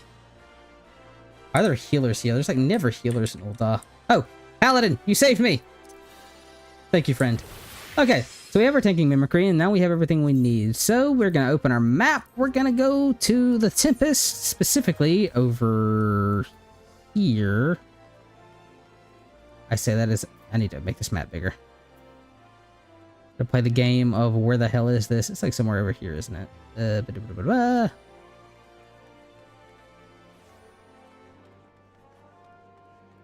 There it is. It's the wrong button. There it is.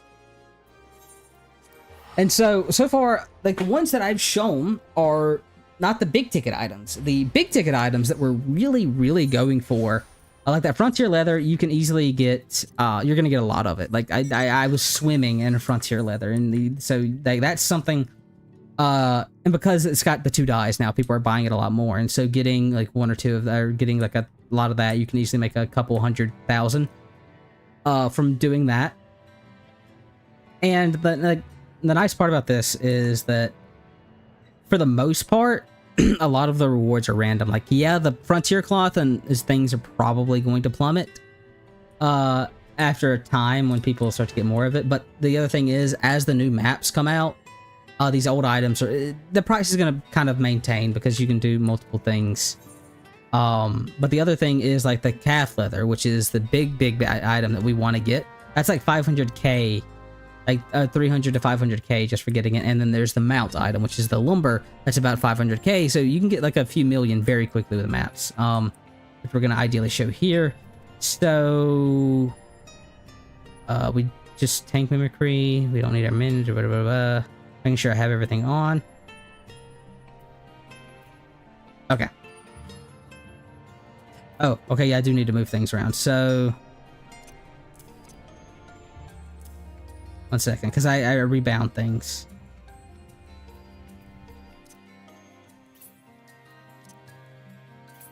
Okay, it's like this. Yeah.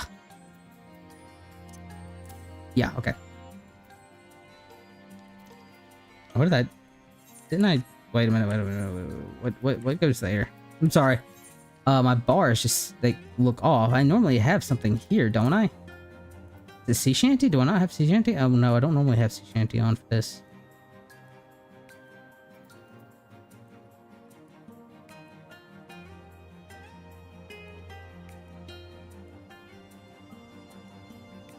No, that looks right. I just, Anyways. So... Now that we have our abilities, we're going to open up this map. We get the fun one. So since there's 4 enemies, that means it's a quick one. So we can just freeze, ultra vibrate. They're done. And now we get to open our map. Will we get a portal? We did not get a portal. That one was a dud. Okay, so we decide for the next one. This one's going to take us to Lakeland. Specifically, it's going to take us here.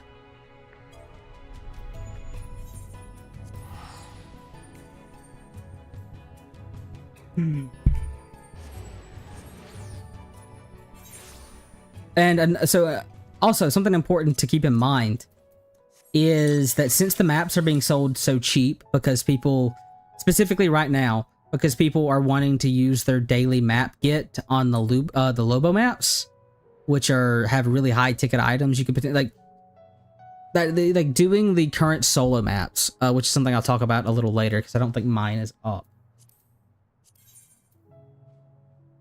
Oh no, I do have a map, so we'll talk about that one a little later, because you can potentially get like 3 million from doing the current maps, but they're a lot harder to get because you basically have one chance of it a day, because like the current ones are selling for about 60k a pop. So if you hit it big, you hit it big, but you're probably not going to.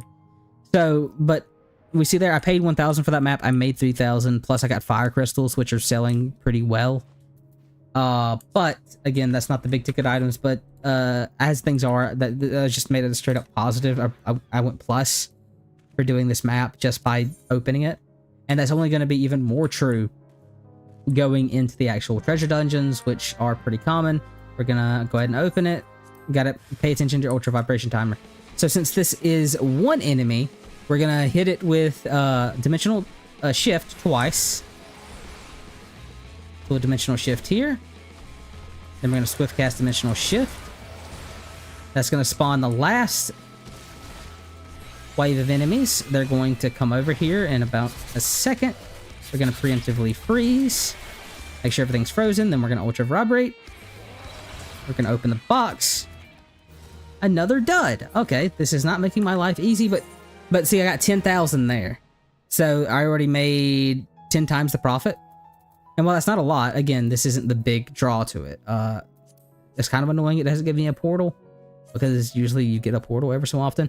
But again, we're also getting these lightning crystals. You can, because people are crafting so much, you can sell these very quickly at a large number. That's another big advantage of doing treasure maps, is this is the exact same location.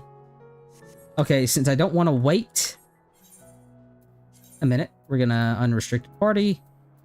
We're gonna go to Satasha. I'm gonna get in. We're gonna leave, and that's gonna reset all our cooldowns. This isn't usually an issue because you'll usually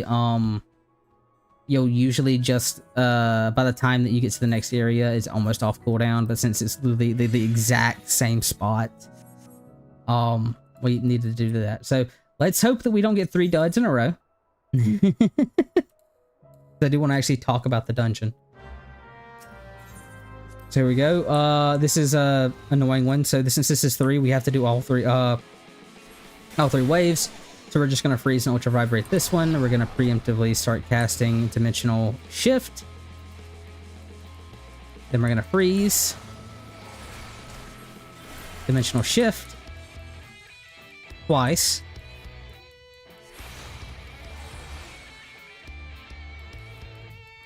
Ram's voice. Dimensional shift one more time. Ram's voice. Breath of magic. We'll go ahead and heal. Throw a couple of abilities on them to go ahead and get rid of them. Punch. We'll heal just to be extra safe for the next pack. Okay. Okay, we have one last thing. We're going to preemptively Breath of Magic. Then we're going to do what we did with the second ones. Yeah, when you get the one that starts with 3, it's annoying because you can't... Like the other two, you can basically insta-give. This one, not so much. Do 2 dimensional shifts. Then do a freeze. Dimensional shift. Freeze. Heal. And then just burst them down.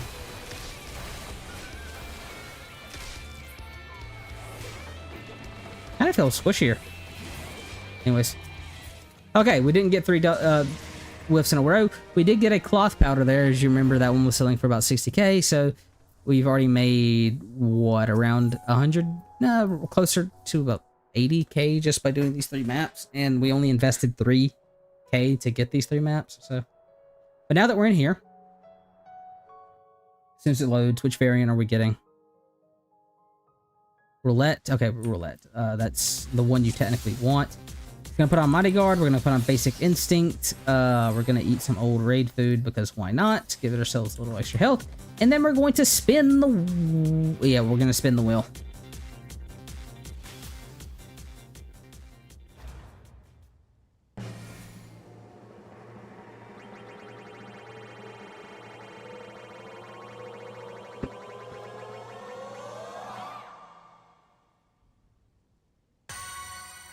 Oh, we got a big one. And since we got the 3-star thing, we're going to get a big reward here. Oh, okay. You do need to be careful of this guy. He's not particularly bad to deal with. So each one of the big ones, big summon spawn ads, and you do need to be somewhat careful of them. Just because if you're not ready to handle them, they definitely can overwhelm you. So we're just gonna burst him. I'm not gonna take them. And I see I activated aggroed all of them because I thought he had to do a cast. So what we're gonna do is we're going to Breath of Magic all of them, and they're gonna slowly die because of that. Now, if you can, you always want to try to kill these tricksters. It's gonna be difficult with what I've done here. I think nah. Well, oh no, oh no, oh no. Okay. So that's why it's like dangerous to aggro all of them, because they do this. But because we Breath of Magic to them earlier, they're slowly dying, slowly but surely.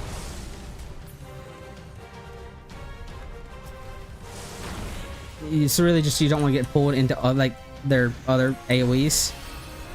And generally, it's also just kind of not worth killing them. Not compared to like the Foth, the Golden Foths, which we'll see why they're worth it in a second.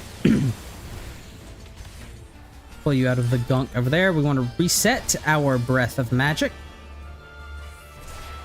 Use our Feather Rain, and then we're going to heal a little bit with our Devour. Yeah, Devour. We'll Swift Cast Rehydration because we don't want to waste the mana. And we're just going to keep punching him. Oh wait, I forget he does the thing. I'm a dumbass, don't mind me.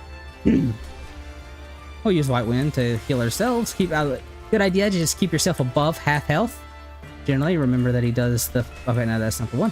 When he does in the suck, that's when you have to be careful with his front.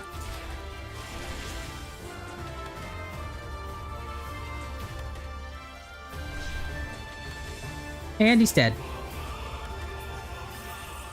So when you kill the Foth, you get like several clusters, and like that's probably like that's like 100k in crystals. The big guys just give you like old materia, which you can convert into like it gives you potential for gathering and crafting. That's usually not that worth it.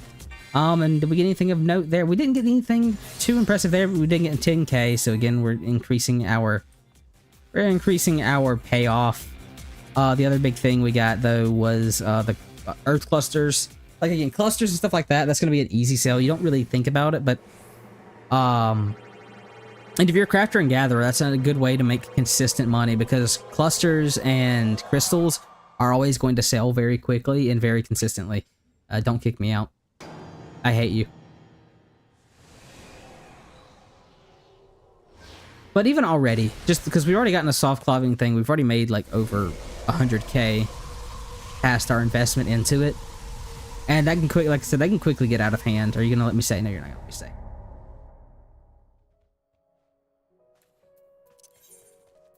Like, I do want to keep doing this until I can show off a big one, but yeah, with how cheap these maps are, just by doing this over and over again, like I said, that's already 10k. We paid like 2, so that's 8,000 more for not that much investment. Just like, and you could do this. And here's the thing: you don't have to do this as Blue Mage. You could do the Let's look. You could do the glider skins. It helped us about it, right? like, you could do the glider skin maps as well. They're going, okay, they're a bit more expensive, but they have equally as good items. Anyways, we're gonna do the same thing again. Buy one map, and then use it. Buy another map. Put it on our Chocobo saddlebag. Buy a third map. And keep it for ourselves. Just to give reference, so what we got,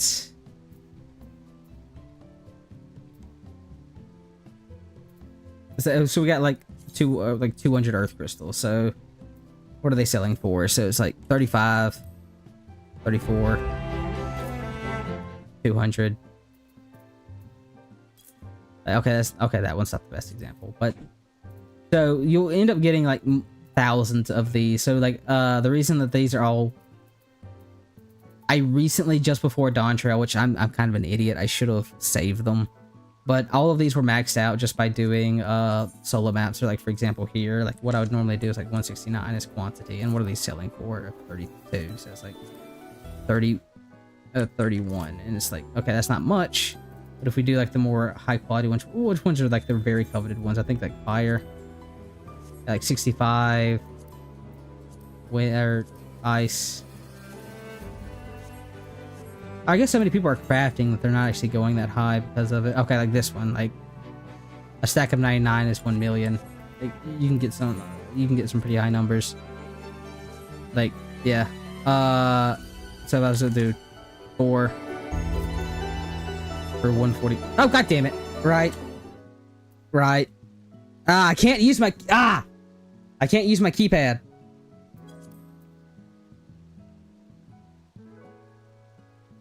Yeah. So I have it bound to my keypad, and the problem is that's what I use to put in my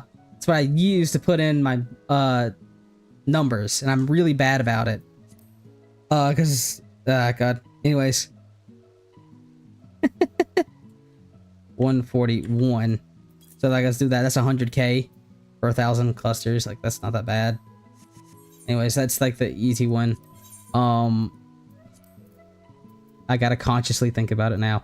And like, you can turn all this materia into like gil, or you can transform it into other stuff. I just like to sell it. Because I'm lazy.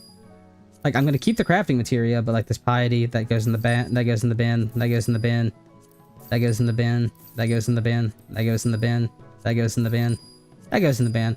And so like this cunning, the CP, not gonna be a big ticket item, but that's still like, what, 2,000 right there just from those, or 20,000. The gathering, let's see, that's like 8,000. We got to the this cloth softening powder, which we already have 2 on sale. That's 60k right there. Okay. But anyways, I want to try to show some of the big ticket items. Like, the other things that we can get here are, notably, the rarer item is the calf leather, which this is selling for 300k. If you actually make the jacket, closer to 1 million. And then there is the enchanted... That's not how you spell that. The enchanted lumber. The enchanted elm. This is 300k. These are 2 of the big... And this one's a lot easier to get than the calf leather, even though it doesn't sell nearly as well. The other items you can get that don't like to sell, but I'm going to mention anyways, is... I don't have them in my inventory.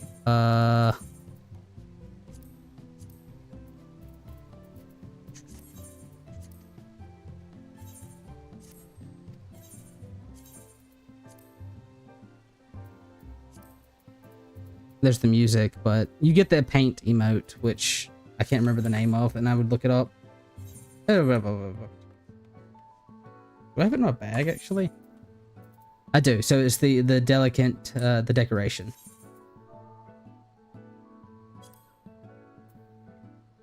Like, this one sells for half a mil. People just don't like to buy it. are more people buying it now. There are more people in the game. People are buying it. I should actually try selling that. You know what? We're gonna do that. We're gonna do that. I have 3 of them. Remove from saddlebag. And like all these I've gotten from just doing maps. Like I said, with Blue Mage. I am not gonna be dumb. I'm gonna use not my numpad. So let's see. Okay, so I hate doing it, but I almost did it. I almost did it. So there we go. So like for reference, I can actually tell you how much I've made from doing maps. I've made close to 100 million from maps. Though I am being mildly unfair with that number. And while I say mildly fair is that technically I haven't made 100 mil actually selling stuff, but I've made 100 mil because I did get lucky and I got this little bastard. So this is the big, like you're really lucky you can get the gold beaver. So, and I'll show it on the roulette, but yeah, this golden beaver is the rare item that you can get. Yeah. It's cute. It's expensive. It is very expensive. Hit my mic. So yeah, I got really lucky. There's a there's a short on the channel of when I got it. And the reason that it's so hard to get is we're about to go do another map and I'll show it off. But yeah, it's it ranges from like 30 to like 60. Usually 50 is like the high end usually for it. It's like 30 to 50, but it's an expensive little boy. It's an expensive little boy. But yeah, if you get that, that's like, yeah. Don't expect to get that, but if you do, it's payoff. Also, it keeps giving us. No, wait, that's not the right location. I'm lying. That's right here. No, it's not. Where is that? Is that right here? No. Right here. Okay. Yeah.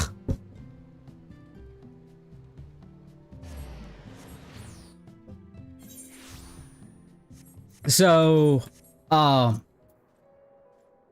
I'll talk about why, that's so hard to get, because I need to show the roulette again to talk about it. Because you can only get it from one specific, get it in one specific way, which is why it's so rare. And it's the same with Dawn Trail. Not Dawn Trail, probably Dawn Trail, actually, thinking about it. It's the same with Endwalker, but Endwalker has 2 of them. This is the new boss fate mount, the Capybara. This is the Dawn Trail, yeah, the Cappy. I got really lucky the other day, and I was gathering and gathering in the zone, and instance 1 and 2 basically popped back to back. 2 and 3 popped back to back. Yeah, I find it really funny is because like if you're on Adamantoise, like for 2 days, people were like setting an instance, I think 1, like chanting, and it's like in the time that it took instance 1 to pop, instance 2 and 3 popped. Yeah. And the problem is and a mini rant here. The problem is that these early weeks, people are so ravenous to get it that when it does pop, if you're not already there, it's like near impossible. Because like it did pop a couple times earlier, and I tried to get that, and you just can't because the instance is full. It's also like the same reason that I have to get the rest of the Yeah, and I was already in the instant. Well, okay, so yeah.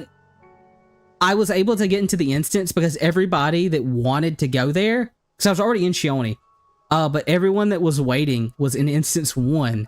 So, you know, as soon as I saw it pop, I just went, I was close to the Aetheryte both times.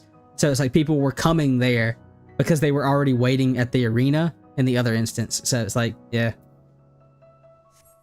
One suggestion I have if you want to get it is just kind of like either, yeah, when it's up, when it's active, because you can go to the website and I think it tells you like the period, like the percentage of it spawning and things like that. Is just do your fate farms for that area while waiting for it in the correct instance, or do some gathering while waiting for it.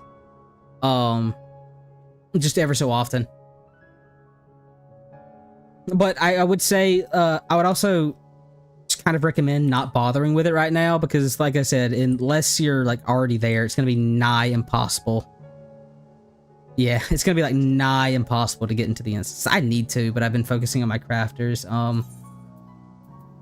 Like I just have armor, alchemy, and left, and just fishing. I just need to do more ocean fishing. Yeah, I have the oh wait, this yeah, I have I need to get the body, because the first time I got it, I wasn't able to get full credit, unfortunately. So I have the body, I need the head for the outfit. But with that being said, this is the right spot. Back into the Blue Mage Mines. Take off our Mighty Guard, because we want to actually do damage. Please don't be 3. Okay, this is an easy one.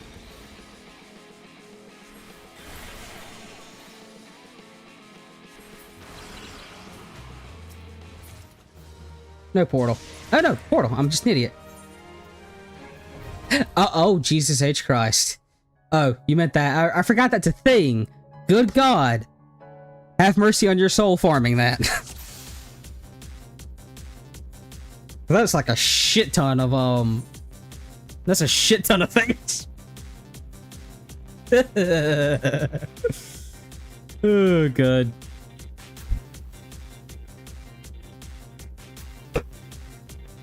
I think someone put one on the market the other day that was like 200 million or some shit. Oh, God. Okay, so since we have the left or right, we do have to make some modifications. We can't use Ram's Voice, we can't use Ultra Vibration. We want to use Toad Oil, we want to use Inkjet. Put that there, put that there. I need to modify my thing to where I actually take advantage of this. Or I don't have to redo this every time. Okay, always remember to put on your Mighty Guard. Always remember to put on your Predatory Instinct. Funnily enough, this is the more difficult of the two, despite the fact the other one is all boss fights. Throw on our Toad Oil and open it. The other one's also just more rewarding, because you can't get the Gold Beaver from this one. Yeah, you cannot get the Gold Beaver from this version of the map. Only the Gold Talos.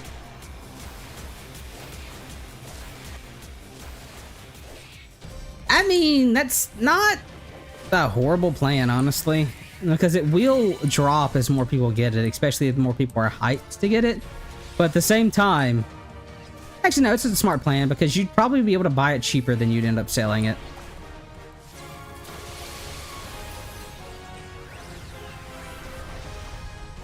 I need to blind these so they don't do us so much damage to me. Because it's generally going to be the best idea to, like, sell something, like, when it's at its highest.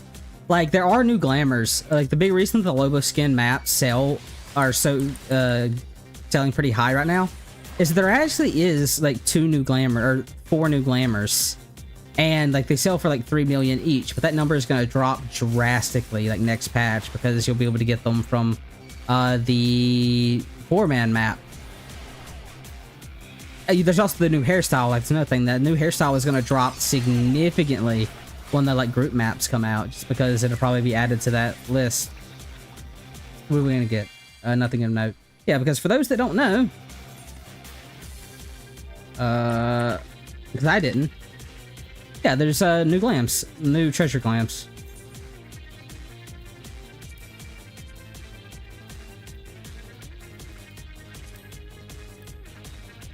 And these things are like 3 million a piece, and that's going to drop to like less than a K, less than 100K probably in a few weeks.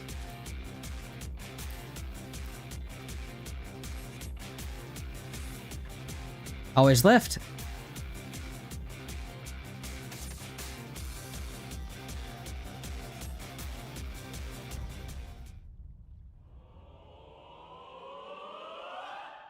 So yeah, doing the Lobo skins is actually really worth it, which is the single person map, just because you can potentially get that, and that's like I said, a free 3 million.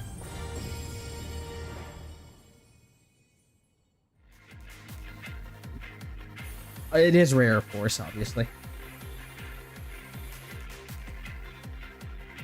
I don't know how much the hairstyle's going for. Re-up our toad oil. Yeah. Yeah,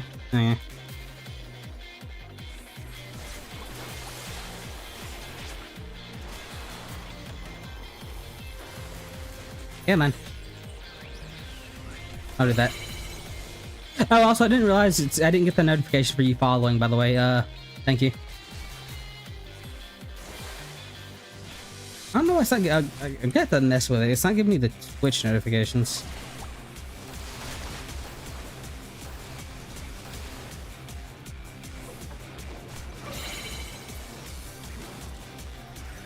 Swift cast, because we don't want to lose our mana. And we're going to go ahead and preemptively blind you bastards. I'm going to be seeing you later tonight when I go back into the Savage. Hopefully.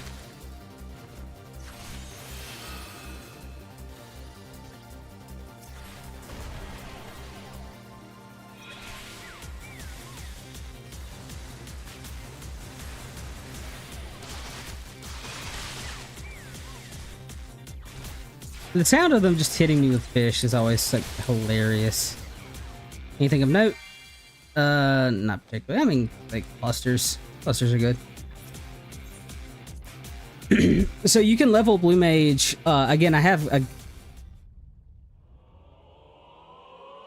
Oh yeah, thanks. Yeah. I'm gonna try to stream more. It's just with Dontra, it's been like kind of chaotic. You suck. You Yep, I hate you.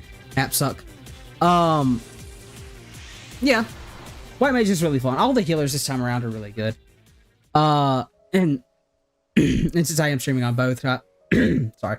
I'm streaming on both YouTube and Twitch, so if I'm responding to one chat and you can't see someone else, that's why, because I can't do, like, I couldn't put both chats on the screen because I think that's against TOS.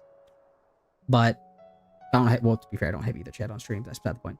So I'm responding to the YouTube side real quick. Yeah, so Blue Mage is actually really easy to level right now. I have a few guides for Blue Mage on the channel, obviously, but you can go from 1 to max in like maybe a few hours. Because yeah, you can go just because you can farm like fully in the Tempest. Like, I'm not joking. You can get from 1 to 50 in like 30 seconds. And then it's like the last like 30 minutes is just the last 10 levels. It's like, yeah, it's really fast. And you can do so much with Blue Mage.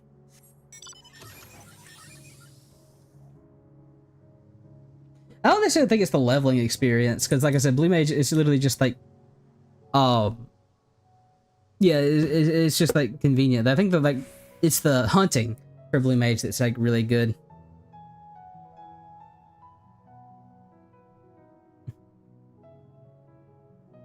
Yeah, I have two. I have the new one, which is, yeah, there's two of them.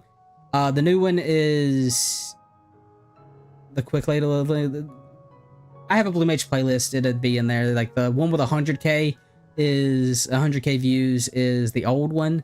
If you don't have access to Shadowbringers, that's going to be the better of the two, technically. Even though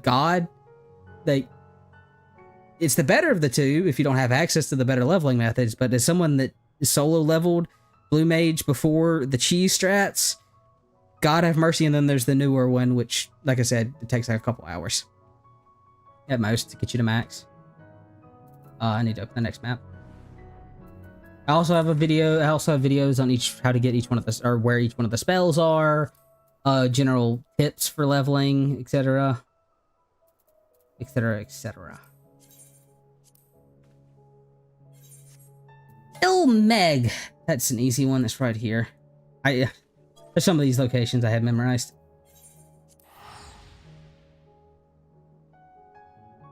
But the idea is that there is two enemies in the Tempest. There is a Cleonid and a Leech, and what you do is you attack the Leech, or you can sleep the Leech is the ideal thing. But the first two levels you're gonna have to struggle with, and to the point that it's actually a good idea to just level normally by in like Thanalan or Shroud or whatever until you get to like, what is it, level 15, where you get sleep. Because what you can do is you can sleep the leeches and then pull the Cleonids to them. The Cleonid eats the leech. You get the experience for the leech. That's the what way you level Blue Mage.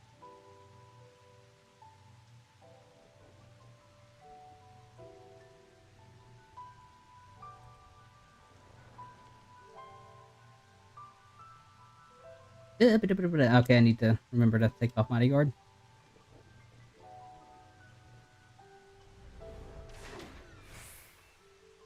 Okay.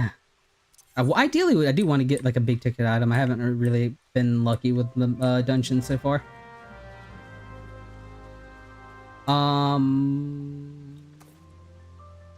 Yeah. You know, I love the damn it, I was hoping it wasn't 3.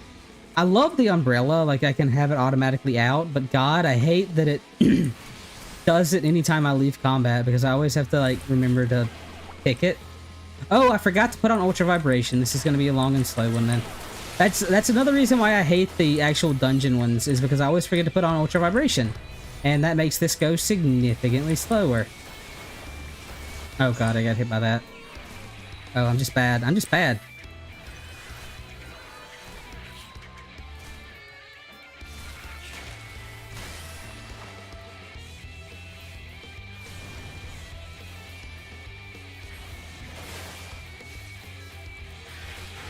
Okay.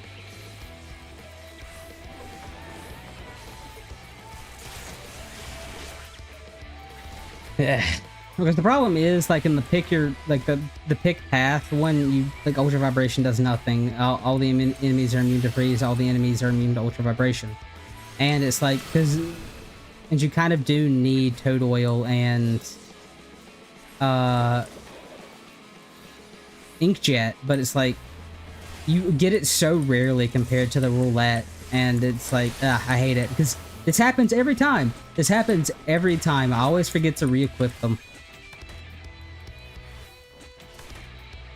Again.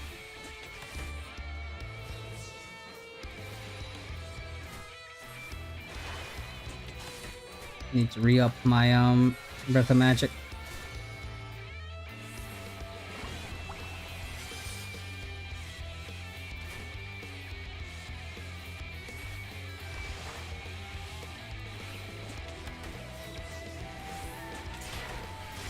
Ugh.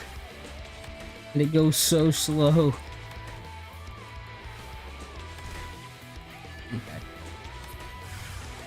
Breath of Magic. It's still kind of the same idea. We're gonna do what dimensional shifts we can. Go ahead and heal with Devour. That like killed nothing.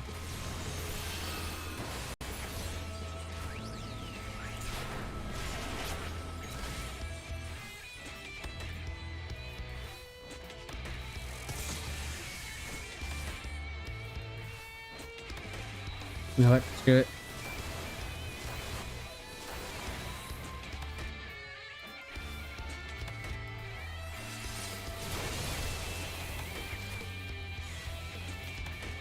Breath Magic will clear them off. We'll go ahead and heal. Okay. Sangilio, Breath of Magic, followed by Night Bloom, followed by... That's the wrong button.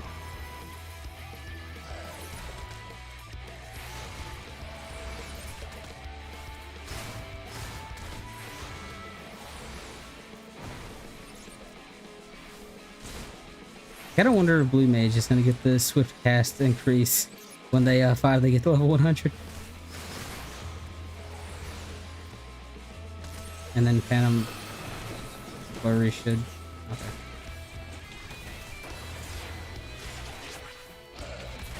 All that worked and it's not gonna give me a portal. Told you. While I'm thinking about it, you two get out of here and give me the good spells. 6. Ultra Vibration. Get off. Put that there. Put that there. There we go. Map. Wrong button. Map. Cipher. There we go. Back to the Tempest. Specifically, they start right here. Right. here. Yep. Hunter's gloves. I guess while we're teleporting, the enemies are that you level with are right there. They're the only things over there. Yeah, so it's like you just like run between like this area right here, looking particularly in its leashes.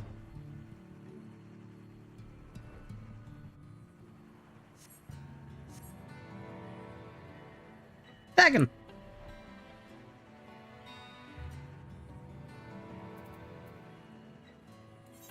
I'm paranoid. I was making sure I have those again because I didn't want that to be slow. Alrighty then. We'll put some more food on. Ba-da-ba-da-ba. Grapes. Dig. Come on, give me something good. Give me a calf leather.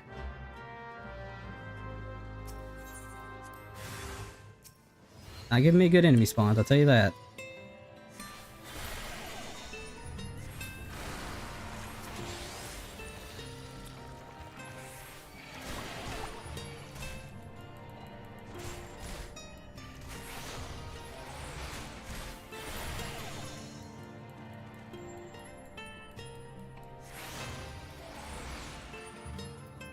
But yeah, no, if you are needing the 7 million gil to get the motorcycle, like I said, you can do this at a profit. Even if we haven't got the big item yet, we've made more than we spent. I started at 28, something. We tried to pick up some stuff from our retainer, but we definitely made a couple 100K just by doing this.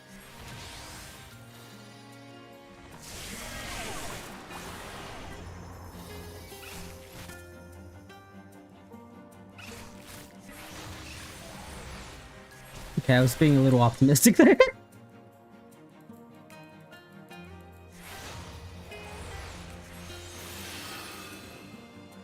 That'd be really interesting when the level increase comes to level 100, because this principle is still going to apply. You'll be able to do this for Endwalker maps as well. And I'm curious how big of a payoff that's going to be, because if you're able to get like things like Pinky, like the mounts from Endwalker, you're gonna give me a portal. Okay, we get one more try. Endwalker. I'm curious because by the time that we get to where we can do that, people aren't gonna be running Endwalker maps. Really? You never give us. It's like never this one. Oh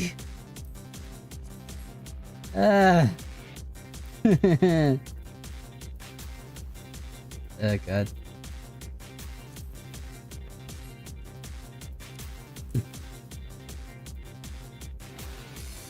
Technically, the rewards aren't worse here. You technically probably have a bigger payout because I think you can. I think you get all like the other things. I think you can still get calf leather here, and you have like the double or nothing. I just don't like this one because it makes me change my spells.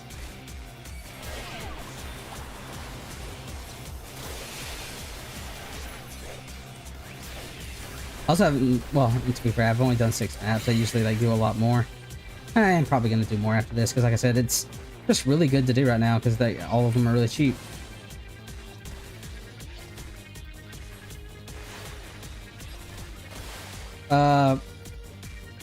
Also, generally speaking, I think it's only the Shadowbringers ones that are worth it. I don't think the Heaven or the Stormblood ones have really anything of note that sells that well. That could have changed with Dawn Trail because I don't know. I just remember like doing it and there weren't really that many items that ever sold for much. I think it's like the one dress does pretty well, but beyond that, not really. Like even like got the gold Namazu, it's like it's good, but it's not great. Like calf leather and the enchanted lumber or enchanted elm are gonna be better than most stuff you'd get. And like even now with the frontier dress being about 100K each, like again, I don't know why I did that. That's better than most stuff. It's funny because that was that and the frontier cloth didn't really sell as much till the 2-die system came around. Because now that people are very much wanting it because it's one of the things that you can actually 2-die. Okay. Nothing in particular note. Again, those clusters and stuff are always, they add up and you can sell them really easily.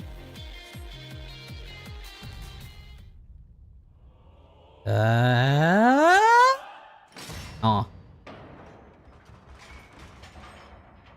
These dungeons also just feel stingier, I say, as it opens. There's been so many times where I just haven't made it, I've just been stopped on the first door.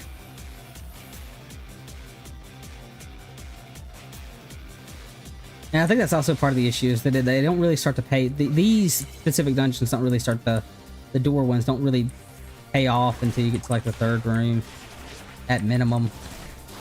I've never seen like any of the good items in the first two. So that's why when you start to collect the gold chests. Come over here.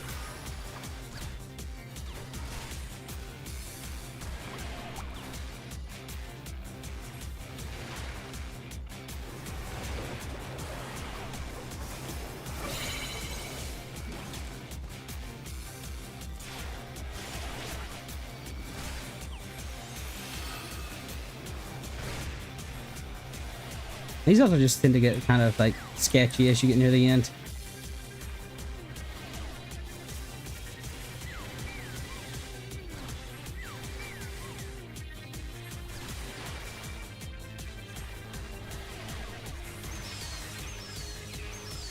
That's an unfortunate time to do that. Oh well.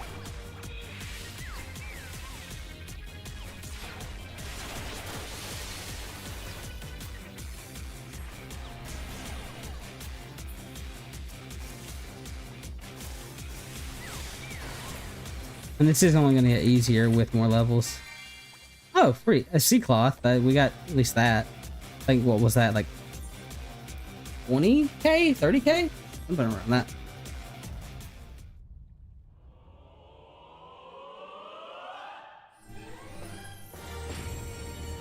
Yeah, at least it's being somewhat generous.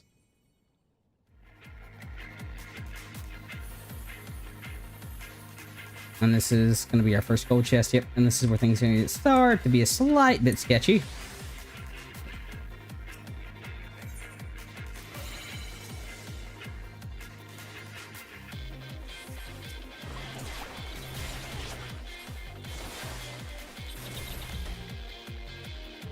Okay, man.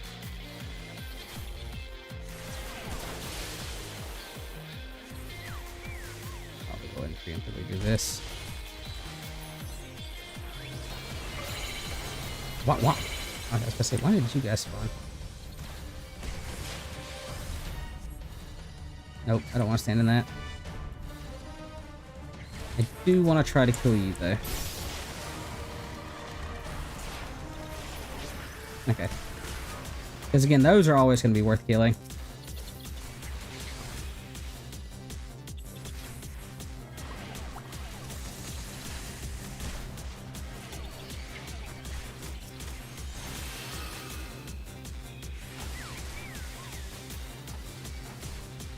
Don't hit me.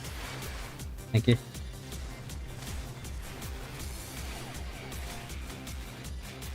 Because I was not on the 15k plus all those clusters. Like they'll add up very quickly. Moment of truth. Anything good? Yes and no. I mean, no reason not to try our luck. Oh god. Well, the law of averages says higher.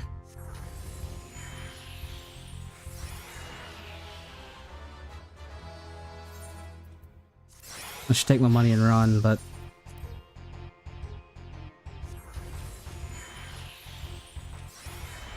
yep. So you always got to be greedy.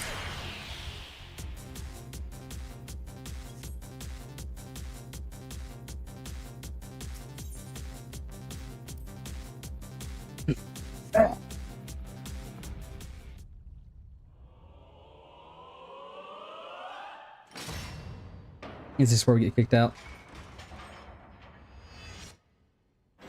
Yeah, that's about right.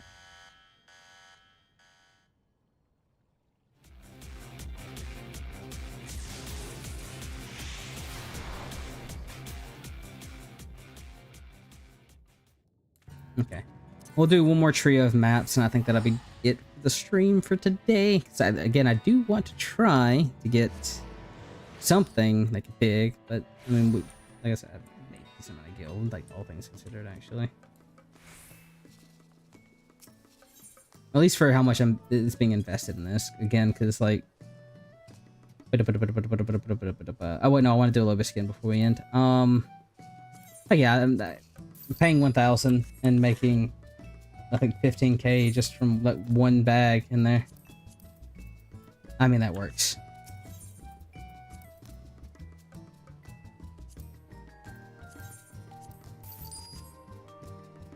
But yeah, just by doing your roulettes, doing your roulettes challenge log, and even just doing the solo maps, you can make a lot of gil, at least enough to get your map, or you get your bit of words. Use your words to get your motorcycle, your hovercycle, whatever you want to call it. Before we do this, I'll be right back.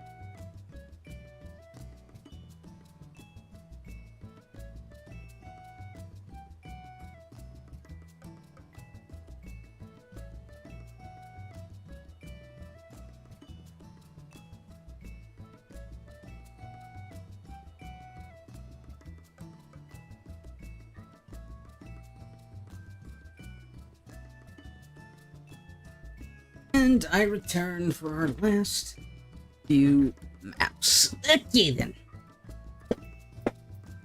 Ba-ba-da-ba-ba. Lakeland, that's an easy one. It's right there.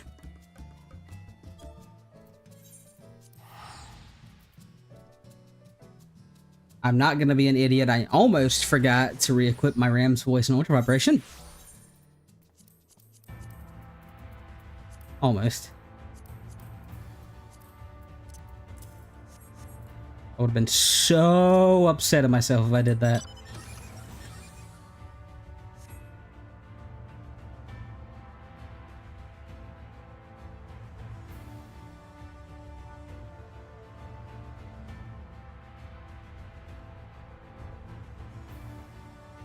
I have a Vista over here. I'm gonna grab this because I didn't... Oh, look, it's the... Hey, Ray. Hi, friend.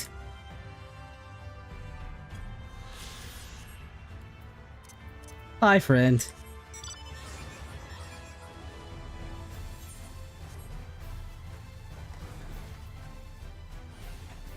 Come on, give me easy one. Don't give me the threes.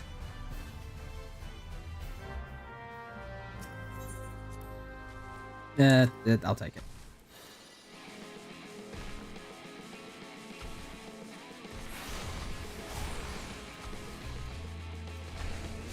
I also just want to get the roulette again because I want to show what I was talking about, or like continue on what I was talking about. Oh god. Okay, go on, get over here. Everything's frozen. Ultra vibration. And open. And portal. Alrighty then. Come on. You always give the roulette. Please do not. Okay, thank God. Thank God. Remember to put on your Mighty Guard and your Predator. I keep saying Predatory Instinct. It's Basic Instinct. This is not Risk of Rain. God, why do I keep doing that? Risk of Rain, it just has that term, like, item, like, drilled into my freaking head. Okay, so the reason the gold beaver is so rare is I'm pretty sure you can only get it from these two tiles.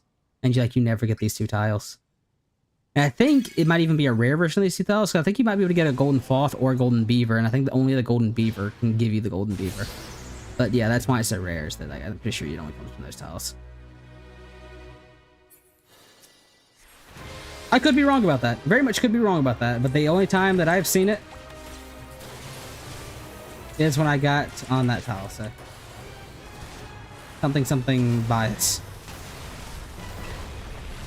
Swift cast our Rehydration as to not waste mana, go into our Phantom Flurry, and our Phantom Flurry go into a Being Mortal, and, you know, technically it would be better to kill these guys, maybe, but I don't care enough.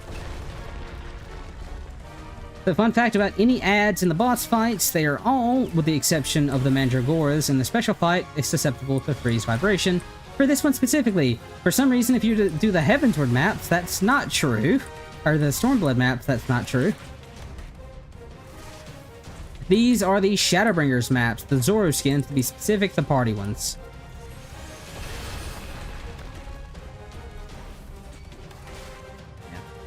Yeah, these are the 8-person Shadowbringers maps.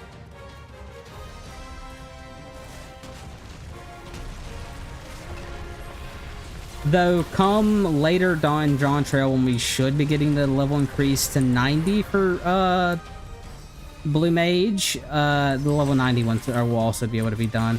It's just whatever the cap is. Because you can do the level 80 maps, which are the most profitable, level 70, level 60 as well, but again, level 80s are the most profitable. Until Endwalker comes along, and then they might be, because there's different mounts, though I'll have to... I won't know that until we actually are able to do them. It just depends. Gotta remember to do our Breath of Magic.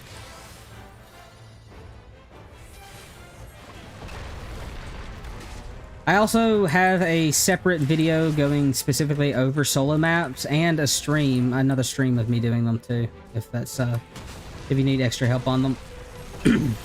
Okay.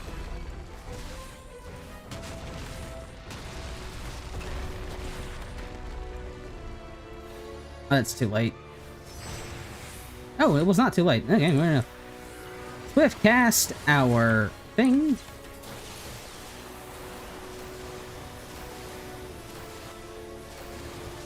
Probably halfway through the patch, or halfway through the expansion if I had to...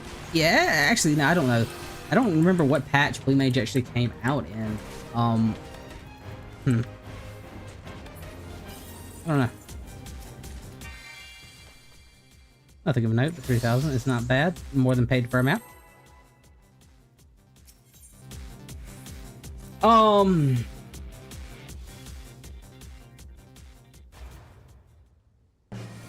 it'd be interesting to see how... I'm still curious what the hell Beastmaster is gonna do. How it's gonna work.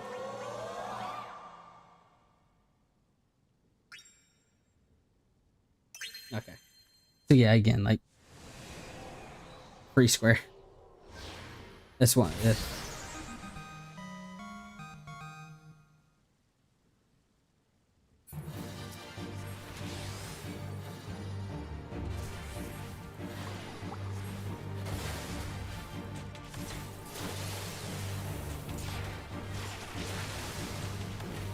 Oh yeah, I have Strong with Torment on this. I should be using it. I don't want to get hit by that. Yeah, we'll take the advantage to go ahead and heal.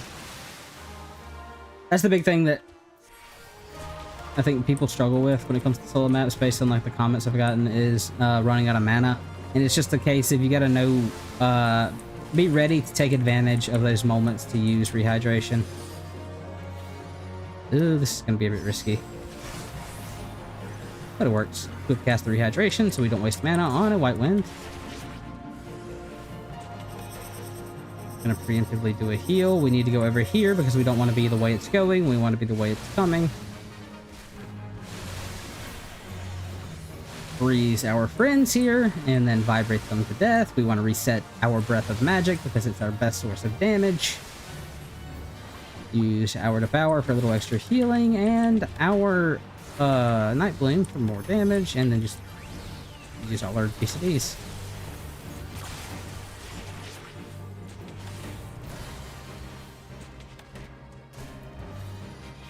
In this case, we're actually going to do the Swift Cast, and then we're going to start pre-casting the Rehydration, because that is a tank buster. And then we're going to use our Sakrakas. A little greedy there. A little greedy. Swift Cast the Rehydration. Don't be where it's going. Be ready where it's... Yeah, just don't be where it's going. Reset our Breath of Magic.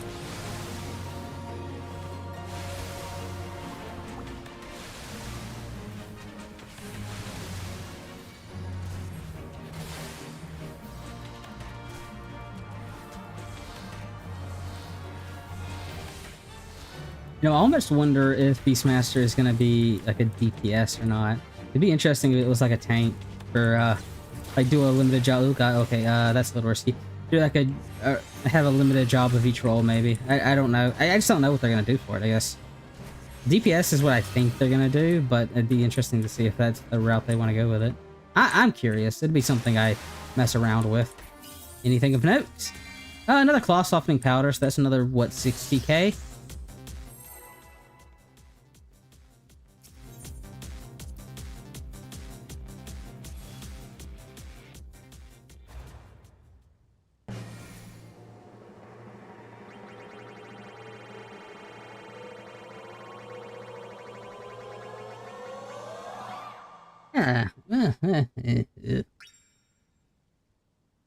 Yeah, that's about right.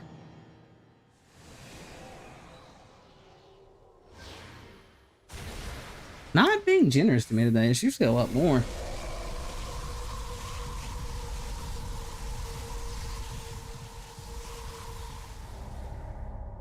Bastard.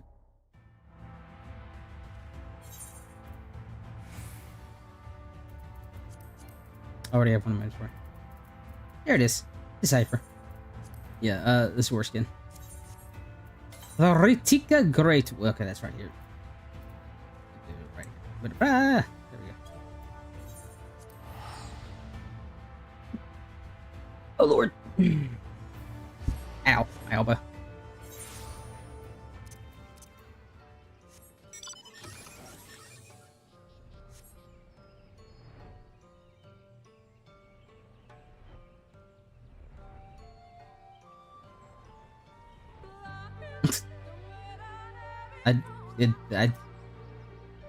I forgot about the Lahi. Get rid of our Mighty Guard because we want to do damage potentially.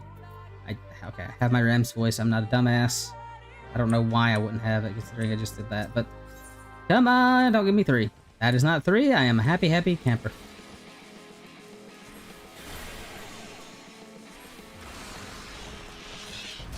No portal.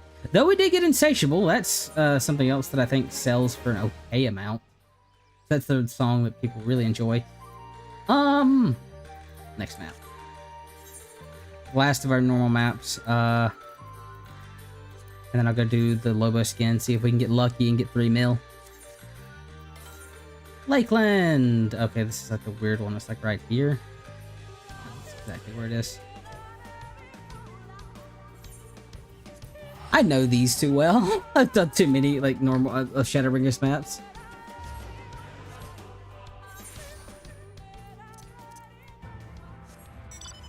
We might have to reset.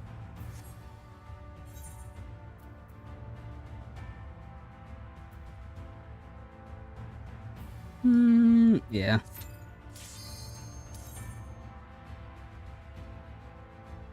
A little too quick.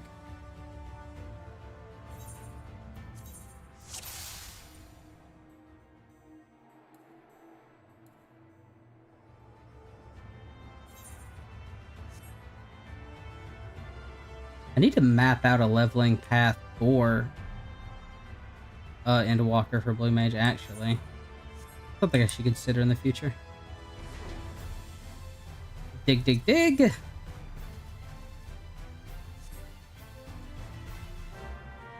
Inspector, you know you want to be generous again and give me 4. Hey! Thank you, game. Of course, this means it's not going to give me a portal now, but you get what you ask for. Oh, give me a portal. Neat.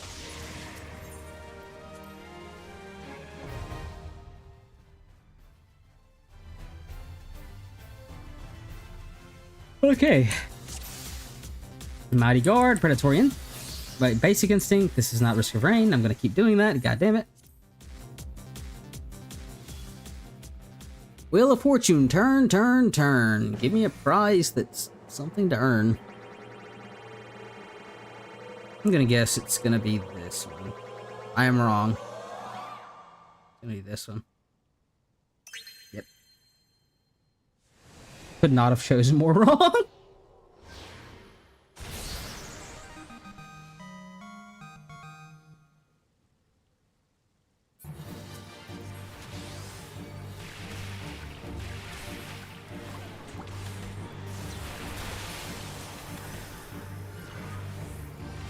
Use our Swift Cast for the heal, and then just throw the kitchen sink.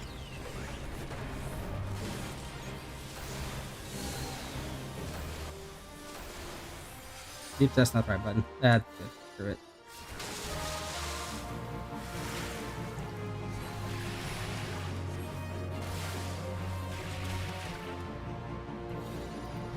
I was about to do something dumb.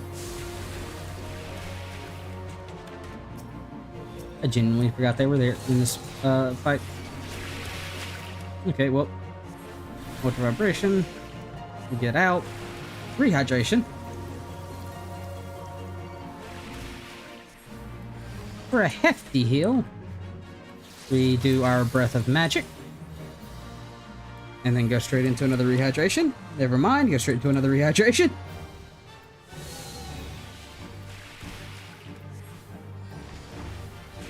And use our Song of Torment, which I'm really bad about keeping uptime on.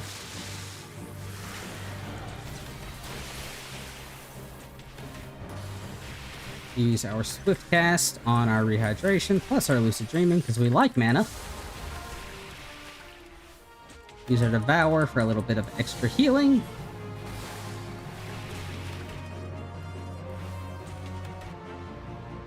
Re-up our Song of Torment.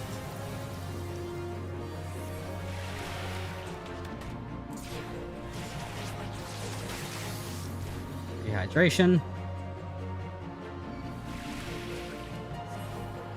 Breath of Magic.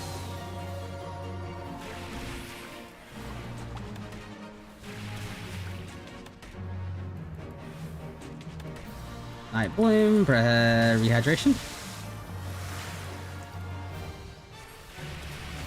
Being mortal. Don't stand in the Nona. And that should be it. I said that should be it. Come on, give us something good. None of that is good. Busters.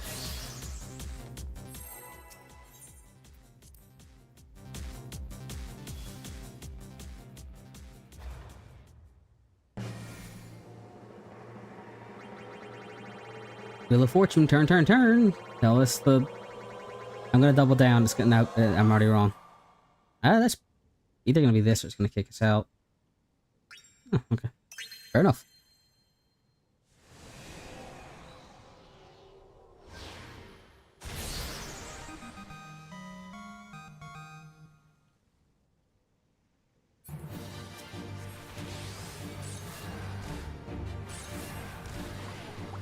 Not the right button. Heal with Devour, dump our Subrakas. Subranka, I don't know how to say that. Phantom Flurry. And then everything else go.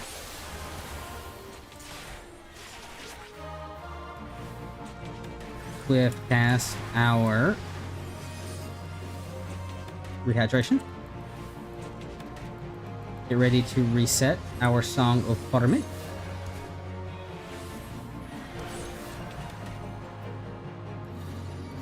Wrong button. Freeze the ads. Go ahead and take advantage of the downtime for our rehydration.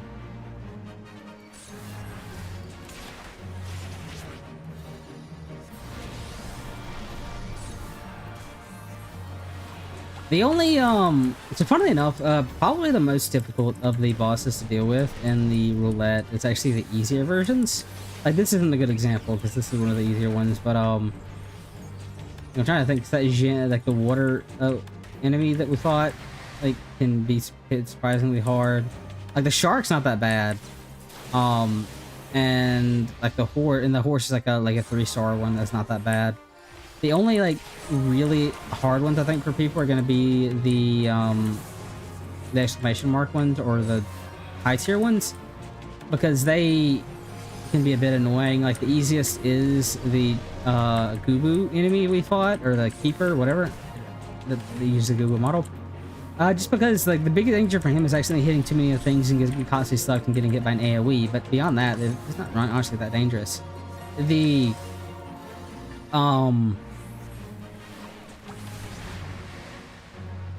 I can't, the frog, I can't remember, like the froth. It's probably the most dangerous because he has 2 tank busters. The Mandragora is just annoying because it has ads that can't be frozen, so you have to deal with them. But yeah, the Froth's probably the biggest problem for a lot of people. Come on, something good. And nothing of note. Again, water clusters, not that could be worse.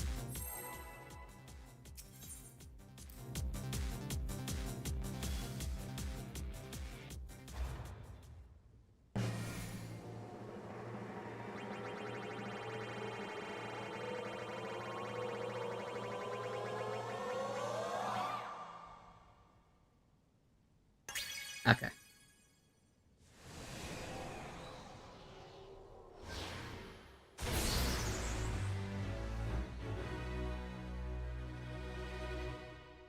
Like this guy, the only thing like bad about him is he just has a tank buster and it doesn't hurt that much. Take advantage of our swift cast to get our heal.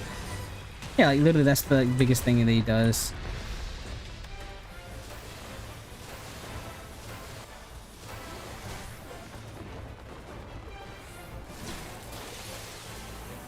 Ooh, yeah, I say that as I'm being pretty greedy. Oops, didn't mean to do that. Well, now we're gonna have to. Oh, wait, I do want to deal with you there.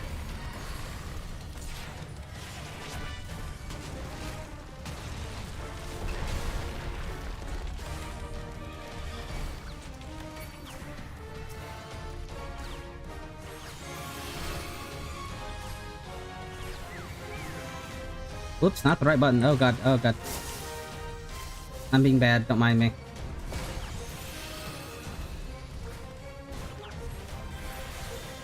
You stop that. Okay, rehydration. Do this, do this. Just need to reset my Breath of Magic on both of them. Do another White Wind because I'm a dumbass. Don't mind that. I'm gonna heal off of you with a Devour. I want to get rid of the Keeper of the Keys as soon as possible. Because he's annoying, because he does that. And now we're rehydration because again, oh no we will not. Because you had to do your tank buster then.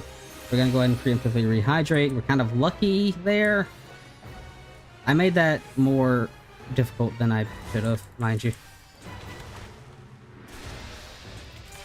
Although I said this guy's not that bad, and it's not that bad. If I didn't piss off the if I didn't piss off the Keeper of the Keys and just make things like more complicated for myself.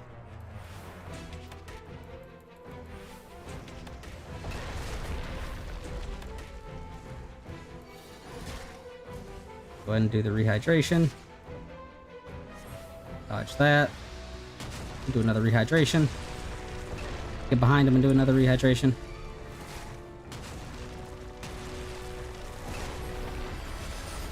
We use a mitt for this. Which lets us also do damage. We'll then swift cast.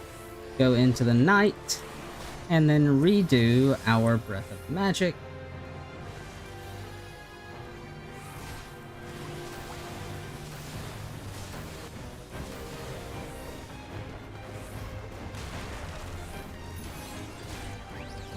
heal a little bit. Go into a rehydration.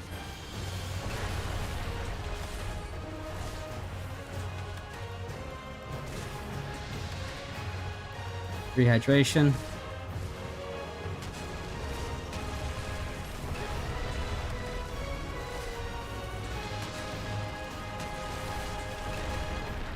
And your die. Okay, there we go. Give me something good. Sea cloth, that is like 20k.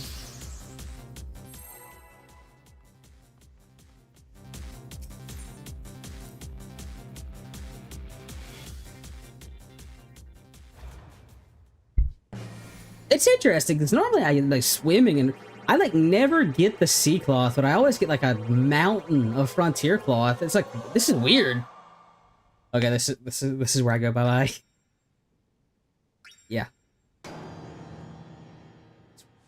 It's weird because it usually just gives me frontier cloth like non-stop.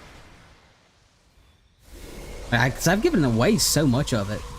I've made like 4 of the ribbons. I've made 4 of the shoes. I made 3 of the dress, and 6 of the dresses. Now, like, I was actually swimming in it, and it's like I got none today. That's weird. I have what? Do I have one more map? I think it might have been my last map. Okay. Well, either way, I think I started at 28. Like I've made like a few 100k just from doing like 6 maps. That's not bad at the slightest. And this is the worst luck you could have really had. Because again, getting frontier cloth. Oh wait, I don't want to go there. Just getting some frontier cloth. Like that's almost 150k. Getting like either of the big ticket items like the calf or the lumber. Yeah, both big. But the fact that those maps are selling so little right now, it's absolutely worth your time if you have a leveled blue mage with a lot of spells to go and just do them to make Gil. Like I said, I've made over 100k just doing blue mage solo maps. The fact that I bought the mount already. I went down. I was at 30k. I went down to like 24 or less because I spent money on other things, and I was able to get my money back. Basically just selling map stuff. Specifically, I got lucky with the new solo maps, which got me 3 mil. Which let's go see if we can get a pay. I mean, luck's not been there today, so I don't imagine it will be. Let's go see if we can get a payoff in the form of the Lobo skin maps.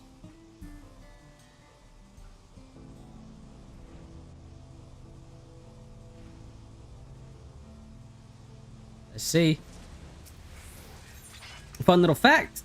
You can do this to reveal a map. Wait, what? Oh, can we not get them from these? Am I an idiot and I don't have a map available yet? No, I have a map available now. I guess you just can't get them from these nodes. Well, I mean, hey, I'm not going to turn down the... Oh, these aren't level 100 nodes. I'm a freaking idiot. That would explain why.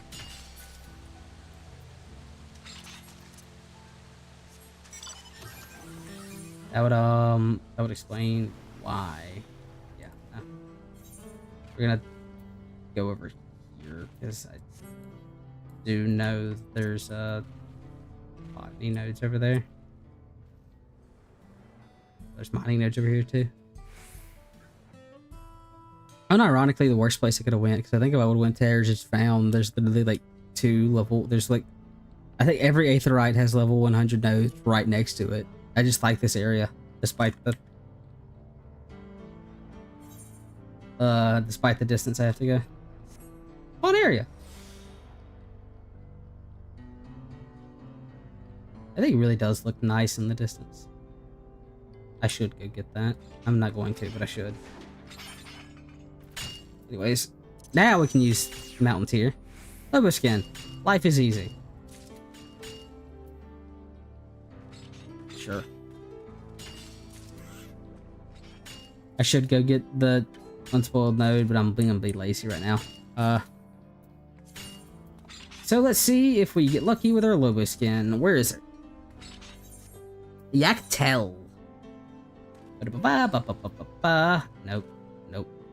Nope. There it is.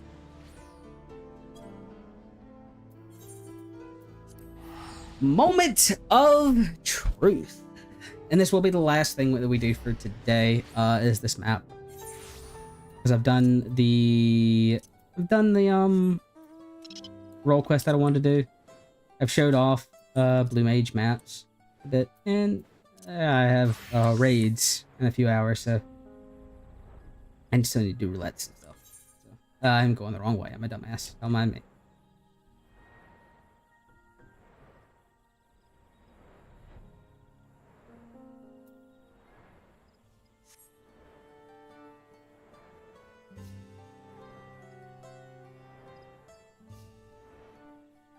This way is so funny.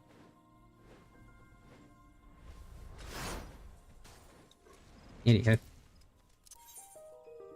Gotta remember to summon the carbuncle. Will we get lucky with this chest? Time to tell.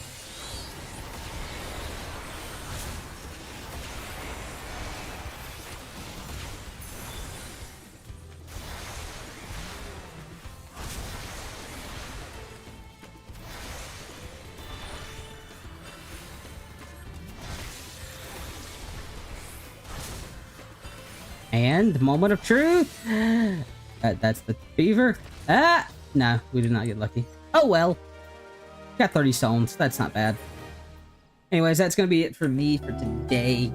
So something of note, our FC streams are returning this Saturday. We will be doing Fate Farms with the FC, and I think that will be the time when I give the first one of the first Mountain Zoo codes away. So yeah, if you don't have a Mountain Zoo and you want one, I'll be giving away code this Saturday when we do our Fate Farms. Other streams, I have no idea. We'll have to find out. I just kind of decided I want to do this. I might do some like extreme streams, maybe. I don't know. It's just what I'm feeling like. I still haven't like decided because things are so in the air with the raids coming up and like scheduling and yada yada yada. It's like,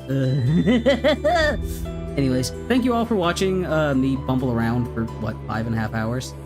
And I'll see you probably next stream is just straight up Saturday. So see you then.